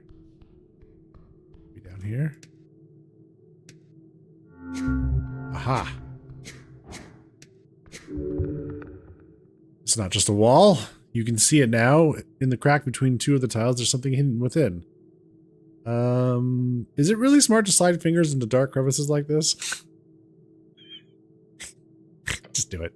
Yeah, your gloved hand just barely fits in the crevice. Just a bit in, you feel something hard. Something round that seems to move at your touch. Not in a fleshy way, right? What is it? A button hidden inside the wall. Okay, push the button. You press it. After a light click, the wall itself begins to grow. Your handle. Right. This is where the man in yellow... This is the direction the man in yellow went. Making progress. A hidden door. The entire wall slides away as you do, revealing a deep, dark tunnel beyond. Whoa, nice catch. He lifts his face into the air. What's that smell? It's dank. A stench of mold and stone.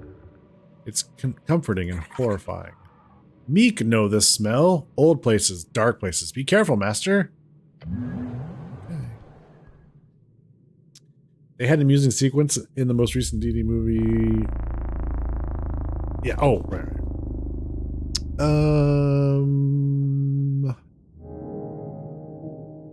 Oh, we do have we can do a thing here. Okay. So this is gonna be a horrible thing.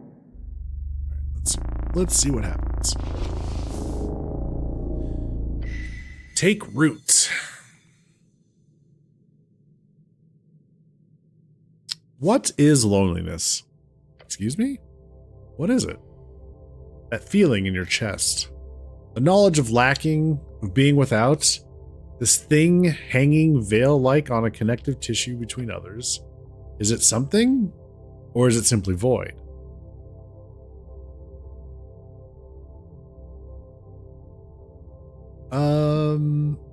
The knowledge of lacking, being without. So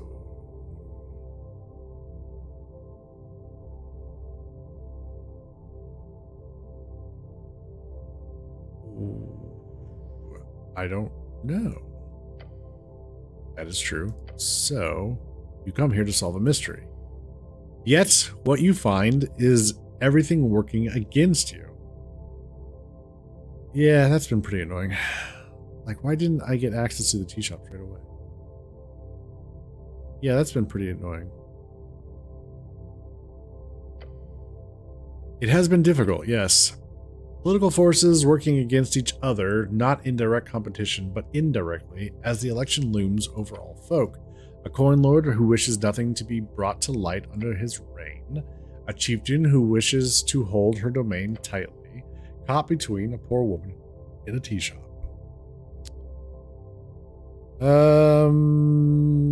Let's see. I'm well on my way to dealing with this already. Just keep going a bit further. It's a right mess. What's this got to do with loneliness? Just gotta keep going. That is true. For you, despite these tribulations, it has proven a revitalization, a return to form. This last year has been terrible. I don't disagree. But now, you are on your way to handle it all. All thanks to... Snell. Yes, his presence is good in your life. He is potentially a friend. A friend! Friendship is not a necessity, nor is beauty. Friendship is not a necessity, nor is beauty, nor is love. They do not help you survive this world. Rather, each of these things give value to survival. So the empty hole in your chest does not open up as wide at the end of your next quest. When the silence of your tower office or room at mom's apartment does not engulf you quite so suddenly and hastily. Remember that feeling. But then you can ask yourself another question. What is tea really? Are you shifting topic again? A warm liquid, filtered through leaves of various distinguished plants, only to be served to free-spirited youthful folk of common cloth. A drink of the post-war era. Uh-huh. And then this drink explodes. These youths, they sound like idiots. I hate tea. I don't hate tea. And then this drink explodes. These youths, they sound like idiots. No. And then this drink explodes. It does not. However, you see, at the center of Norvik is in the middle of the chilled river Torna sits a fortress. One filled with folk, each of them flowing through the alleys and tunnels and streets. at the center of which you find a tea shop. Stepping through the doors, you're immediately hit by a wave of exotic aromas. There are folk of all kinds debating, playing music, and exchanging ideas within these walls. Stacks of newspapers thrown about the tables. Behind the counter, you see a dark feathered creature serving freshly brewed cups. This is a tea shop. There are many like it in Norvik. There is nothing special about this one, apart from the fact that this one blew up.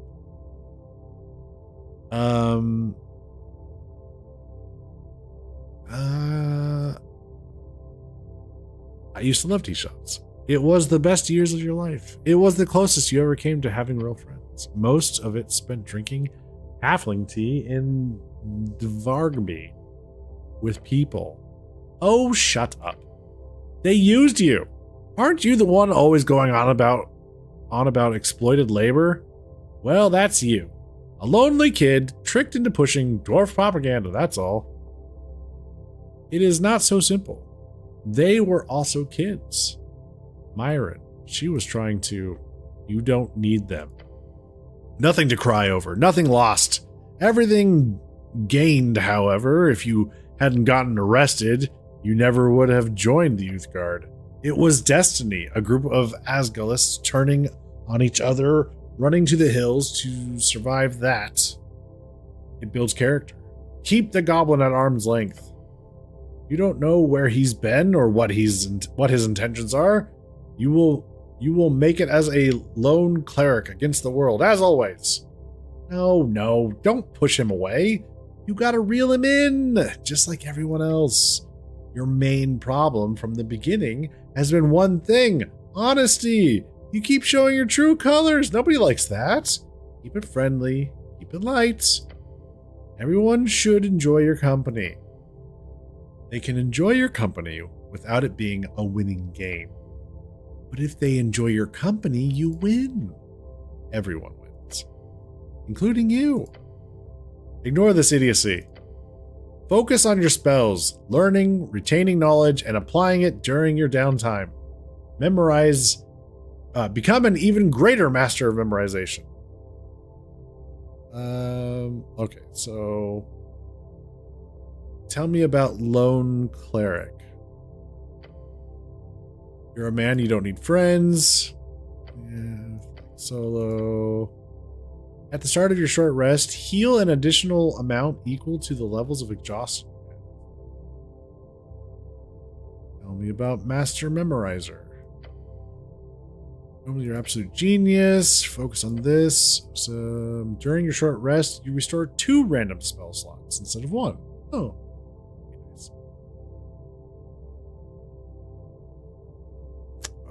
Tell me about friendly company. Snell is a good person. You enjoy his company. Just his presence doing a breather is enough to make you feel good at heart. Feeling is somewhat mutual. Who cares what he thinks? You seriously need to learn how to make friends. For real. That includes manipulating them into actually sticking around. Friendly company. During short rests, always roll hit die with advantage. Snell also gains an extra proficiency in his initiative. So this is a wise or charismatic thing to choose. It's a mix, really. Like with alignment, it's all about the intention. Do you view socialization as a zero-sum game? No. Then you're dumb. No, you're not. A relationship is what you make it.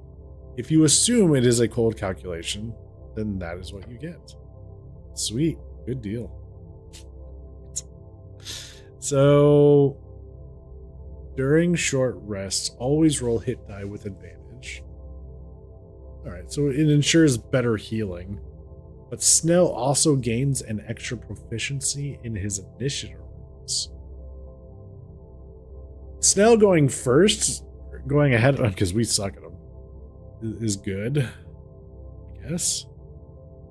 During short rests, you restore 2 random spell slots.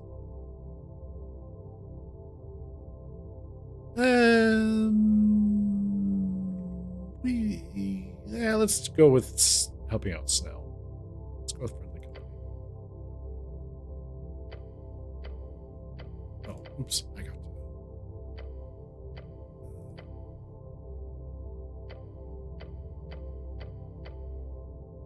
All right. Friendly. You'll be a great friend, a true friend, and you shall, and so you shall remain. Well, we're closer to leveling up.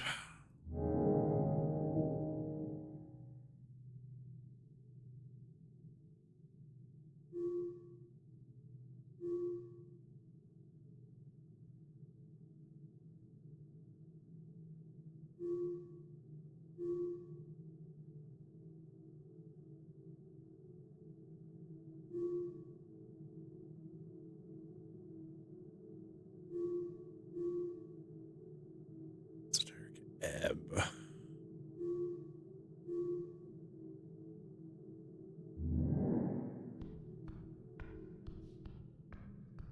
Oh God. It's the masked assassin! Seemingly out of the air itself, a masked figure appears. Master, bad vibe behind! The intimidating shadow stands ready to strike with dagger in hand. Ah, shit. Wait. That's bark skin.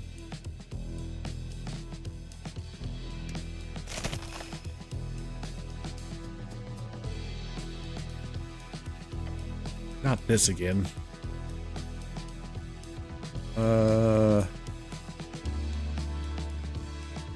I also do not like this situation. His eyes fall on the dagger and he immediately reaches for his sling. Oh, you're going to have to fight. Okay. Roll initiative.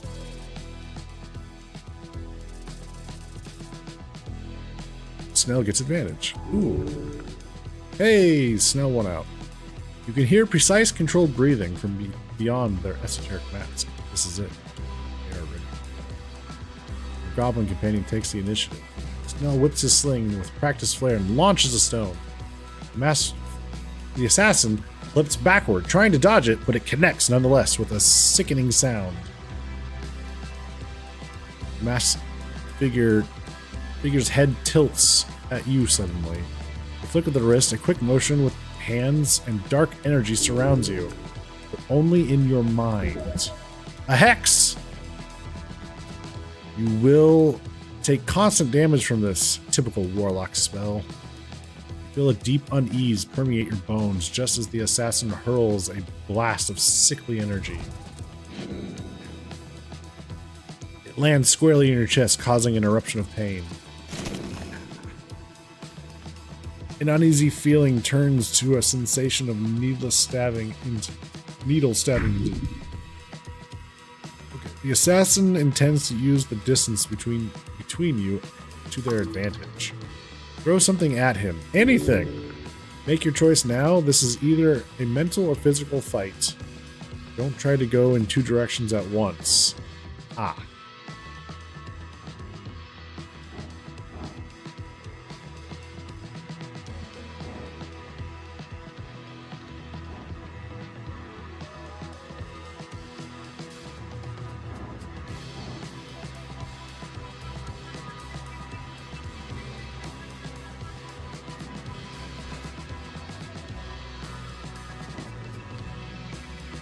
Steel yourself against this threat.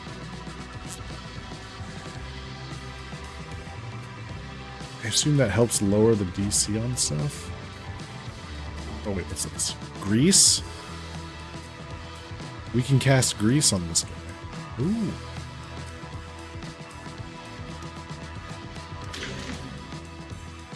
You raise a palm, rub your fingers together, and open your hand, something a torrent of grease. It sprays all over the assassin and surrounding area. Get greased, idiot. Strategic choice. Playtime's over. You will not allow some filthy sneak to kill you. You are in danger. When Hex deals the goblin warning, Stone misses the masked one. Glance sharply at Snell. The masked one again lifts their hand, shooting a iridescent blast. Ow. You endure the pain as best you can. Then an uneasy feeling hits you. Yep. Need to get up close and personal. Move forward within. That's enough.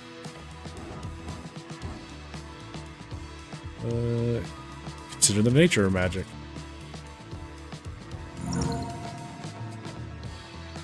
Take a moment to consider the sort of foe you face. It's simply hard to think during the heat of combat, but the conclusion is this is a warlock. You've been hexed. Eldritch Blast, which means that dagger is a hexblade. Their hexblade. All three of you are beginning to tire. The end is near. Snow sprints toward the assassin. The assassin leaps into the air to dodge. Snow reaches a hand up and connects with the masked one's ankle. The assassin tumbles to the side, almost falling prone.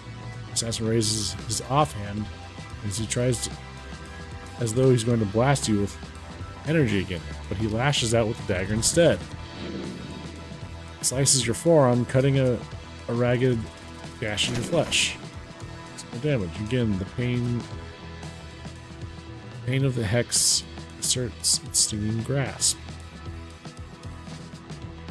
What if I give myself a little? All better. End the fight now. You can disrupt the magic blade string. You have the capability. Okay. Disrupt the esoteric string of the dagger. Double twos! Incredible. Reach out esoteric and pluck at the string. That failed. Bounces toward you. This hasn't gone the way the assassin expected. They probably thought they were going to kill you. Unless it's burned. The goblin has risen from his slide tackle and tries to get a hold of the assassin. He's struggling to secure a grab, but the assassin is harried and focused on preventing it. The assassin puts both hands on his dagger and channels a swirl of pale green flame to it. He slashes at you with the blade, connecting with your torso.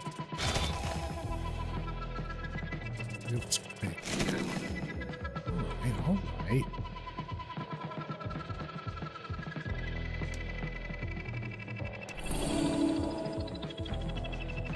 You can finish this slog of a fight right now. Alright, convince him this is a stalemate. Jesus. Enough, please. I don't want to fight you anymore. Coward. What? What? You don't have to prove yourself. Wait. Sprint at the assassin. Right, you start throwing at the assassin. The masked one steps towards you and plunges his dagger into your belly. Ow. Shit. The voice seems to want to ask the question, why won't you die? The masked. Ow. Can I get to my inventory?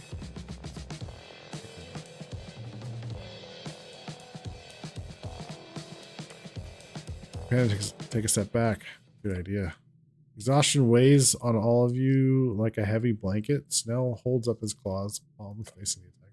Calm down. We all cool here. Stay away. The assassin turns and runs, the cloak fading into a misty invisibility. The air fills your lungs. The effort you've exerted is catching up to you. You wobble. The world begins to fall away. You hear Snell's voice. It's concerned, quiet, distant, yet close. Whoa there. Snell mutters an elbow pressed against your side. Not yet. Not in the city below. Feel disappointment. Fear for the future. Gain some experience. General confusion, really. Look. Snell points towards the stairs behind you. They go down, far down. The assassin got away.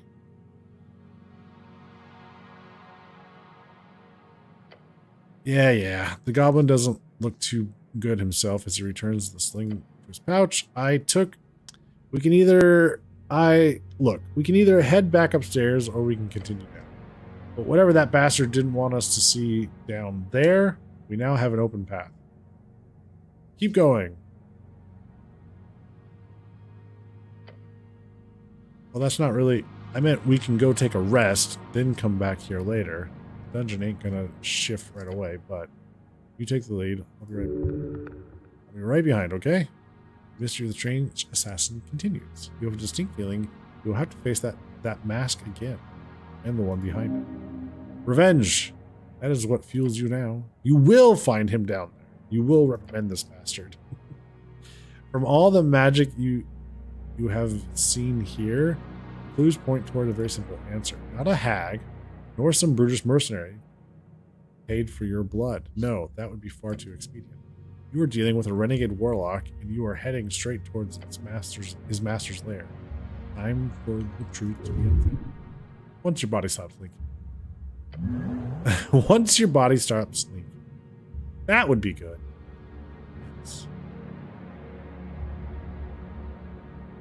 I would like it if my body stopped leaking also. Hey, Tilted, how's it going?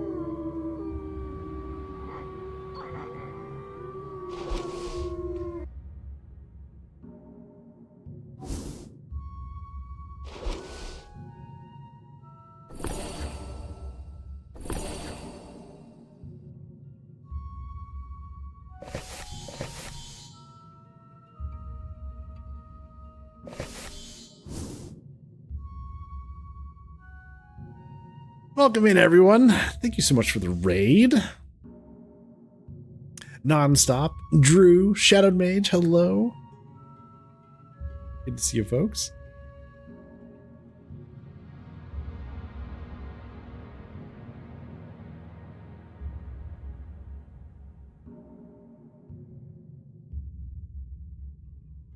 How was your stream? What were you up to tonight?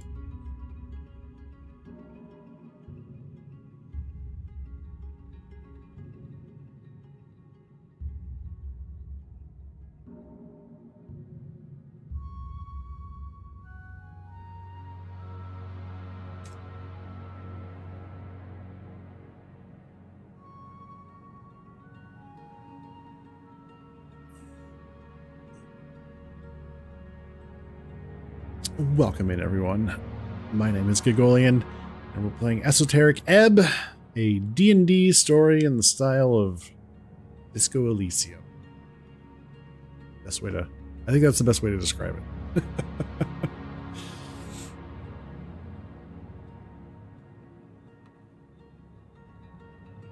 We just got jumped by an assassin. Again, it's the second time. And we survived.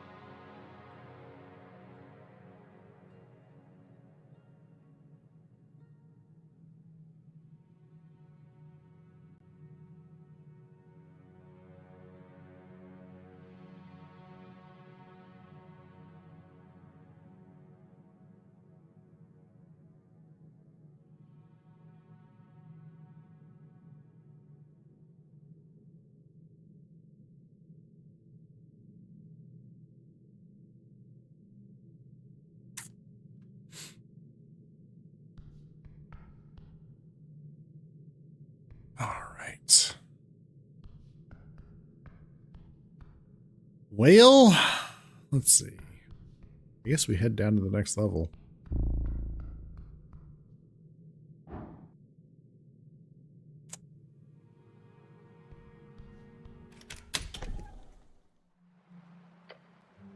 Okay, you find yourself walking out into mist. A teal ethereal veil spread thin across a basinless wonder, the underground path. Mushrooms. Your companion mutters to himself. Let's not stay down here longer than we have to. As you stand there, something appears through that veil. Porcelain spectre. The shards of her broken wing gently flutter in the damp chasm winds as she descends from above.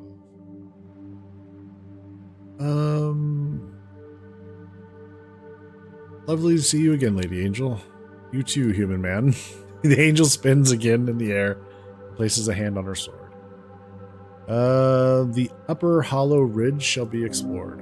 Her words invoke power beyond mortality. Just delve, cleric. Tears joined as a companion. She will follow you while you explore the underground path.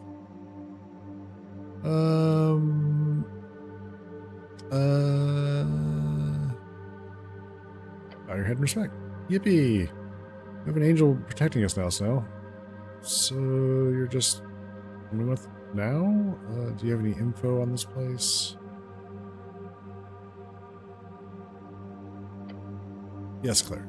She points towards the east. Beyond the pillar lies a complex of Tulankatl origin. It has a wicked aura. She then points to the west. Down the path there is an esoteric pocket of the biome. Okay.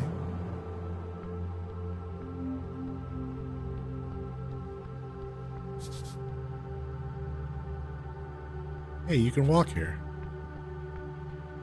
Hey. Hey, what the hell?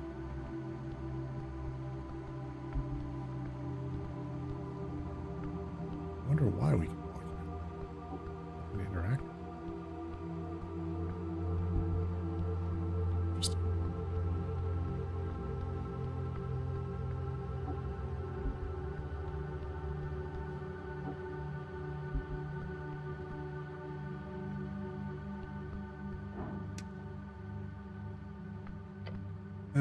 You stand before an entrance.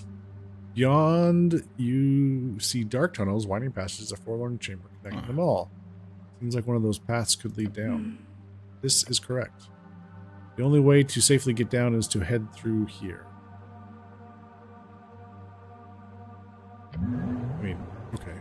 Well, wait a minute. Why is it giving me a choice? There's nowhere else to go. Except for go back out, right? Unless there's something else I'm not seeing.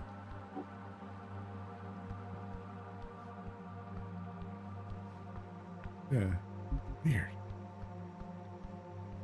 How odd. Alright. Let's do the thing.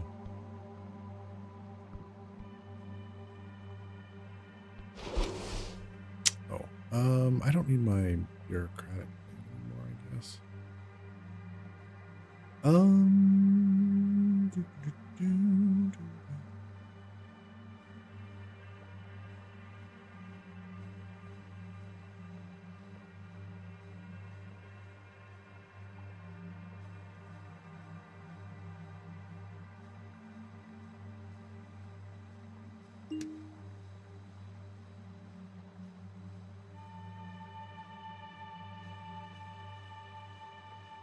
Go with the gauntlets of ogre power, I suppose.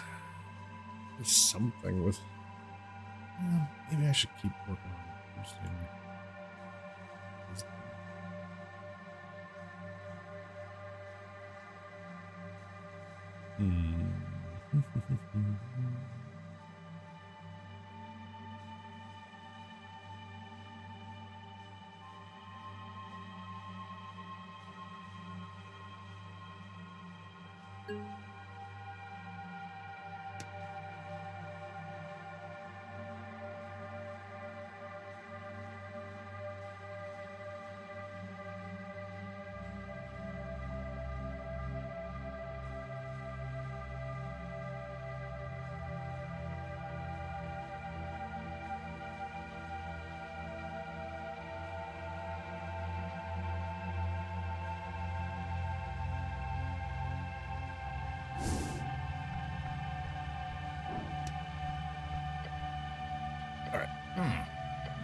We're going down. Enter the chamber.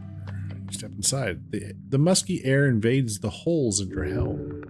The air is thick with pollen. Fungus. Every breath you take is mostly damp fungus. Alright, which way, cleric?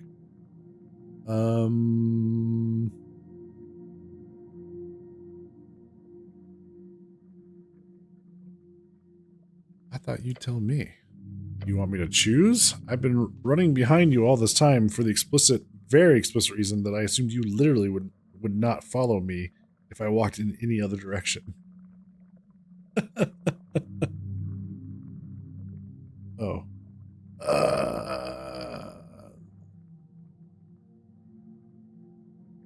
Oh, I didn't realize. I'm sure you didn't. Now pick a direction.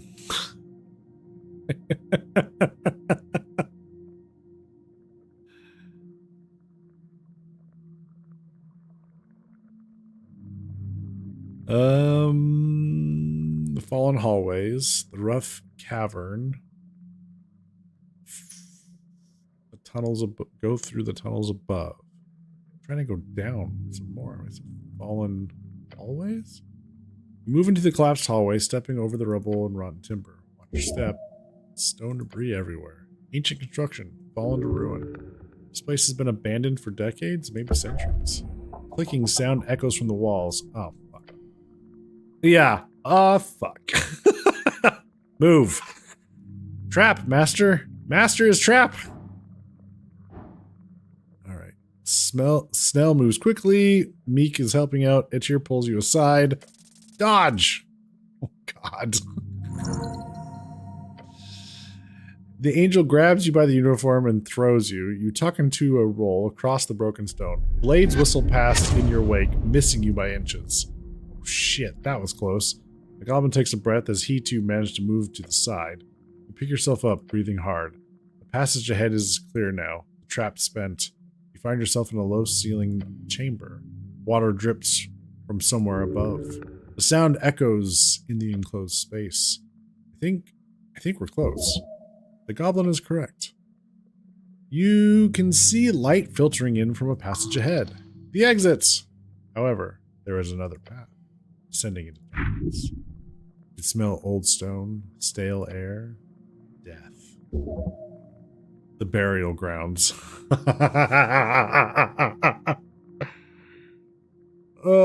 Risk it for some potential loot. Oh no.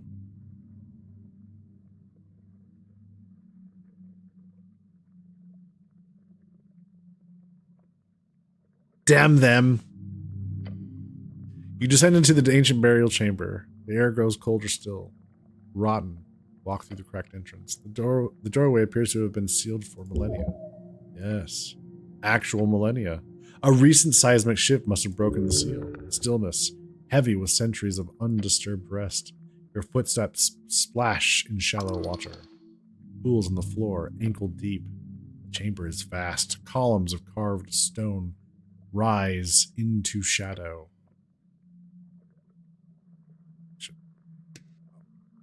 Change this to snail motifs, spirals. Yep, this is a tomb. Tons of bones all around. His voice is barely a whisper. Don't take too long. And there, in the center, an altar. Upon it rests a mummified corpse. Oh God. Look closer.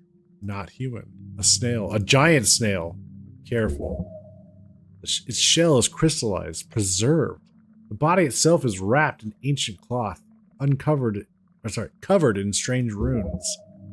Funerary rites, or a ritual? How else would this corpse be preserved for so many years? One of its appendages is extended, held out. In its grasp, a ring, entirely silver. Even from here, you can see it glowing faintly. Magic. Powerful magic. Very powerful.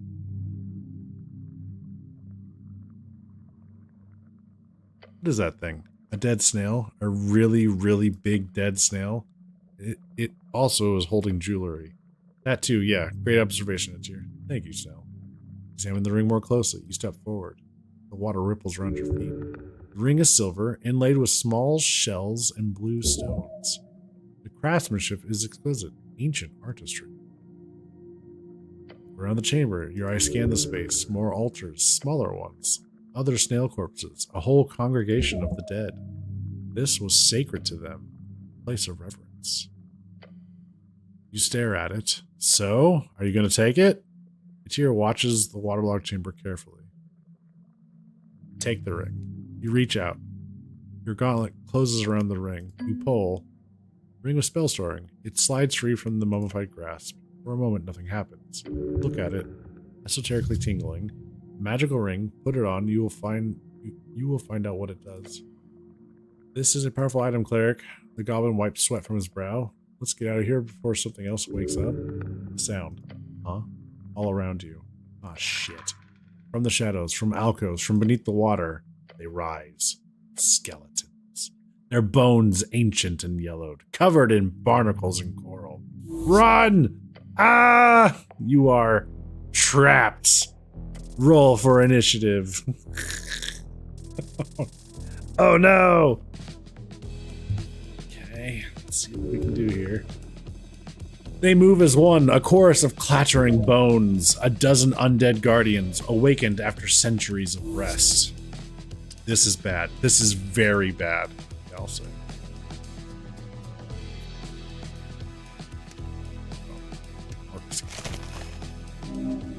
7 of them? You've never faced this many at once? They are nothing but bones. Manage them. Death surrounds you. Literal death. Right. For a pattern in their movements. There. They move together, coordinated. If you disrupt one, the others will falter. Obviously, target the one in the center. The middle one pointed out. Got it. Snell's next shot goes off and strikes true.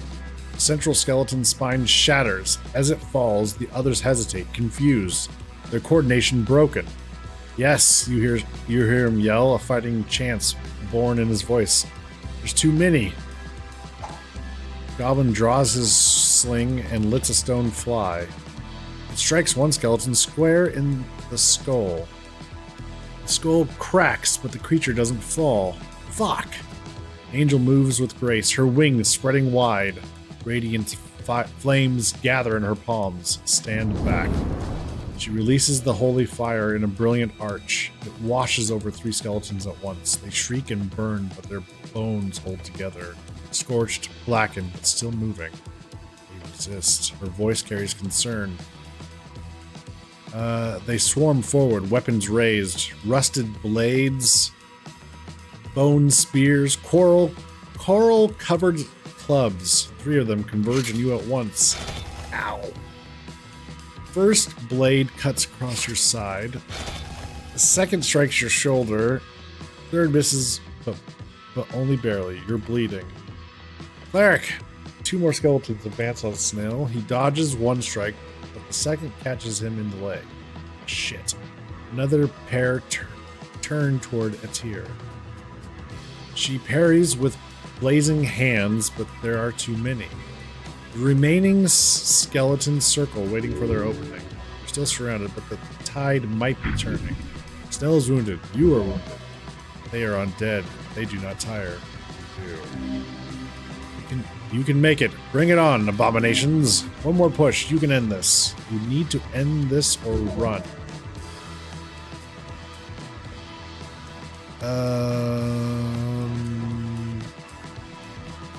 Charge through them.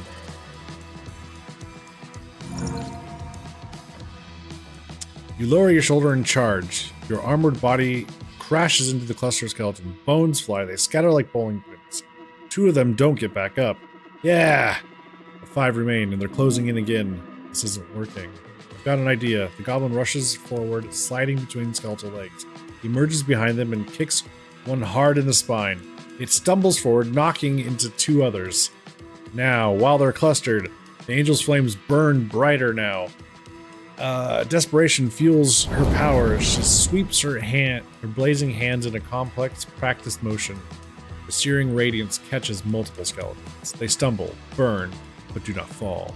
Too many opponents at once. She's breathing hard now. Even angels have their limits. We must retreat. The mass of undead presses in. Blades from every direction.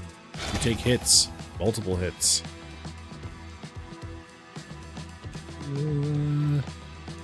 Pain. Blood. Tyr deflects 2 strikes meant for you with her burning hands, but she takes a blow to her side in the process. Even divine beings can bleed. Hang on! Run! The angel's voice cuts through the chaos. She's right. You all know it. This is unwinnable. Fall back, now! You turn and sprint for the exit. The skeletons give chase, their weapons clattering. But you're faster. Tyr brings up the rear, her flames creating a wall of radiant fire behind you. It doesn't stop them, but it slows them. Rush past the threshold. You burst from the burial chamber into the passage beyond. Your lungs burn, your wounds scream, but you're alive. The skeletons reach the threshold and stop. They stand at the entrance, weapons raised, but do not pursue further. Bound to their tomb. Guardians that cannot leave their post. Keep moving. The goblin limps beside you, clutching his leg. Tear's glow has dimmed. Even she looks exhausted. You survived. Barely. You alright, Snell? I'll live, probably. You? You've been better. Haven't we all? Thank you, Atir. You are welcome. It has been a long time since I met so many in battle at once. It was thrilling. That was intense. Whew. That's one word for it. Suicidal is another. Reach the exit. Your lungs burn. Your body aches. Oh, we're so close to leveling, but you're alive. You can make your way toward the exit. Behind you, the burial chamber returns to silence. You are emerging at the bottom of the ruins. Really? 4 XP? Come on. Labyrinth delivered you safely down. Well, that was something. Has to be alive. Good navigating. Alright.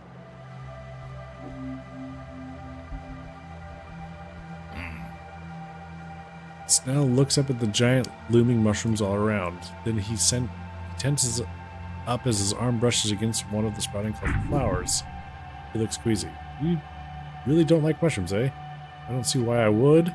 Especially these giant things like come on, look at them. Yeah, they're huge.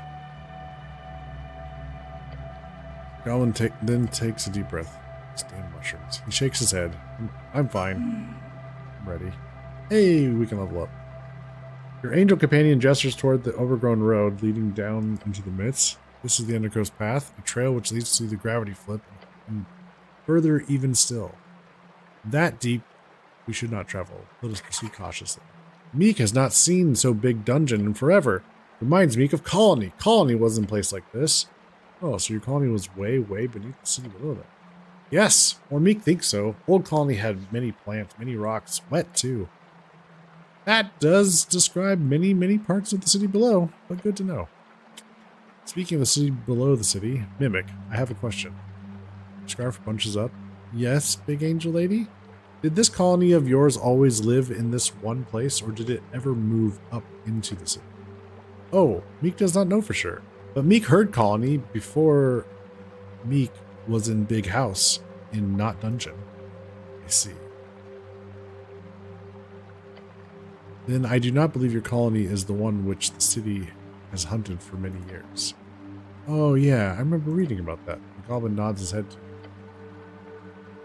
Then I do believe your colony is... Sorry, I do believe your colony is the one which the city has hunted for many years. You've got one hells of a celebrity cloak around your neck, cleric. You hear the textile around you shiver and shake, some type of laughter. Onward! Meek shall keep watch. Interesting.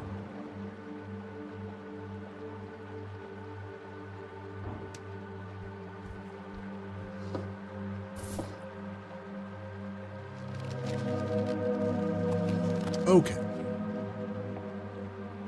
Who's that wisdom?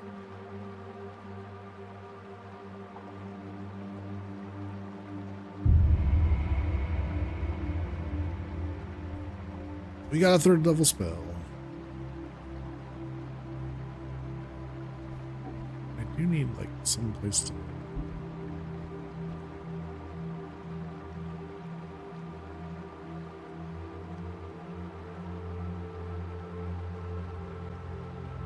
meditate, I guess. Okay. Let's see.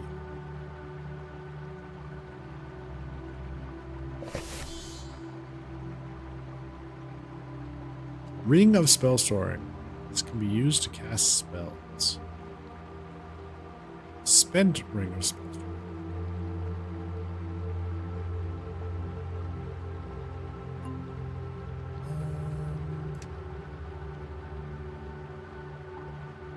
Can be used to cast. The ring has 5 charges.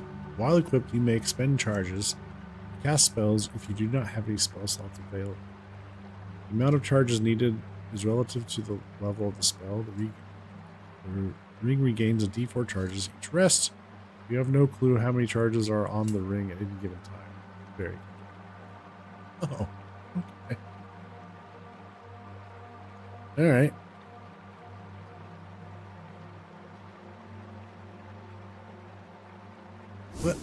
Good.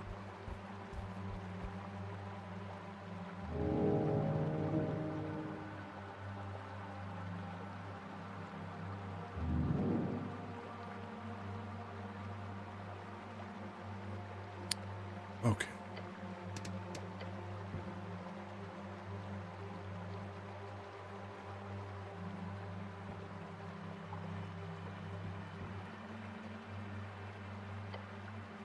That is where we're going to stop for the night. Your love? She's okay. Don't worry. She's okay. Have no fear. She survived.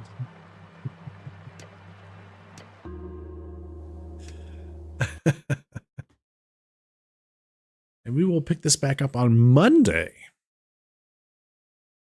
Thank you also very much for coming and hanging out. I appreciate it. I will be back tomorrow night, 10 p.m. Central, for Co-op Saturday with the Sharply Dressed Man, who, as we speak, is currently playing Pathologic 3. So let's go say hello.